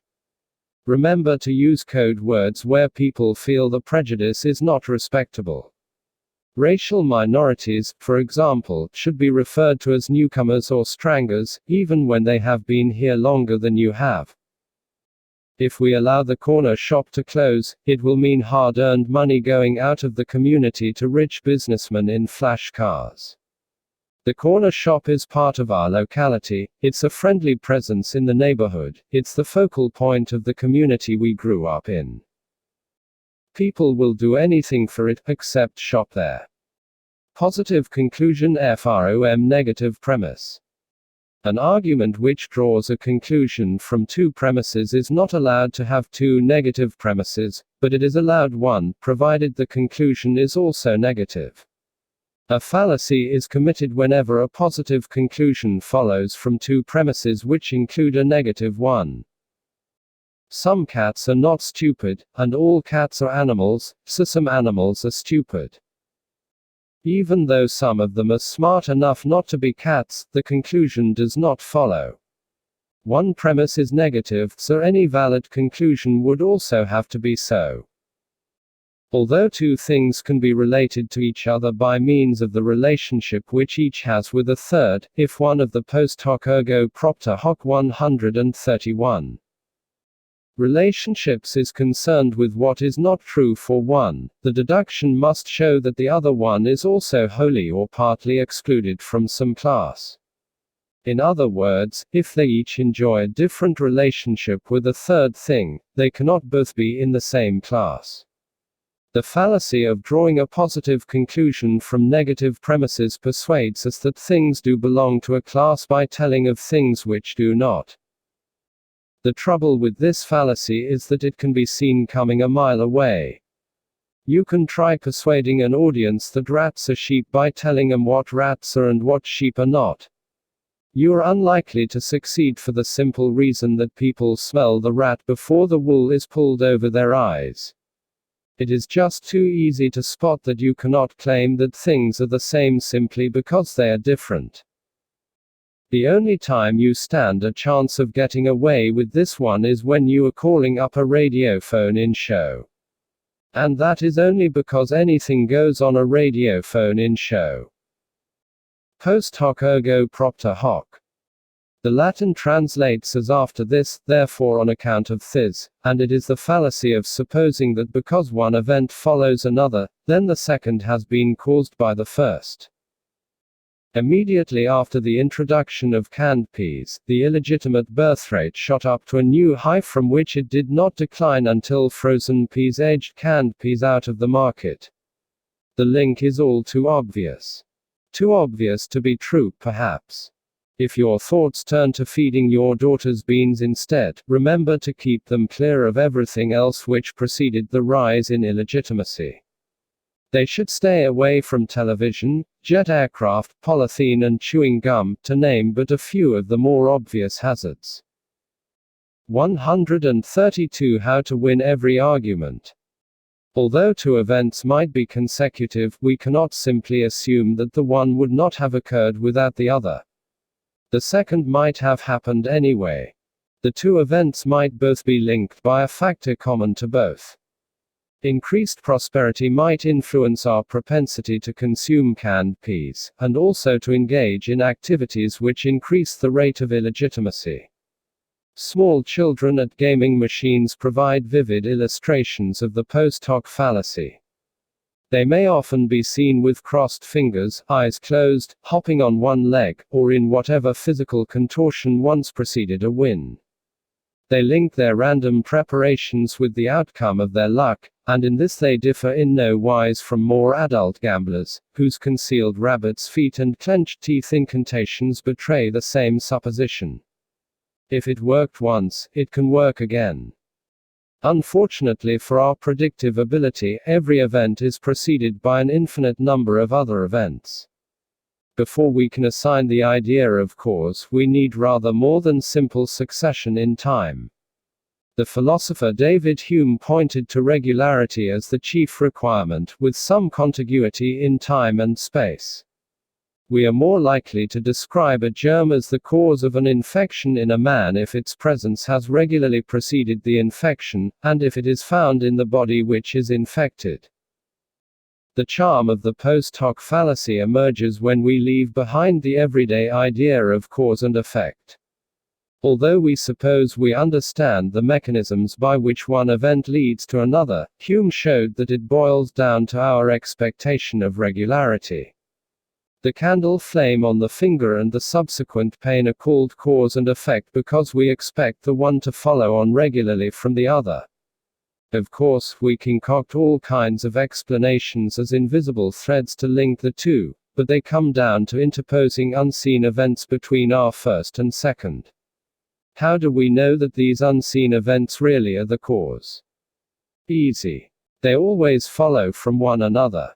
This gap in our knowledge provides a vacant lot in which Quatemlo terminorum 133. Fallacies can park at will. Greek historians regularly discussed natural disasters in terms of human actions. In looking for the cause of an earthquake, for example, we are likely to find Herodotus, or even Thucydides, gravely discussing the events which preceded it before concluding that a massacre perpetrated by the inhabitants of the stricken town was probably the cause. The determined fallacious will see this as a field of opportunity. Whatever your opponent is urging is bound to have been tried somewhere, in some form, at some time. All you need do is attribute the unpleasant things which followed it to the operation of that factor. We know that unpleasant things followed it because unpleasant things are happening all the time. There are always plenty of earthquakes, sex offenses, and political broadcasts on TV which you can lay at your adversary's door. Imprisonment is barbaric. We should try to understand criminals, cure them using open prisons and occupational therapy. They have been trying that in Sweden since 1955, and look what happened: suicides, moral degeneracy, and drunks everywhere. Do you want that here? A term such as moral degeneracy is the hallmark of the sterling fallacious, being more or less impossible to disprove. Quaternio terminorum. Quaternio terminorum is the fallacy of four terms.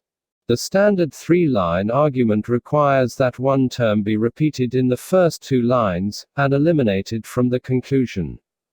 This is because it works by relating two things to each other by first relating each of them to a third thing. This syllogistic reasoning depends on one term, the middle term, being repeated in the premises but disappearing from the conclusion. Where there are 134 how to win every argument. Instead, four separate terms, we cannot validly draw the conclusion, and the quaternio terminorum is committed. John is to the right of Peter, and Peter is to the right of Paul, so John is to the right of Paul. This looks reasonable, but one line has to the right of Peter, where the other one simply has Peter. These are two separate terms, and the four terms fallacy is involved. The conclusion is not validly established. After all, they could be sitting round a table. We might just as easily have said, John is in awe of Peter, and Peter is in awe of Paul, so John is in awe of Paul. The error is more obvious. John might respect Peter for his intellect, and Peter could respect Paul for his Mercedes. Since John has a Bentley, he might not transfer his awe from Peter to the other cheap upstart. The fallacy arises because, strictly speaking, the terms in this type of argument are separated by the verb to be. Whatever comes after it is the term. It can be the father of, or in debt to, or many other things. Unless the whole term appears in the next line, there is a quaternio terminorum. Of course, with four terms we cannot deduce new relationships between terms by using a middle term common to both. There isn't one. John is the father of Peter, and Peter is the father of Paul, so John is the father of Paul. Even your grandfather can see this is wrong. Now look at the example where there is a middle term repeated. Quatenlo Terminorum 135. John is the father of Peter, and the father of Peter is the father of Paul, so John is the father of Paul.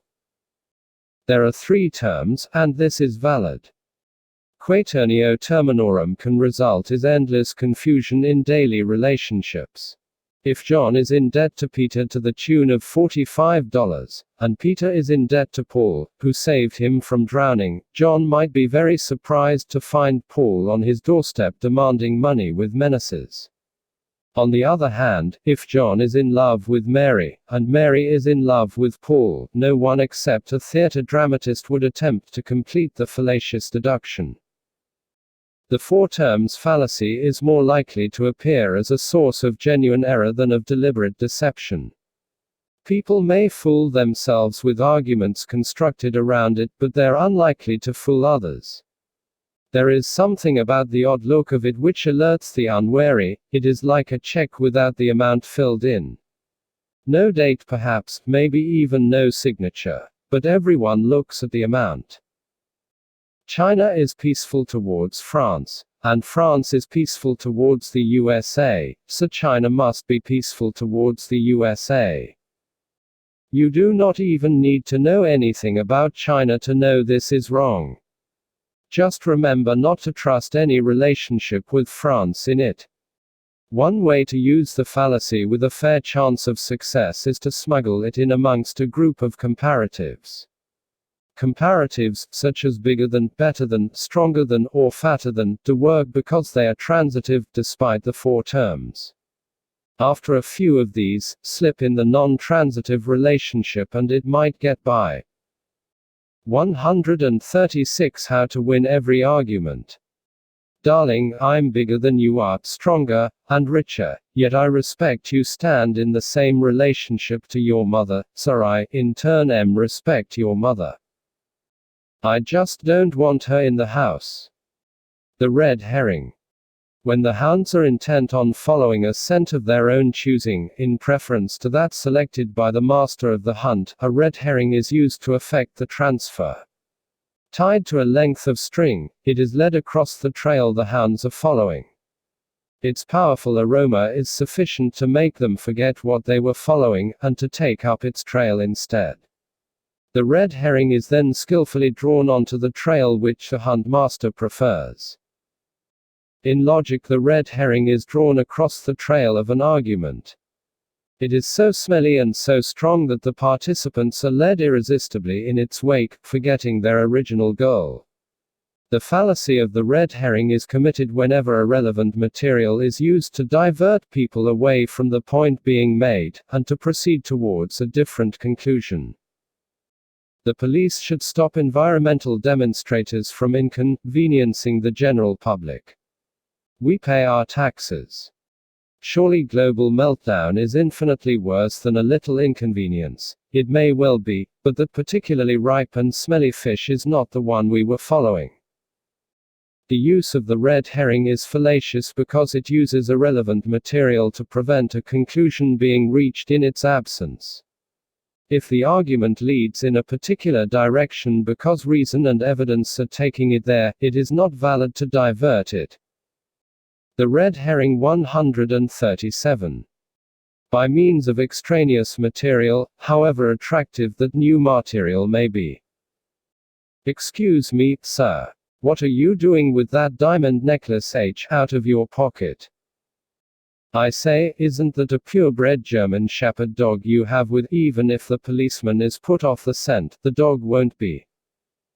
The more the red herring appears to follow the original trail for a little way, the more attractive it is to follow, and the more effective it will be at diverting attention. Publicans always try to promote whatever makes them most pro-7. Think these fashions come and go. One time they will promote beer because they think that is where the demand is, but a year later it might be cask-conditioned ale. The attraction here is that it smells a little like the original trail. It talks about what publicans promote, but after following this one for an hour or two, the talkers will be as much fuddled by the argument as by the beer. Red herrings are used by those who have a bad case, and can feel the hounds getting uncomfortably close to it.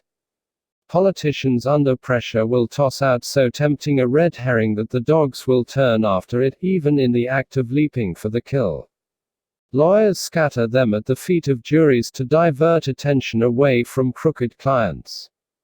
Every famous attorney has been credited with the trick of putting a wire through his cigar so that, instead of listening to the details of his weak case, the jurors watch with bated breath as the ash grows longer and longer. The red herring in this case is a visual one, like the salesman's illuminated bow tie, which diverts attention away from his inferior product. 138 How to win every argument. You never remember my birthday. Did I ever tell you what beautiful eyes you have? You should never set out upon a weak argument without a pocketful of red herrings to sustain you through the course of it. As your intellectual energies begin to fail, your supply of them will give you breathing space. If you aspire to the ranks of the experts, you should select your red herrings on the basis of the known interests of your audience. Every pack has its favorite aroma, and your red herrings should be chosen with that in mind. As you toss them out as needed, the audience will be unable to resist the favorite bait. You can gain respite in the most difficult situations by skillfully introducing the subject of the arguer's bad back, or even his summer holidays. In real desperation, you can bring up his pet cat. Refuting the example. Examples are often adduced in support of an argument. When attention is focused on showing the example to be a false one, but leaving the central thesis unchallenged, the fallacy is known as refuting the example. Teenagers are very bad-mannered these days. That boy from next door nearly knocked me over in the street yesterday, and didn't even apologize. You're wrong. Simon is no longer a teenager. None of which knocks over the original assertion, only one example. While an example can illustrate and reinforce an argument, the discrediting of it does not discredit the argument itself. There. Refuting the example 139. May be many other instances which support the thesis, and which are genuine cases. There is a fine distinction between the quite legitimate activity of casting doubt on an opponent's evidence, and concentrating criticism on the example instead of on the thesis which it supports. If the rejection of the central claim is urged only because a bad example was used to support it, the fallacy is committed. Can show that there is no truth at all in the allegation that hunting is cruel to animals. In the case of the Berkshire hunt described to us, what we were not told was that a post-mortem showed that this particular fox had died of natural causes. So much for charges of cruelty. The argument has less life in it than the fox. A case of this fallacy occurred in a general election. One party featured a poster showing a happy family to illustrate the slogan that life was better with them. Their opponents devoted an extraordinary amount of time and attention to the actual model who appeared in the photograph, and to publicizing the fact that his was not a happy marriage. The effort was presumably expended in the belief that the public would be less likely to believe the fact once the example was refuted. For some reason, this fallacy is very prevalent in discussion about sport. In support of a generalized claim, such as Spain produces the best strikers, an example will be produced. This seems to be the cue for lengthy and dull evaluation of the merits of the individual concerned. The assumption throughout the discussion seems to be that the case for or against the original general statement will be won or lost with that of the example. You can set up situations for using this fallacy by prodding your opponents with a demand for examples. Your heavy skepticism as you respond to the claims with such as will prompt them into bringing forward a case in point. Immediately they do 140 how to win every argument. So, you attack the case, showing how it could not possibly be valid. The case of a family produced to show that bus drivers' pay is too low can be attacked with great merriment by asking whether they have a color television and how much the husband spends on beer. Even if you cannot undermine the example in apparent destruction of the assertion it supports, you can probably widen the talk to a more general discussion about what constitutes poverty, and cast doubt on whether the original statement means anything at all. This is called linguistic analysis. Reification. The fallacy of reification, also called hypostatization, consists in the supposition that words must denote real things. Because we can admire the redness of a sunset, we must not be led by the existence of the word into supposing that redness is a thing. When we see a red ball, a red table, a red pen and a red hat, we commit the fallacy of reification if we suppose that a fifth object, redness, is present along with the ball, the table, the pen and the hat. In Skirus we have extracted the blueness of the summer sky and inserted it in a bar of heavenly soap. Since the blueness of the summer sky is not an object, it cannot be processed like a material thing. Turning descriptive qualities into things is only one form of reification. We can also make the mistake of supposing that abstract nouns are real objects. He realized that he had thrown away his future, and spent the rest of the afternoon trying to find it again. If you think that sounds silly, you should watch Plato Searching for Justice. Reification 141. Sometimes objects have consequential attributes, in their arrangement, perhaps. We commit reification if we suppose that these attributes are as real as the objects they depend upon. The Cheshire Cat vanished quite slowly, beginning with the end of the tail, and ending with the grin, which remained some time after the rest of it had gone. Alice could see it because she had sharp eyes. After all, she had seen nobody on the road, while the Duchess had difficulty enough seeing somebody. The fallacy occurs because our words have not the power to conjure up real existence. We can talk about things which do not exist at all, and we can talk of things in one form which actually might exist in another.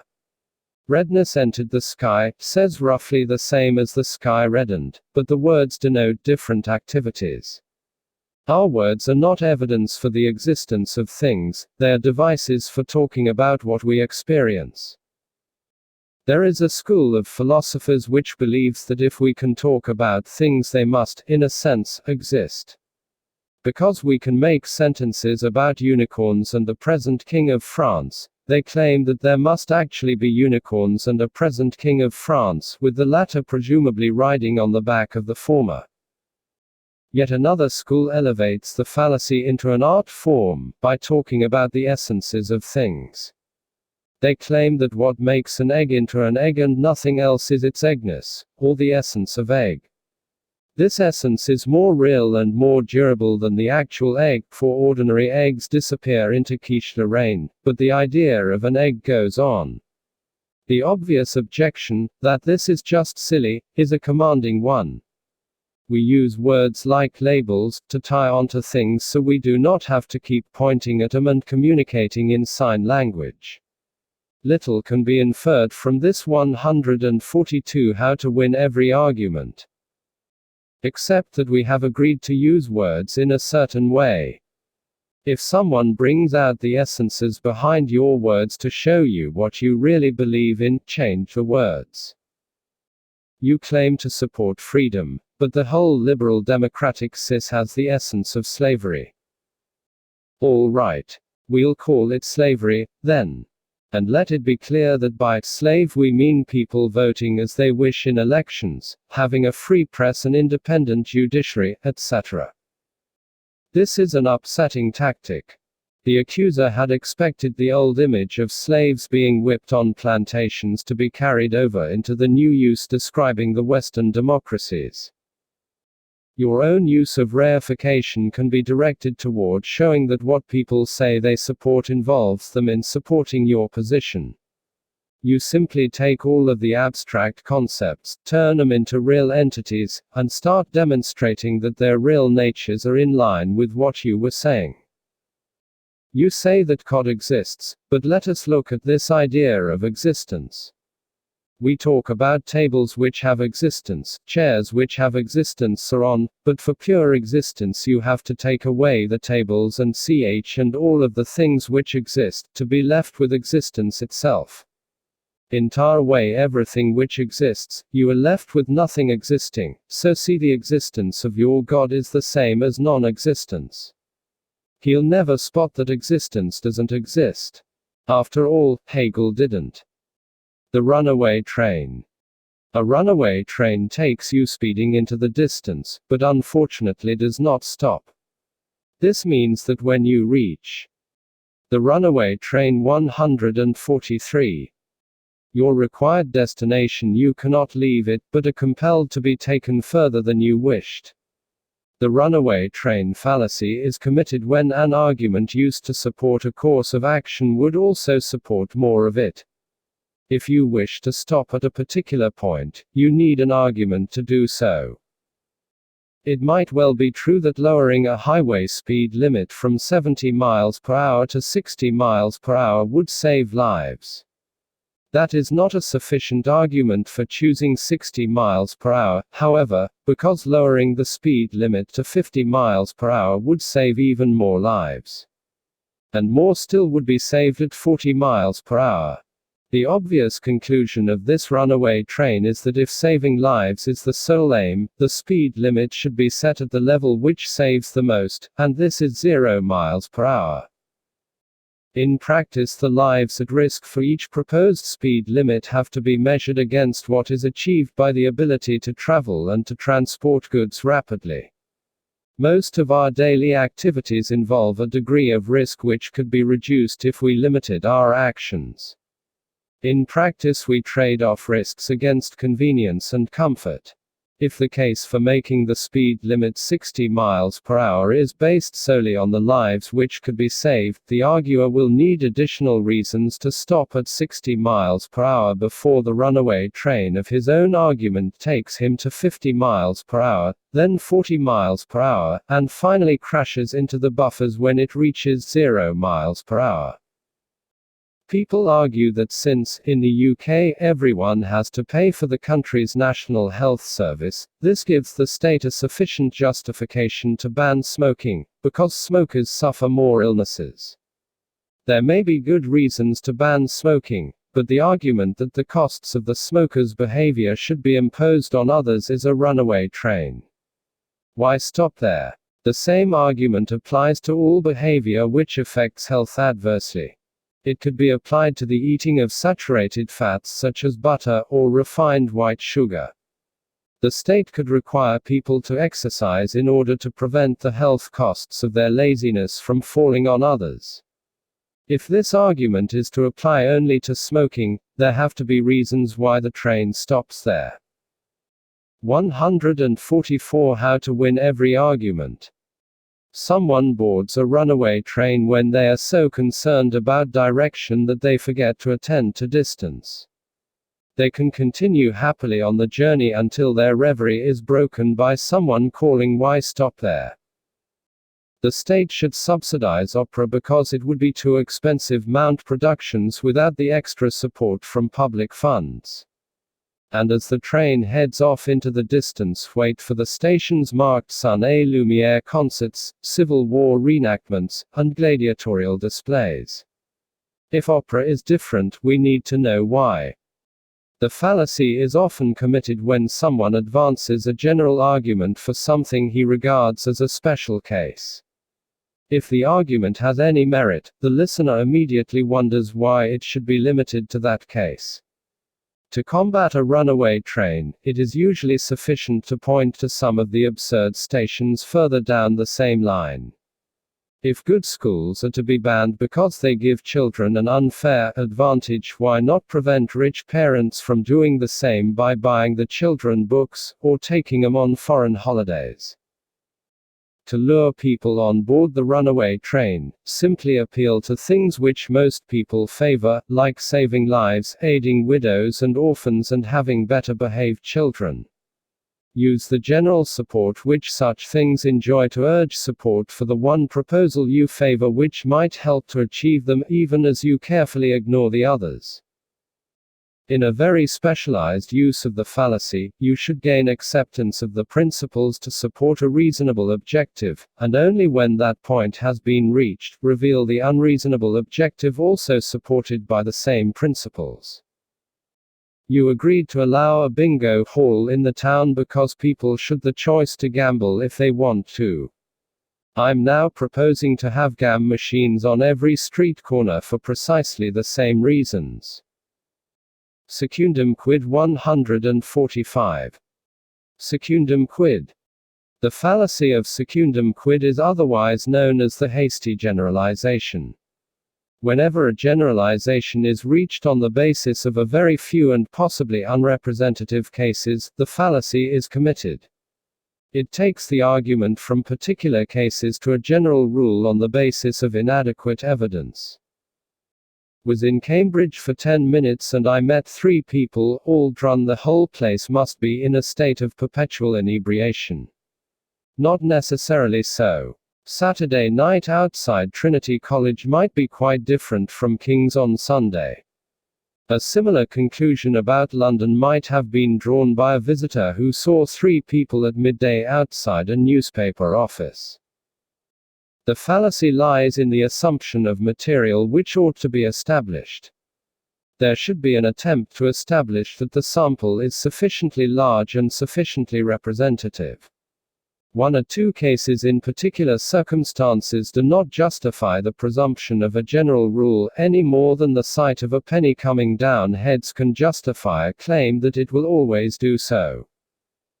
Behind our identification of the fallacy lies our recognition that the few cases observed might be exceptional to any general rule which prevails. Don't shop there. I once bought some cheese and it was moldy. This smells like a broad condemnation placed on a narrow base. Clearly there is fine judgment required to distinguish between a secundum quid and a case where 1 or 2 instances do enable a valid judgment to be made. When assessing the 146 how to win every argument. Fitness of a candidate for foster parent, for example, it would be prudent to make a judgment on the basis of only 1 previous incident of child molesting. In the film Dr. Strangelove, when a psychotic commander sends his wing on a nuclear attack against the USSR, the general reassures the president, "You can't condemn the whole system just because of 1 letdown." Both of these cases deal with systems which seek 100% safety coverage, and in which 1 exception does validate a judgment. Secundum quid covers the more general circumstance in which it does not. A visitor who assesses the population of London from his experience of a royal wedding day is likely to be as wrong as one who makes a similar judgment about Aberdeen on a charity collection day. The basic rule is don't jump to conclusions. Opinion pollsters try to be very careful to avoid secundum quids. A famous American poll once wrongly predicted a Republican victory because it surveyed by telephone, not realizing that fewer Democrats own telephones. Political parties everywhere are not averse to talking up the support by quoting obviously unrepresentative poll findings. Scientific knowledge is like a battlefield mined with secundum quids. Scientific theories are often put forward with only a very few examples to back them up. The problem is one of knowing when there are enough case histories to be sure about the general rule put forward to explain them. Astonishingly, the answer is never. Science proceeds with the knowledge that a new case could suddenly appear to show that even its most solid theories are no good. A billion apples might have hit a billion heads since Newton's, but it would still take only one apple going upward to force at least a modification to the general theory. Secundum quids will be very useful to you in persuading audiences to pass judgments which coincide with your own. You should appeal to one or two cases, well-known ones if possible, as proof of a general judgment. Shifting ground 147. All actors are left-wing subversives. Let me give you a couple of examples. You then spread over the entire profession the tar which your brush collected from two of them. Shifting ground. People may employ hedging to make the contentions ambiguous, or they may use a definitional retreat to claim that their words meant something else. In the third version of this defensive type of operation, they may actually change the whole ground they were maintaining, while still claiming continuity. When people do shift the substance of what they were saying, they commit the fallacy of shifting ground. Said I liked the project and thought it a good one. However, I share the objections you have all voiced, and can only say how much this reinforces a view I have long held, that it is not enough for a project to be likable and good. A leap from one bank to the other with the grace of a ballet dancer superimposed on the desperation of a stranded man. The deception is the source of the fallacy. Criticism of the original stance is avoided by shifting to a different one. In that the argument has taken place about the position as understood, it is irrelevant to the new position which is now claimed. Similarly, a critique now has to start all over again on the new position because what has passed so far has not been centered upon it. Said we'd come out stronger after this election. Look, we both know that many things can strengthen a party. I have always thought it a 148 how to win every argument. Source of strength if a party can respond to criticism. Now, with our share of the poll down to 9%, I think that this can be seen in every election by every party except the winner. It is roughly equivalent to I don't think that a score of 5-1 against us should be seen as a defeat for Scottish football. It is more of a challenge which the shifting sands of political fortune often coincide with the shifting ground of the fallacy. This is because of a patently absurd rule that no politician must ever change his mind about anything. To do so would be to admit he was wrong before, and could, by implication, be wrong now. Infallibility must, therefore, be sustained. Shifting ground, insecure though it might look to us, provides a solid foundation for political continuity. There is a certain class of religious argument in which anything at all whose existence is assented to can be called divine. Here the base of discussion seems to slide quite happily across several continents, as what started out as a discussion about a man in the sky with a white beard ends up in consideration of some abstract principle of the universe. Shifting ground is for defensive use. You cannot convince others of a new point with it, but you can use it to avoid it being known that you were wrong. As the victorious armies march into your territory after the struggle, they are surprised to find you at the head of them, leading the invasion. They had quite mistakenly supposed that you were head of the defense forces. After hearing his point of view, I feel that Mr. Smith's amendment to insert the word "not" into my motion expresses the spirit of what I was trying to say. I therefore accept his amendment as an improvement to my motion. Shifting the burden of proof 149. There are muscular exercises which you should practice every day in front of a mirror, and which assist the mental contortions needed to shift ground rapidly.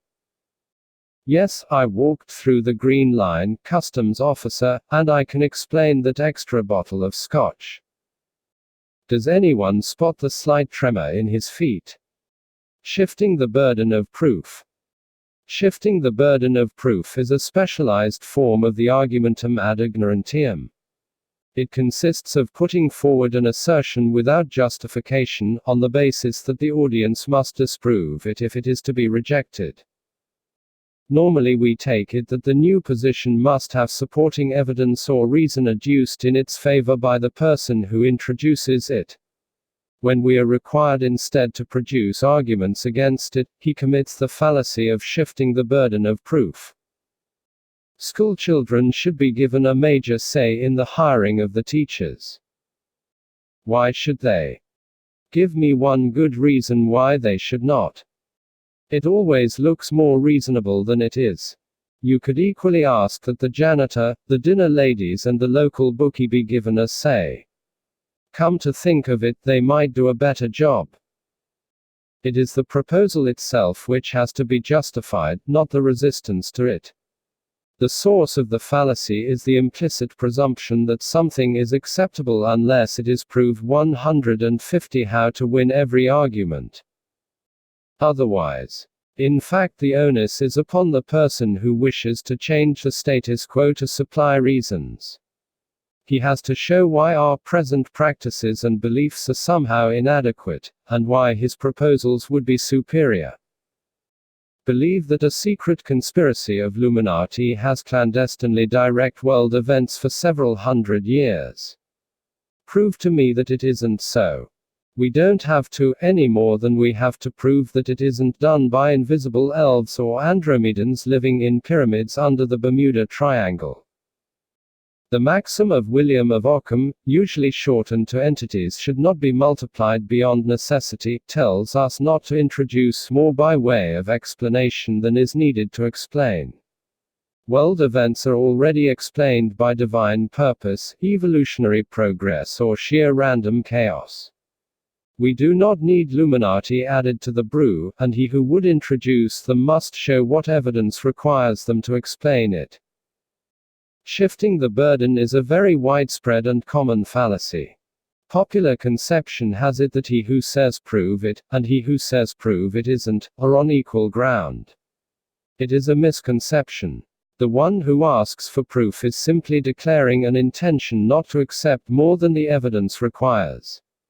The other is declaring his intent to assume more than that. This particular fallacy is the frail prop on which rests the entire weight of unidentified flying objects, extrasensory perception, monsters, demons, and bending spoons. Advocates of these, and many other, ethereal phenomena try to make us accept the burden of establishing falsity. That burden, once taken up, would be infinite. Not only is it extraordinarily difficult to show that something does not exist, but there is also an infinite load of possibilities to test. The slippery slope 151. You will need shifting the burden of proof if you intend to foray into the world of metaphysical entities. Instead of resorting to the simple "you prove it isn't," you should clothe your fallacy in more circumlocucious form. Can you show me one convincing piece of evidence which actually disproves that? This tempts the audience into supplying instances, giving you a chance to slide into refuting the example, instead of giving any arguments in favor of your case. The popular misconception about the onus of proof will enable you to put forward views for which there is not a shred of evidence. You can back Griffin's The Perfectibility of Man, or the peaceful intentions of religious fundamentalists. The slippery slope. Slippery slopes are so tricky to negotiate that even the first timid step upon them sets you sliding all the way to the bottom. No one ever goes up a slippery slope, they are strictly for the descent to disaster. The fallacy is that of supposing that a single step in a particular direction must inevitably and irresistibly lead to the whole distance being covered. There are cases in which one step leads to another, and cases where it does not. It is not a fallacy to suppose that after the first stride, further steps might be taken towards unpleasant consequences, but it is usually an error to suppose that they must. There is a limited class of cases in which someone is doomed after the first step. Stepping off a skyscraper is one of them. But in most life situations there is a choice about whether or not to go further. Those who oppose progress, however, often use the 152 how to win every argument. Slippery slope argument to suggest that any reform will lead inexorably to unacceptable results. Oppose lowering the drinking age from 21 to 18. This will only leave further demands to lower it to 16. Then it will be 14, and before we it our new bombs will be suckled on wine rather than mother's milk. The point is that the factors which lead to the arbitrary drinking age of 21 might change. There is nothing which suggests that they must keep on changing, or that society must keep on responding. The slippery slope basically argues that you cannot do anything without going too far. This belies human progress, which has often been made by taking short steps successfully where longer ones might have been ruinous. If we allow French ideas on food to influence us, we'll soon be eating nothing but snails and garlic and teaching our children to sing the Marseillaise. It might beat pizza and chips, though. In some cases there is a point of principle at stake which, once yielded, allows anything. This is not so much a slippery slope, however, as a vertical drop. The story is told of a dinner table conversation between the dramatist George Bernard Shaw and a pretty lady. "Would you sleep with me for £1 million? Why, yes, I would." "Here's £5, then." £5. "What do you think I am?" "We've established that. Now we're talking about price." Shaw was correct, but this is not a slippery slope argument which would have led the lady to immorality in stages. Once the principle was conceded, the rest was bargaining.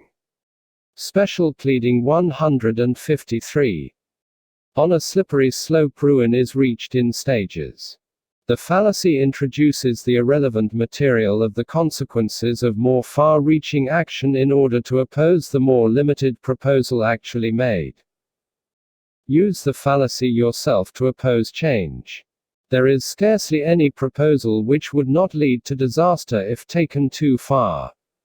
They want to charge people for admission to the church bazaar, but you point out that if this is conceded they will charge more next year, and more after that, until poorer people will be unable to afford to get in. The fallacy works best on pessimists, who are always ready to believe that things will turn out for the worse. Just assure them that if they do anything at all, this is almost certain to happen. Special pleading.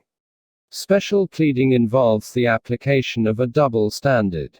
Although the normal rules of evidence and argument are applied to other cases, the fallacy of special pleading stipulates that some are exceptions, to be judged differently. It normally occurs when a speaker demands less strict treatment for the cause which he espouses than he seeks to apply elsewhere. Our attempt to engage in conversation was totally spoiled by all the chattering that other people were doing. Look who's talking. Special pleading is a source of error. If different standards are to be applied to certain cases, we need rather more evidence to justify this than the fact that we would like better treatment. The same standards which would throw out someone else's claim will 154 how to win every argument. Also throw out our own. If we were to receive special treatment, how could we justify withholding it from others? Argument proceeds by general rules, and exceptions must be justified. While it is not normally right to invade someone's privacy, it is all right for us, as journalists, to do so because we serve a public need. Even though we make private money. Special pleading is sometimes described as benefit of clergy, because of the right which the medieval church established to have clerical offenders tried in church courts even for civil crimes. This right, which was called benefit of clergy, is really what the special pleader seeks: the right to be tried in a different court. Capitalism has always left areas of poverty and hardship, and misallocated resources. Socialism, on the other hand, has never been properly tried. Can you spot the special pleading? We are invited to compare capitalism in practice, as applied, with theoretical socialism. This is sometimes called real socialism, to conceal the fact that it is the opposite of real. Of course, if we look at capitalist countries for the record of capitalism, then we should look at socialist countries for the record of socialism. Theory with theory, or practice with practice. Special pleading is normally resorted to by those whose case would not fare well in the general courts. Faced with a clash between their ideas and the evidence, scientists change their ideas. The special pleaders, like social scientists, prefer to change the evidence and show why normal judgments cannot be made in their particular case. Very often it is the supreme importance of the cause which is called upon to justify the special standards. The straw man 155. Normally I would object to spitting at public figures, but the threat global warming is so awful. As is the threat of fluoridation, Sunday trading and canine nudity. It depends on how strongly you feel about it. On a personal level, we are all apt to be more tolerant of ourselves than we are of others. For behavior we would universally condemn from others, we invent excuses to forgive it in ourselves. Our queue jumping is excused by urgency, but not that of anyone else. Our impulse buying is justified by need, others who do it are spendthrift. The same standards which excuse ourselves also excuse our team, our group, our town and our country. When using special pleading in support of your own side, take care that you always supply some specious justification to account for the exception from the general rule. It is never just because it is your side which is involved, always there are special circumstances of public interest. With any other boy I'd be the first to admit that burning down the S was wrong, but Michael is very highly strung, as talented people be. Talented people get away with arson, it seems, as well as murder. The straw man. The straw man of logic does not scare anyone. No self-respecting crow would even rustle a feather at him, he is too easy to knock down. Precisely. The straw man is made incredibly easy to knock down so that when you are unable to refute your opponent's argument, you can topple the straw man instead. The straw man 156. How to win every argument is, in short, a misrepresentation of your opponent's position, created by you for the express purpose of being knocked down. We should liberalize the laws on marijuana. No. Any society with unrestricted access to drugs loses its work ethic, goes only for immediate gratification. Down he goes. The proposal was to liberalize marijuana laws, but unrestricted access to drugs makes a much less stable target. Traditionally, the straw man is set up as a deliberate overstatement of an opponent's position. Many views are easier to argue against if they are taken to extremes. If your opponent will not make himself an extremist, you can oblige with a straw man. Any easily opposed misrepresentation will serve as your dummy. The straw man is fallacious because he says nothing about the real argument. Like the ignorantly elenchi society he belongs to, he is totally beside the point. His function is to elicit, by the ease of his demolition, a scorn which can be directed at the real figure he represents. Aficionados of the straw man ploy reserve their loudest oles for those whose straw construction is concealed by a layer of flesh. The point is that the straw man does not always have to be created specially. By deliberately picking on a weak or absurd supporter of the opposition, and choosing to refute him instead of the main protagonist, you indulge in the true connoisseur's use of the straw man. Even today, applause can be gained for refuting the theory of evolution, so long as one is careful to refute Darwin. Modern evolutionary theory is more advanced, having knowledge of things such as genetics to help it along. But you can set up Darwin as a straw man and, by knocking him down, give the impression you have refuted the theory of evolution. Temperantlum argumentum ad 157.